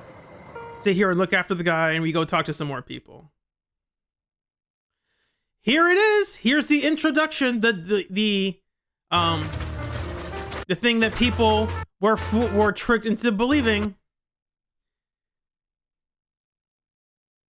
Here it is.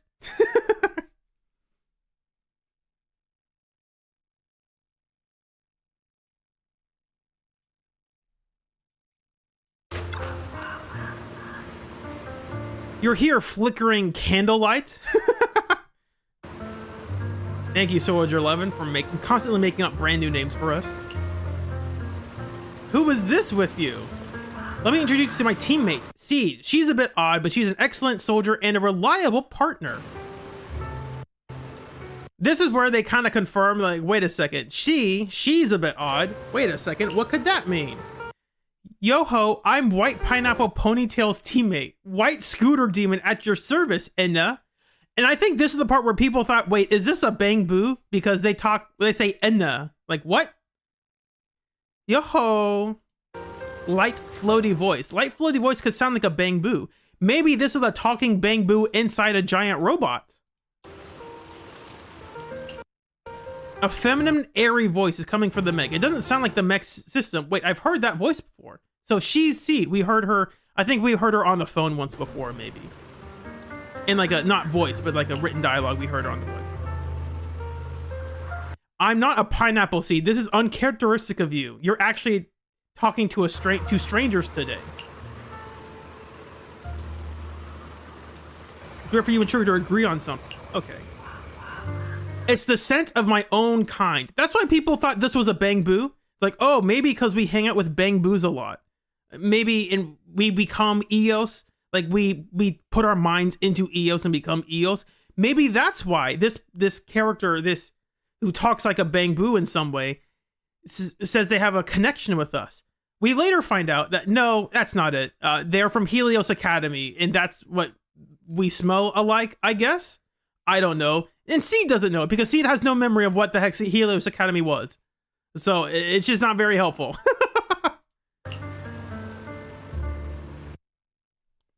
Well, they say here, Proxy used to possess Bang Boos a lot, which is like how you're using Seed Senior's cockpit all this time. And this is where we're like, what the heck, Seed Senior? And that's not what she meant at all. So they immediately debunked the whole Bang Boo theory.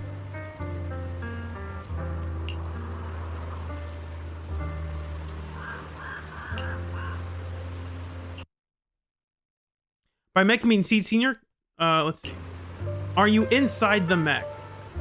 Not quite, but not exactly wrong either. Like, you are inside the mech, whatever.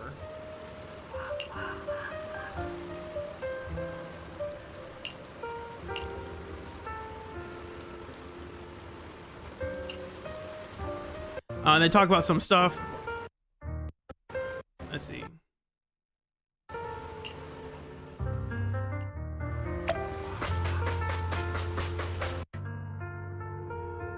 Alice, you doing all right? Oh, Belle, it's you.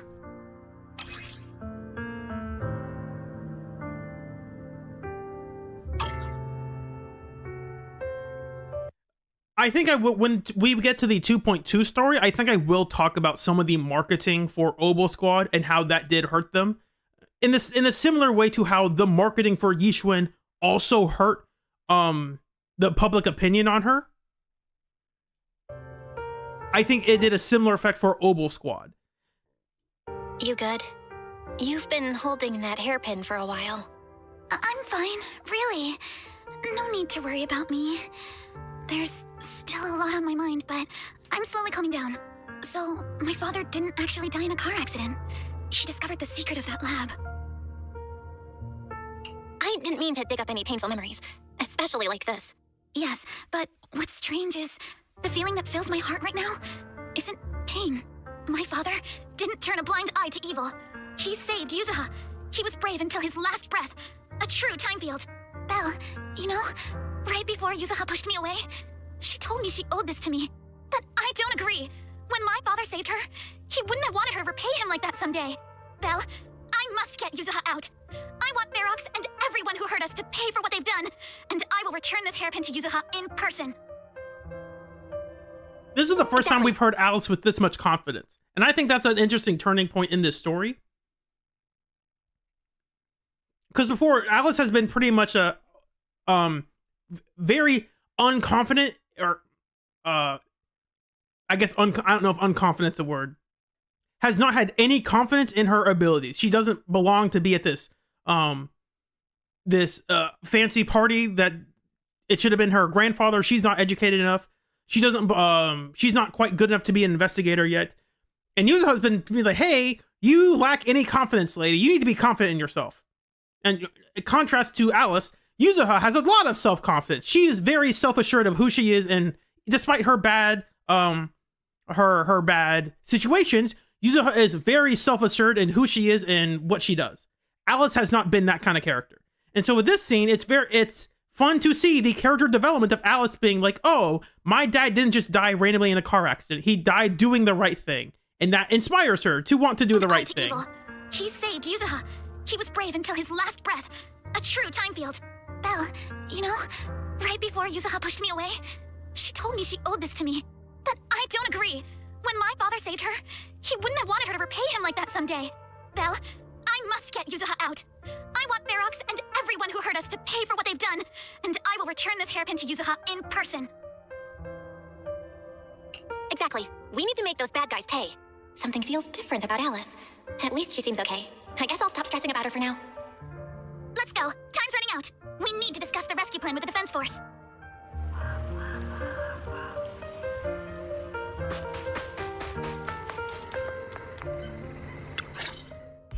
All right, everyone's here.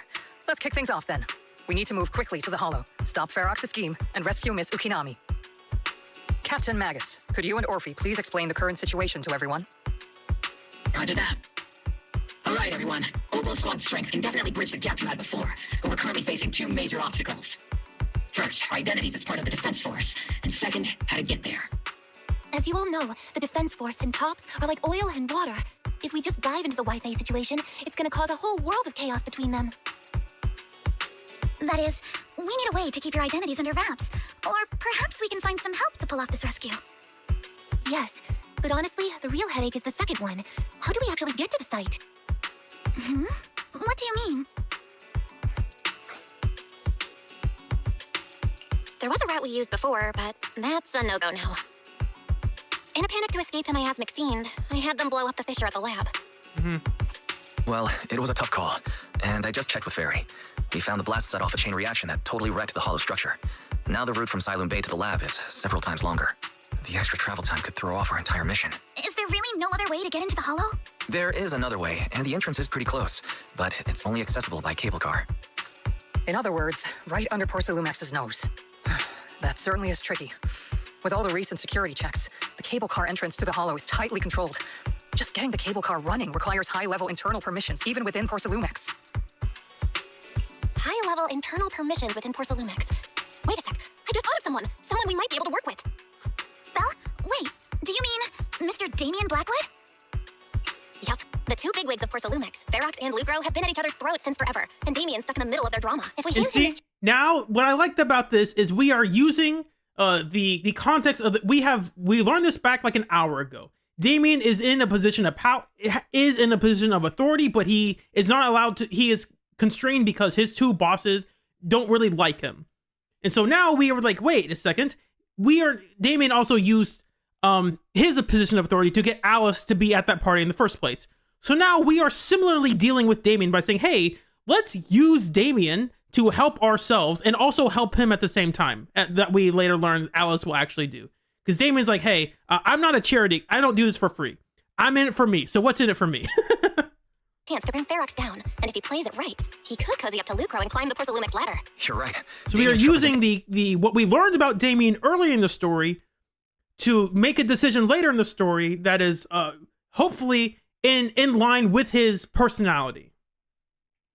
That's good writing. It is good writing to be like, hey, remember this character who has this personality trait? Let's use them this chance to bring Ferox down to help us out. He could cozy up to Lucro and climb the Porcelumex ladder. That's pretty good. It's not great. It's not fantastic, but it's like, hey, that's good. We bring that back around. This stuff we learned about an hour ago, and I pressed it again. I have to stop doing this. High-level internal in a panic to escape the miasmic fiend. With all the recent security. Yup, it's down. And he'd pass up a deal like this. He could cozy up to Lucro and climb the Porcelumex ladder. You're right. Damien's sharper than anyone when it comes to personal gain. There's no way he'd pass up a deal like this. And as long as he can back us up, we can keep Opal Squad's identity under wraps. What do you think, Colonel? I have no objections. Honestly, it seems to be our best option. All right. I'll call Damien right now to set up a meeting. Magus, let everyone know we're gearing up to move. Yes, ma'am. This is also another reason why, not a reason, but why Isolde doesn't hate Damien. Damien finds out here, or not, sorry. Isolde understands that Damien's not like involved in what happened years ago to her Opal Squad. Damien is a guy who's being used by his bosses, just like her squad probably was being used by her bosses.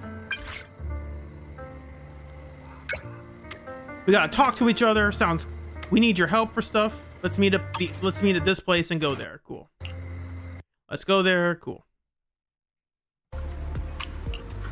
You promise something valuable, and the cold wind helps me have a clear head. Listening to some all of Phylum Heights, and that takes the edge off the tedium of waiting.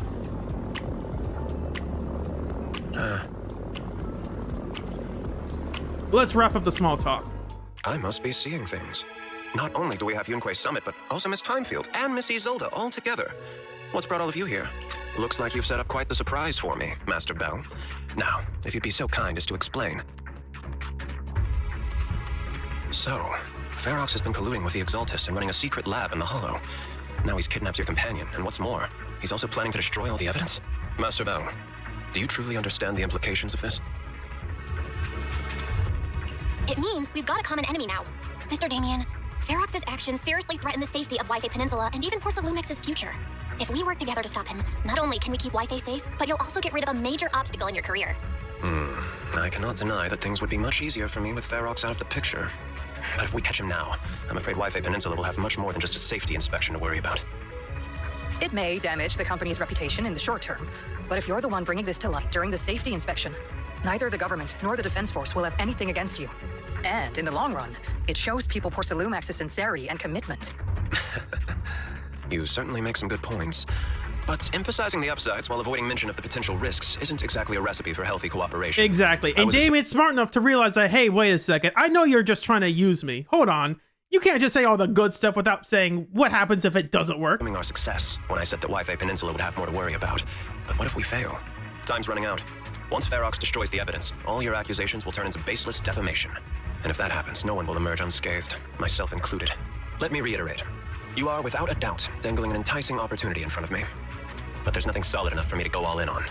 For the sake of our friendship, I can pretend today didn't happen. I'll take my leave now. Good luck, everyone.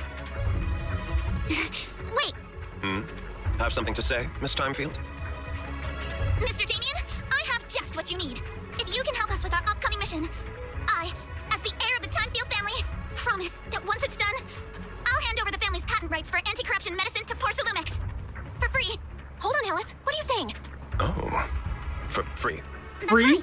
You have many workers Free's in the a Hollow big and Wi-Fi number. Peninsula, and those patent fees you pay us are a pretty hefty dent in your budget every year. In addition, acquiring this patent will surely advance other research related to corruption. And I know Porcelumex is eager to break free from Jonathan Consortium. So, Mr. Damien, is this offer enough to get you in on this gamble? That's a really desperate move, The Timefield Alice. princess could muster the courage to look me straight in the eye and speak like this. You've truly impressed me. Are we in agreement then? If the heir of the Timefield family is putting her chips on the table, backing down now would only make me look like a coward. That's also the scene where Alice finally basically stands up to Damien, because she really didn't do that at all when we first see them. When they encounter, Damien basically has all the cards and she says, yeah, you're going to do this and you don't have a choice. Here, Alice makes a very strong choice by saying, hey, I'm going to give up all of my powers. Like, what the heck? What? You're just going to do that for free? For free?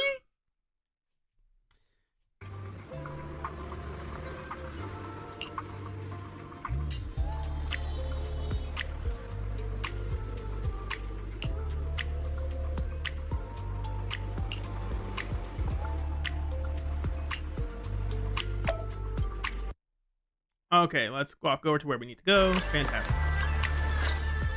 I've arranged for the cable car. I'll operate it myself and get you across. Operate it You're gonna yourself? operate it yourself? If we wish to keep the Defense Force's presence under wraps, I can't just leave such an important task to someone else. There's But also let's another get one reason. thing straight. If you fail, I'll cut ties with you faster than you can blink. I'll act as if I were forced to start the cable car.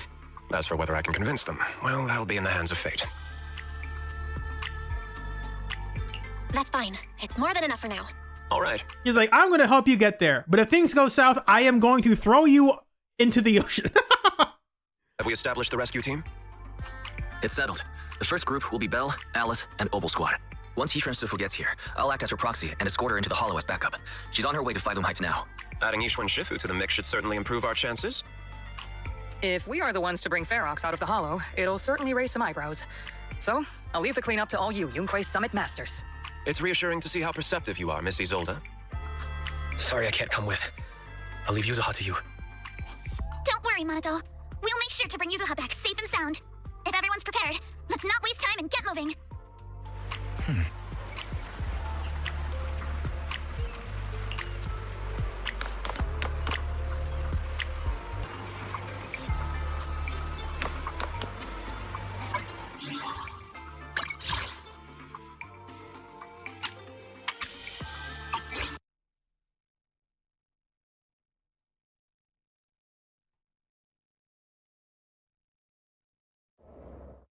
Before long, you get there, make your way up to the building. Soldier 11's here. Target area reached. Operation start. Ugh, the miasma here is thick. That's odd. How has the miasma here thickened so much in the short time we've been away? I can see it. The ground and walls have all suffered major damage under the miasma. Wait, does that mean the miasmic fiend has been here? You mean the monster you ran into earlier? Yes. Those marks seem to have been made by something of a similar size. All right, everyone, stay alert. Don't worry, we got it. Let's go. Thanks, everyone. We're counting on you. Alice, Soldier 11, Trigger. What a team. Watch out, monsters! This is just more...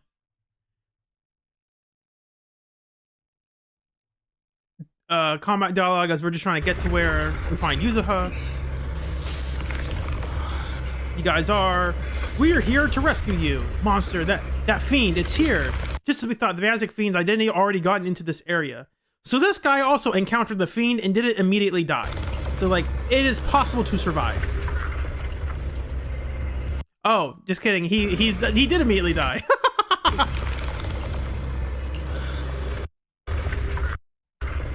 I'm sorry, he's dead. That's a bit weird. Like, oh, it's over there. It's here. That's funny. The others seem to have fled to the warehouse. Let's go take a look. Just leave the monster.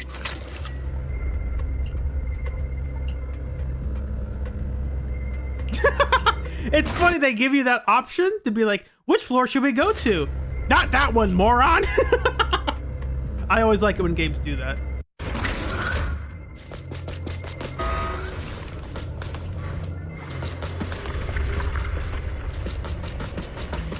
What do you mean the Exaltists have a short-lived ensemble? Sarah's been around since 1.0. What do you mean?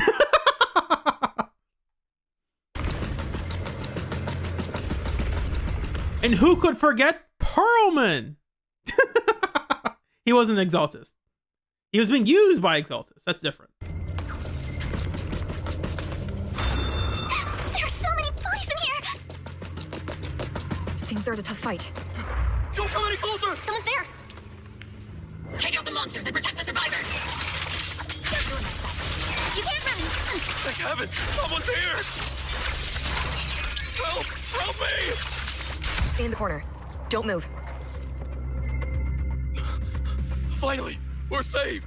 What happened here? Ah! Am I really so scared of that monster that I'm hearing a gun talk? Your hearing and mind are fine. So can you please calm down for a moment and tell us what happened here? Please, be honest. What you say could really help save lives. Oh, okay. Got it. Just now, we were checking the explosives nearby when that miasmic fiend suddenly came out of the lab building. Everyone jumped into action, but that thing can't be killed with bullets. Even if you manage to knock it down, it just absorbs energy from the miasma and gets right back up. We've seen it before. There was a researcher with Ferox who said the monster's core is special, wrapped in something that gives it those powers. But every time we tried to hit the core, it dodged us. And then I got hit and passed out. Where did Ferox go? Did you see a red-haired girl? I was out cold, so I don't know where everyone went after that. But yeah, I did see that girl. She was with Ferox the whole time. She's supposed to be a prisoner, but for some reason, Ferox has been treating her like a princess. He said he wouldn't let her get hurt. I want to hold on. 3:30. I want to copy this. I want to go back to where Yuzuha talks about her fake backstory, because I want to remember exactly what she said.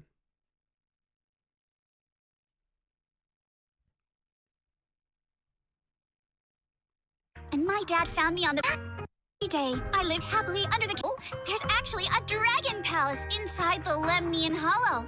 And I'm the princess. Every day, I lived happily under the care of my loyal retainers. But one day, a lost traveler wandered into the palace and told me all about the human world beyond its walls. I decided to leave with him on a whim. But once I arrived in the human world, I forgot where the dragon palace was and ended up becoming what you all call an orphan. That's an interesting way to phrase it. If you want to, you could try to interpret this as the dragon palace is where she lived. The dragon of the palace would have been Ferox. The person who I forgot where the Dragon Palace was. who got her, who told her about the human world outside was Alice's dad, right? You could try to connect those dots there if you want to. I don't know if I don't think it's a one. It's obviously not a 1-to-1, but I think there's some interest. There's something there. There's something there. But yeah, I did see that girl. She was with Ferox the whole time. She's supposed to be a prisoner, but for some reason, Ferox has been treating her like a princess. He said he wouldn't let her get hurt. Right. At least Yuzuha is safe for now. There are traces of a fight all along this path. If we follow them, we should be able to find Ferox and the others. Wait! There's a serious problem right now. Because of the fiend, the miasma around here has gotten thicker, and more monsters keep showing up. Plus, the lab's power is down. The monsters that the Exaltus created are gonna break out any second. The thing is, we've already rigged this place to blow, and if those monsters accidentally trigger the detonator, we're as good as dead! What? That damn miasmic fiend has completely screwed our plan! It appears we must handle both the rescue and the explosives simultaneously. Uh-oh. Do we have enough people for that? Hope we have a bomb squad on us. There's no need to worry. Let's just split into 2 teams and get moving. That voice. It's Shifu. Sorry for the wait, Belle. I've met up with Wise and I'm on my way to you now. I'll be there in no time. Defense Force friends, since the explosives could cause immense danger, splitting into 2 teams appears to be the optimal route. The Defense Force can focus on securing the lab while I deal with Ferox's crew and the miasmic fiend. How does that sound? It's rare, but this time I actually agree with the Yunque Summit High Preceptor. All right then, Steven Soldier 11, you're with me on the explosives. Trigger, go with the proxy and keep looking for Ferox. Yes, Captain. Mister, do you know where all the explosives are? Yeah, I do. Can you show us, please? Proxy, don't worry. Albert, I don't think it's that she hasn't recovered from the trauma. I think that's her way of telling it to people without being like, yeah, I was a child test subject that escaped because someone had to die for me to escape. That is her way to tell the story in a way that doesn't sound terrible.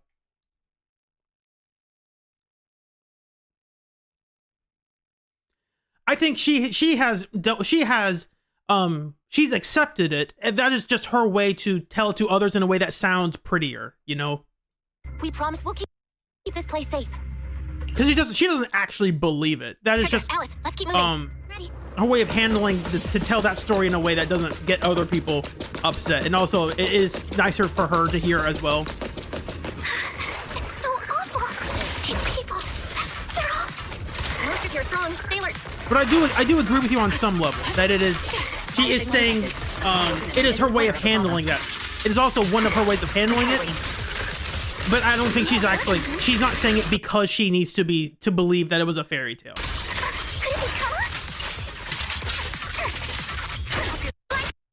We can skip this stuff. Nothing's gonna happen here. We're almost done. He's heading into that building. Follow him. Yuzuha must be in there. Bella, 师傅在昂。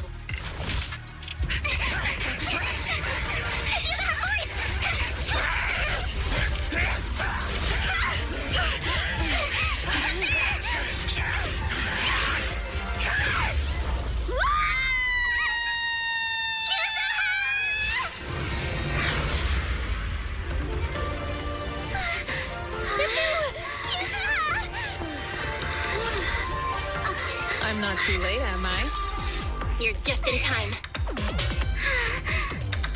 Now then, let's put an end to this.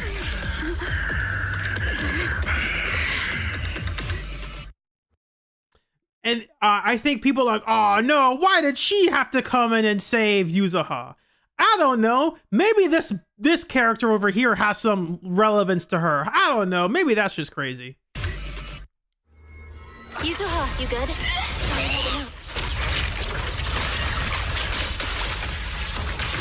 Don't worry. I'm good. Good.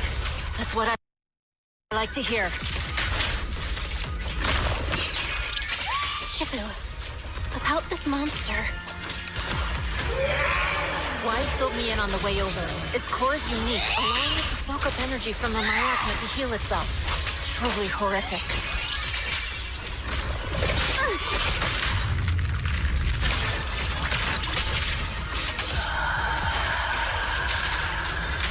But hey, don't forget. We at Yunkai Summit specialize in dealing with such evils.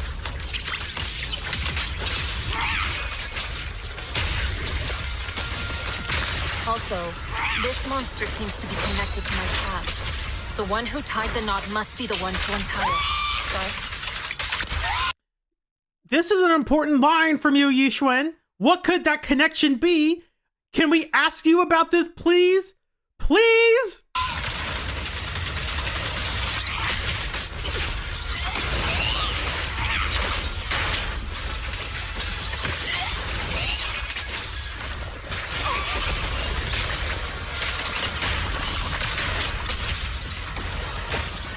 I'm typing stuff out, that's why I'm not fast forwarding.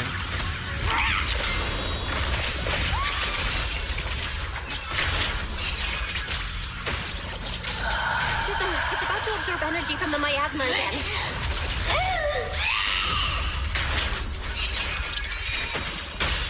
okay, I'll deal with it.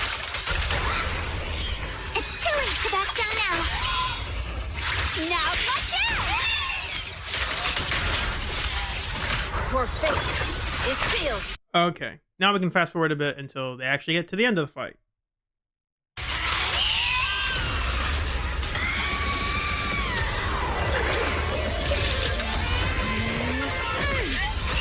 Nice one! The core is exposed!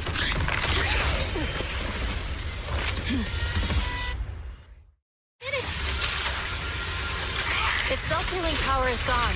In a way, it's also freed from its pain. Freeze! Did Yixuan Shifu say something when she hit the monster?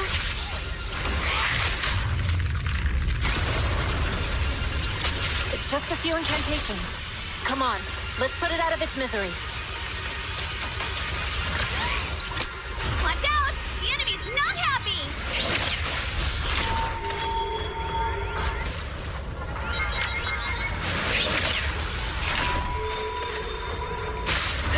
Those seem to be awfully important details that we should talk about. Like, oh, let's... Okay, never mind. I forgot triggers in the background for this fight. That's a menacing stance!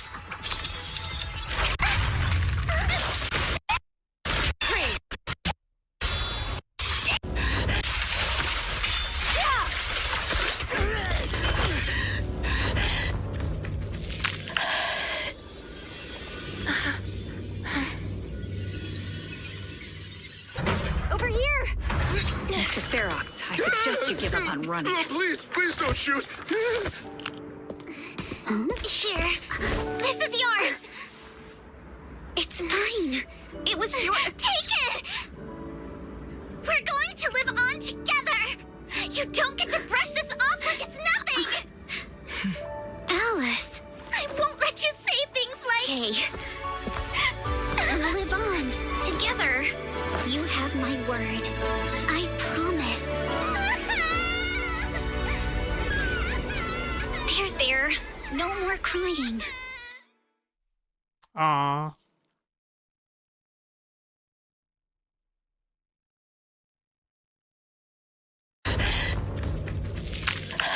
Talk about this, please! Please talk about this! No! Address me! Address the elephant! Please!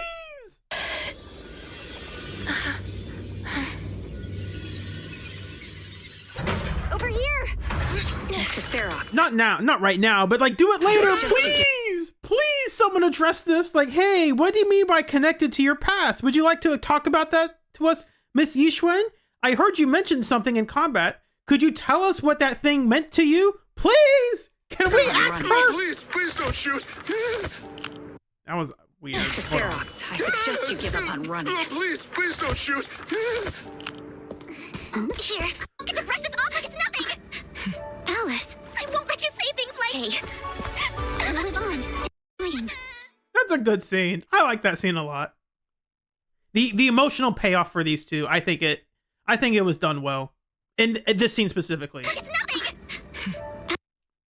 Alice, I won't... You have my word. I promise.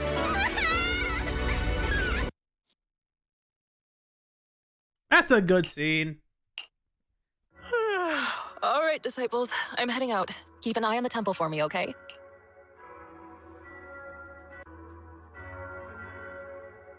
You look a bit tired, Shifu. Yes, we caught Ferox, but figuring out what to do with him has everyone on edge. Those meetings just never end. I'm grateful they respect Yunquei Summit's input, but honestly, it's exhausting worrying about being used as pawns in such a tangled mess of a situation. I'd rather be cleaning up the lab in the Hollow. I'll pause and say this real quick. I like that the conclusion to Alice's self-confidence arc is basically walking up to Yuzuha and giving back that pin, saving her, and be like, don't talk about like giving your life up so easily. And Alice is moved to tears because that's not like she's an emotional person. That's not who she doesn't have. I don't know, it's just an emotional moment for Alice because she cares about people. And she wants to, I don't know how to say this. I think it's a good scene for Alice. That's what I'll say. And I think it's also a decent scene for Yuzuha and how she reciprocates those moments. Because Yuzuha is not a crier. I don't think Yuzuha has cried on screen with us before. And so in that moment, Yuzuha is like accepting that Alice cares about her. And that's an emotional, how do I say this? It is the emotional, the boiling point for Alice. She can now like release those built up emotions that she's been holding on to this entire time. That's it. That moment there, it's the release of tension. Alice doesn't have to be, can drop this, not facade, but drop this act of, look, I'm self-confident and I'm going to save my friend. She can drop it all. She can let that go. It's over now. So it's an emotional relief for her. What's it like in the Hollow now? That area's already secured, and the evidence that the Exaltists and Porcelumix didn't manage to destroy is being moved out of the Hollow bit by bit. Lucro managed to get Porcelumix to investigate first on the grounds of business secrets, and Damien is in charge. Lucro's putting him in charge? Looks like Damien's efforts are paying off. And about that miasmic fiend's origins, it looks like they used some of my past memories I left in the miasma to create it. I'd suspected as much, but seeing its face with my own eyes, it still sent a shiver through me. What could have those things in your past been, Yishun? What could possibly have been those past things from your past? Memories I left. What were those memories? Could you possibly tell us what those memories could be? In the miasma to create it. I'd suspected as much, but seeing its face with my own eyes, it still sent a shiver through me. Don't worry, what's in the past no longer binds me. And besides, we freed that creature from the weight of human memories. That, in its own way, is also a kind of mercy. From what Ferox and the others said, we can be certain that the monster was made by the Exaltist Overseer. No! Talk about it! Show us more of the character, please! What did that person mean to you? I guess we won't find out. I so desperately want them to explore the character! Why was this one chosen specifically from your memories? What do they mean to you? How do you feel about them being treated like that? We kind of know she's like, we'll put it out of its misery. They've hinted at it, but she has been stoic and not showing us those emotions. Be emotional. Show us how you feel about this. Come on, give me something. If Jufufu were here, Jufufu would get this out of her immediately. This is why she needs a partner in the dialogue. Oh, it's so frustrating! I want you to learn more about you! That Overseer really is alive. What do they want? I'm not sure. It feels like the Exaltists made the monster just to draw attention to their link with Ferox. All right, let's not dwell on this for now. Is your friend from the inspection team leaving today? You're planning to see her off, right? Yeah, Belle and I are going to meet up with them soon. With Ferox's downfall, all those TOPS higher-ups who came to Wi-Fi just on a brief formality can't leave yet, and the inspection team can actually wrap things up. Anyway, I'll be taking my leave now. See you, Shifu. It's almost time, Belle. Let's go find Alice and the others.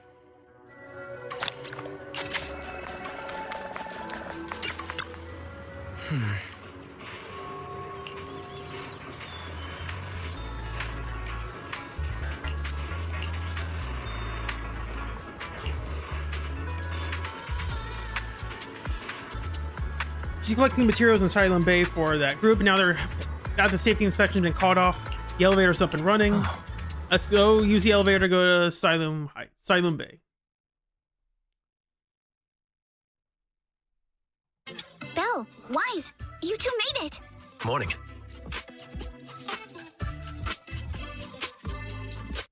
Injury. Monato, how's your injury? It's much better, thanks. Whoa! Yuza, huh? Why'd you hit me? Look, just that little tap and he's making those pained noises. Bruised shoulder and back muscles, messed up spine, 3 broken ribs. Three broken. I forgot about that detail. Monato, you can't just shrug off broken ribs. Come on Hey, now. that's healing so quickly. At least I've stopped all my part-time jobs for now. Yuzuha and Monato always make me laugh with their stand-up routines. I don't think it's comedy. a. I don't think it's a stand-up routine. I think it's just their routine. Monato always make me laugh with their stand-up routines. Stand-up comedy?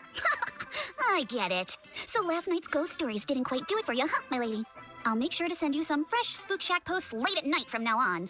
Huh? Oh no! Spook Shack? Yeah, Spook Shack is an internet forum where people share and solve all kinds of strange mysteries. Yuzuha and Monato are members. They invited me to join, and now I'm in too. Not really She's in the strange club. mysteries. They're more like all kinds of supernatural tales and unsolved cases. Super interesting stuff. If you want, you can totally join us. Thanks. We'll think about it. They got your weakness, Wise. Yeah, Wait, Wise doesn't Alice, like spooky about stuff. transferring the anti-corruption medicine patent. Are you sure that's okay? Well, yesterday, as Grandpa's gotten a lot better, we talked.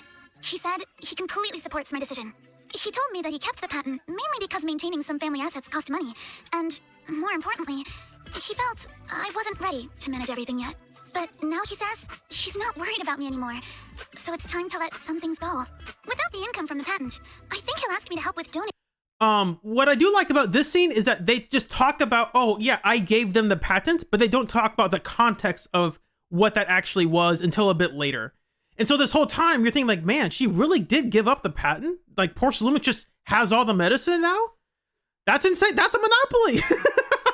It's insane that they're just okay with that. Or selling some family assets that need a lot of funding to maintain, like libraries and museums.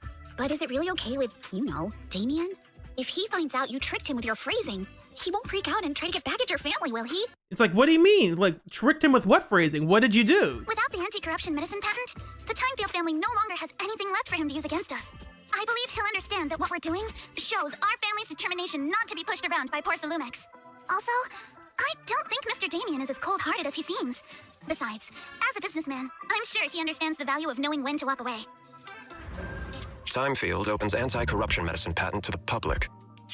So she kept her promise and transferred the patent to Porcelalumics. But at the same time, she gave it to everyone. We got played by a little brat. Looks like I really underestimated her. Pardon the interruption, Mr. Damien. The files on the violations involving Ferox and the Exaltists have all been compiled. We also found a deployment list for Obscura. Please, have a look. What's this all about? Over the past 6 months, the Exaltist Labs deployed more than 300 Obscura units in Wi-Fi Peninsula. Yet, not a single one has been retrieved. Uh-oh. What on earth are they trying to do? And they look like coffins? Deployment! That's not a good with thing. detailed locations of the Obscura units is complete. Please, take a look. Thank you. It looks like our battle is about to begin. We return to Swabian Temple. Huh?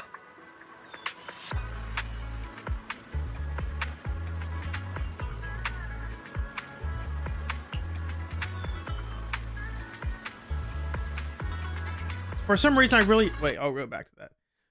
I just really want to spend time with them lately. Even though we were close before, I always felt like I didn't really truly understand what family meant, and was just imitating what others did. That's an important detail to write down. Let's see. Damien realizes he gets played, and is okay with it.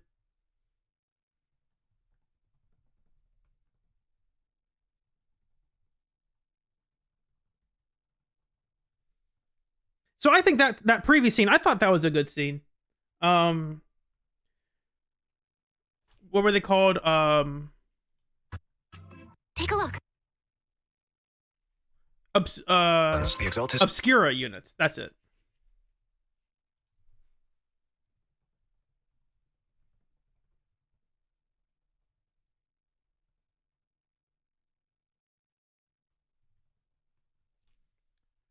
We know in 2.2 what those actually are. Yuzuha didn't quite understand.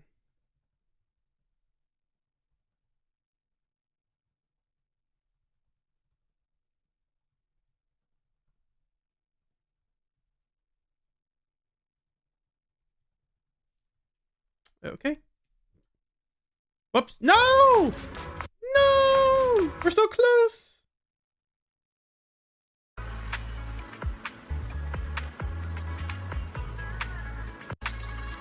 I guess I don't need to do that anymore. We can be a real family now. She no longer has to pretend.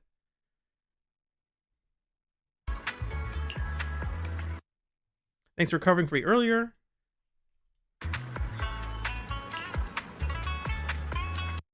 You may be a witness. We can prove his crimes, whether they come after us.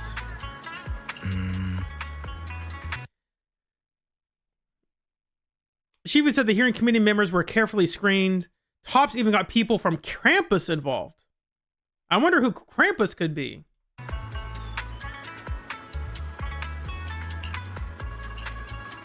Shifu didn't say much. She just said it was Top's internal affairs and they couldn't be bothered to pry.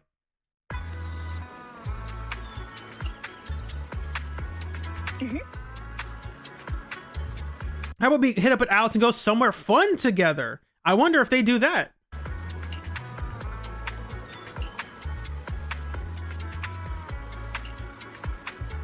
Part of you vacation spots, recommendation on the internet. Why don't we scout some places out? We haven't studied for the exams. Why are you planning the vacation already? It's all multiple choice. We can just wing it. After all, I've got killer luck on my side. Okay.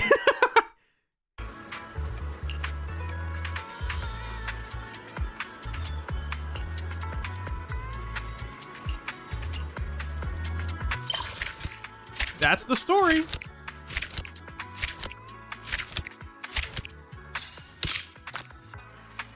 And is there anything else after this?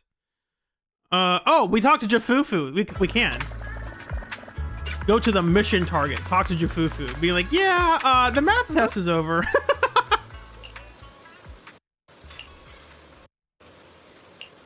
Oh, you're asking about that? Well, since I flunked arithmetic, cramming at the last minute wasn't going to cut it anymore, so I asked Junior Wise to tutor me.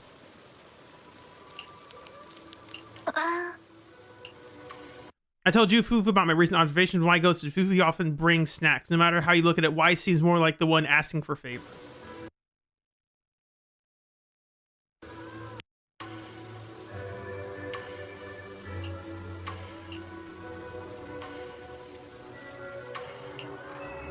Uh-oh, what happened?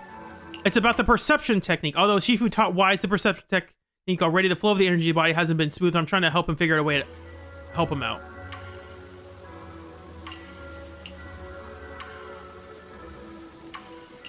And so this is your sibling can't do the perception technique as well as we can for some reason. Probably because we use our eyes more or something. I don't know. Plus, after Ferox caught you both at Hollow, he got pretty spooked. He was worried that he would need to help in the future. He wouldn't be able to step up.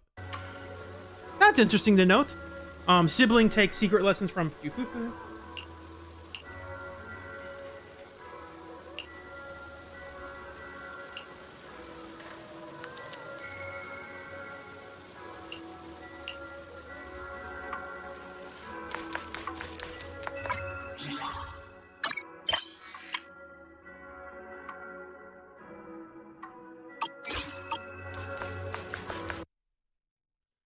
What did Jufufu? Why are we buying herbal teas again?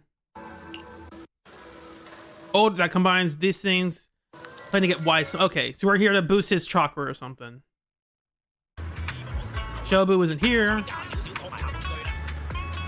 Intifang, I have no idea your husband and Grand Shifu were fellow disciples back in the day. An unexpected bond indeed. That's right, even though I left the sect later on, our bonds remain strong. You're Shifu's generation of disciples. You practically watched them grow up, you know. Such a shame about young Yizhang. Gone too soon. I heard she exhausted her life force using the Qingming sword. Information we kind of knew before. To harness this power, one must be willing to pay the price. It hasn't been that easy, but for sure, from what you just told me, the Qingming sword has found a new master. It looks like Yunquei Summit's legacy is in good hands.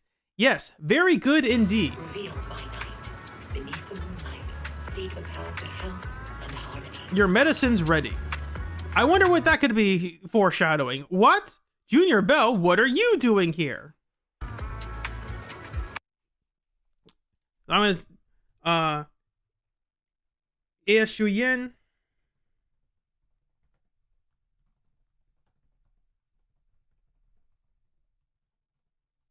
Talks about the Qingming sword and that he has a sister. I wonder if that could be related.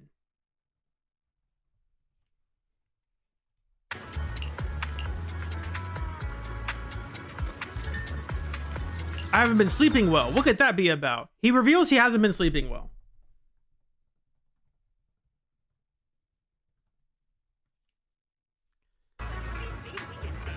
Currently out of Wu-Ting roots. Will restock next week.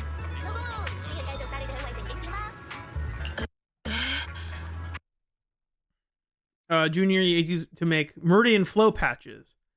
Identify.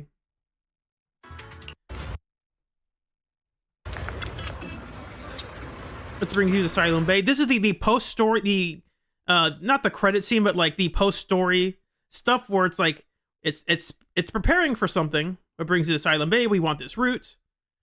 Let's do this thing. Several giant centipedes. We brush off the centipedes. Something. Get a nasty bite. We get a nasty bite from the centipedes. Looks like you're not allergic. He cares about our safety. You can't hide your wrist from your sleeve. That won't help it recover. He tells us how to fix it up.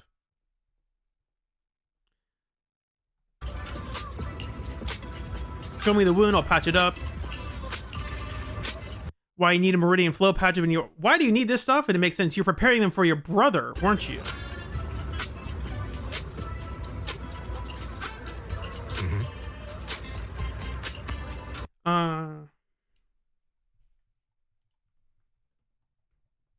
We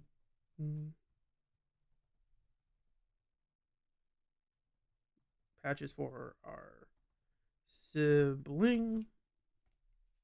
I have a younger sister too, so I know there are things that are actually hard to talk about with family. You have a little sister?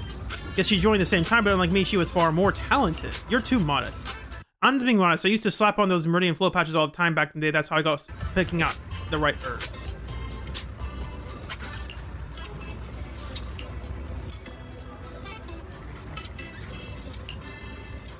We're all done. Let's head back. And that's the story. Where'd you run off to?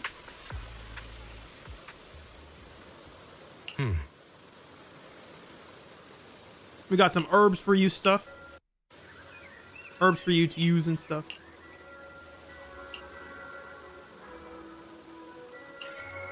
Could it be because he's having trouble sleeping? Seems like isn't just insomnia bring light sleeper. He's been having constant night terrors. Is there something bothering him?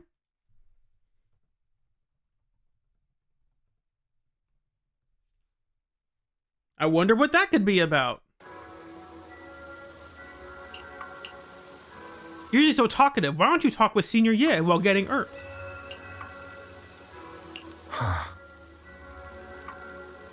We might be able to meet this mysterious sibling in the future. That's the story. So, what do you guys think?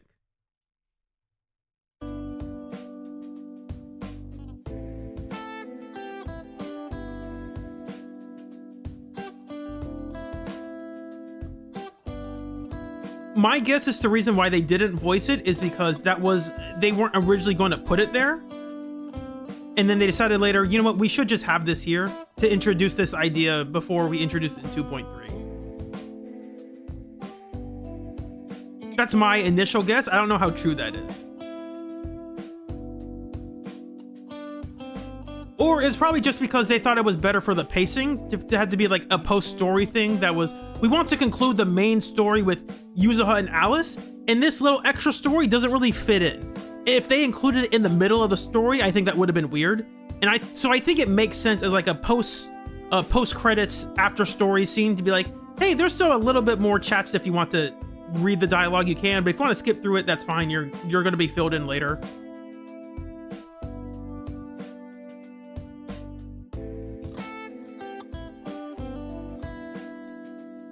So intranet, it does, to be fair, we are skipping past a lot of the combat pacing and the in-hollow tutorials. So there are still some things we get the benefit of hindsight being able to skip over all of that stuff because we can move the story faster.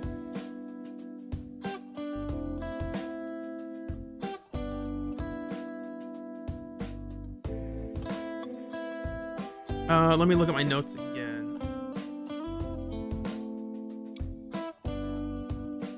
They do set up, they don't outright say it.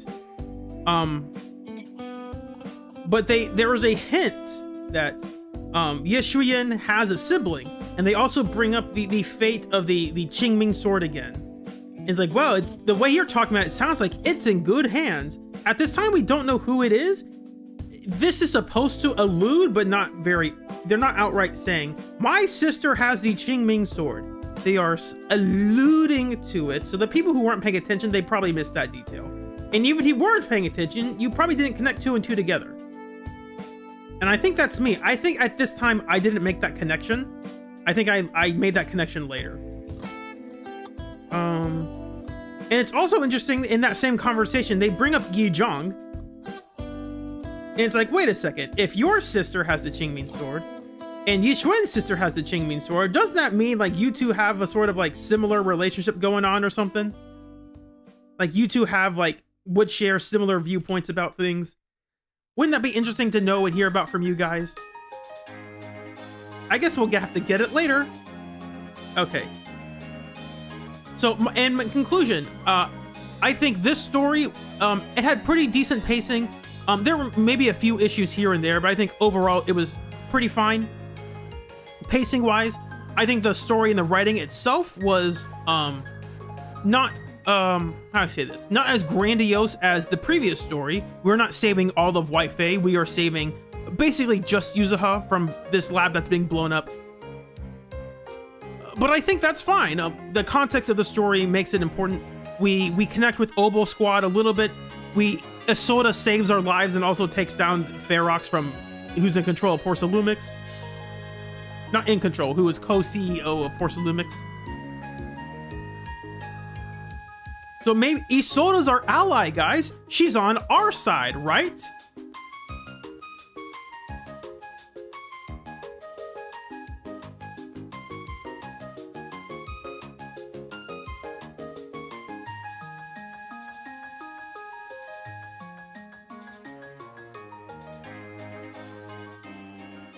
They thought she was a horse because it was made in the live stream as one of the jokes, I think.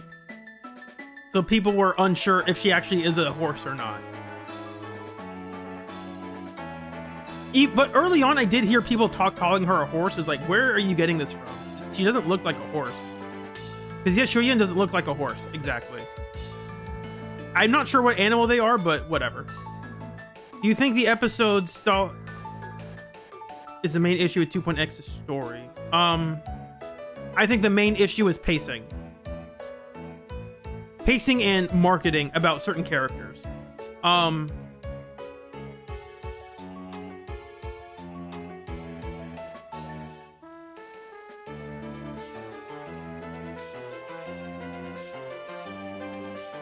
Yeah, I think the two biggest issues are marketing of characters and a story pacing.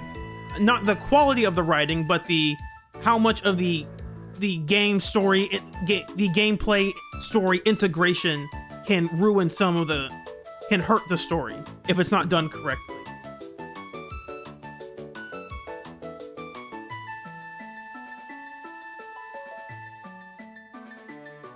You thought she was going to be a bad guy. She also has the Exaltus symbol on her flower. If I can pull it up over here somewhere. You seem like this is, I'm pretty sure this is an Exaltus symbol here. If you looked closely at it, it looks Exaltus-y. So, That was one clue. I think. I'm not entirely sure exactly what this is.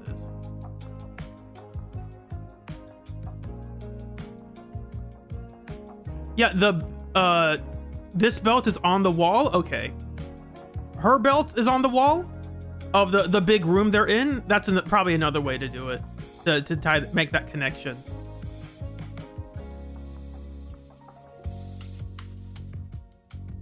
Yeah, to be fair, there are enough design elements where you could look at this and say, oh, she looks like a normal person wearing dark colors for some reason. It's one of those things where if the people who are like skip the story because like, oh, we don't care about paying attention to details, you're like, what? How in the world did they set this up? There's no way you could have possibly known this character would have turned around to be evil somehow. And it's like, actually, they were not hiding it that well at all. In fact, they put it in her main design. So it's like, the story just didn't outright say, I am wearing the design element that shows I am a terrible person. It's like, yeah, they didn't say that because that'd be awful. They eventually tell you, they eventually show it to you, they reveal it to you, and the reveal is what's important.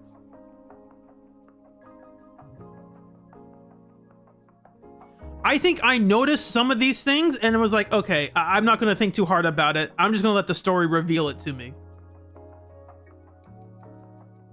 Like, oh, these symbols look kind of weird. It's odd that she's dressed all black and has like a black flower. Those are usually like things they don't want to give to like a good character. They usually want to give brighter colors to the good guys. But I'll let the story explain it to me when it gets there. I never bought into the theory that she would become playable. So, yeah, funeral coded. That's a great description of it. Okay, that's it for the stream. It's been about almost 5 hours for this 4-hour story. We have gone for almost 5 hours. So that's why, like, I could have tried to squeeze in Jufufu. I could try to squeeze in Jufufu's agent story right now. It's going to be another like hour and a half probably. I don't have that kind of time. So, with that out of the way, thank y'all for joining me. I think this is fun to do. We have the benefit of hindsight. We have a different perspective now of the story. So we can go back and appreciate the good parts, criticize the bad parts.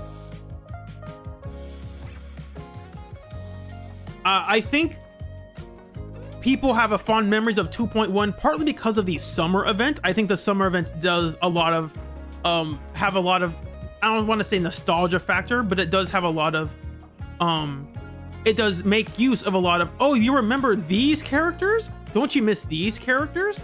Wow, we sure love these characters. I think when people think of the 2.1 story, some of that aspect is tied into their perception of 2.1 in general, of the summer event stuff. And it's good. That's not a bad thing. I'm just trying to keep it real. I think if you remove the summer event from 2.1, people like this, people would think less fondly of 2.1 overall.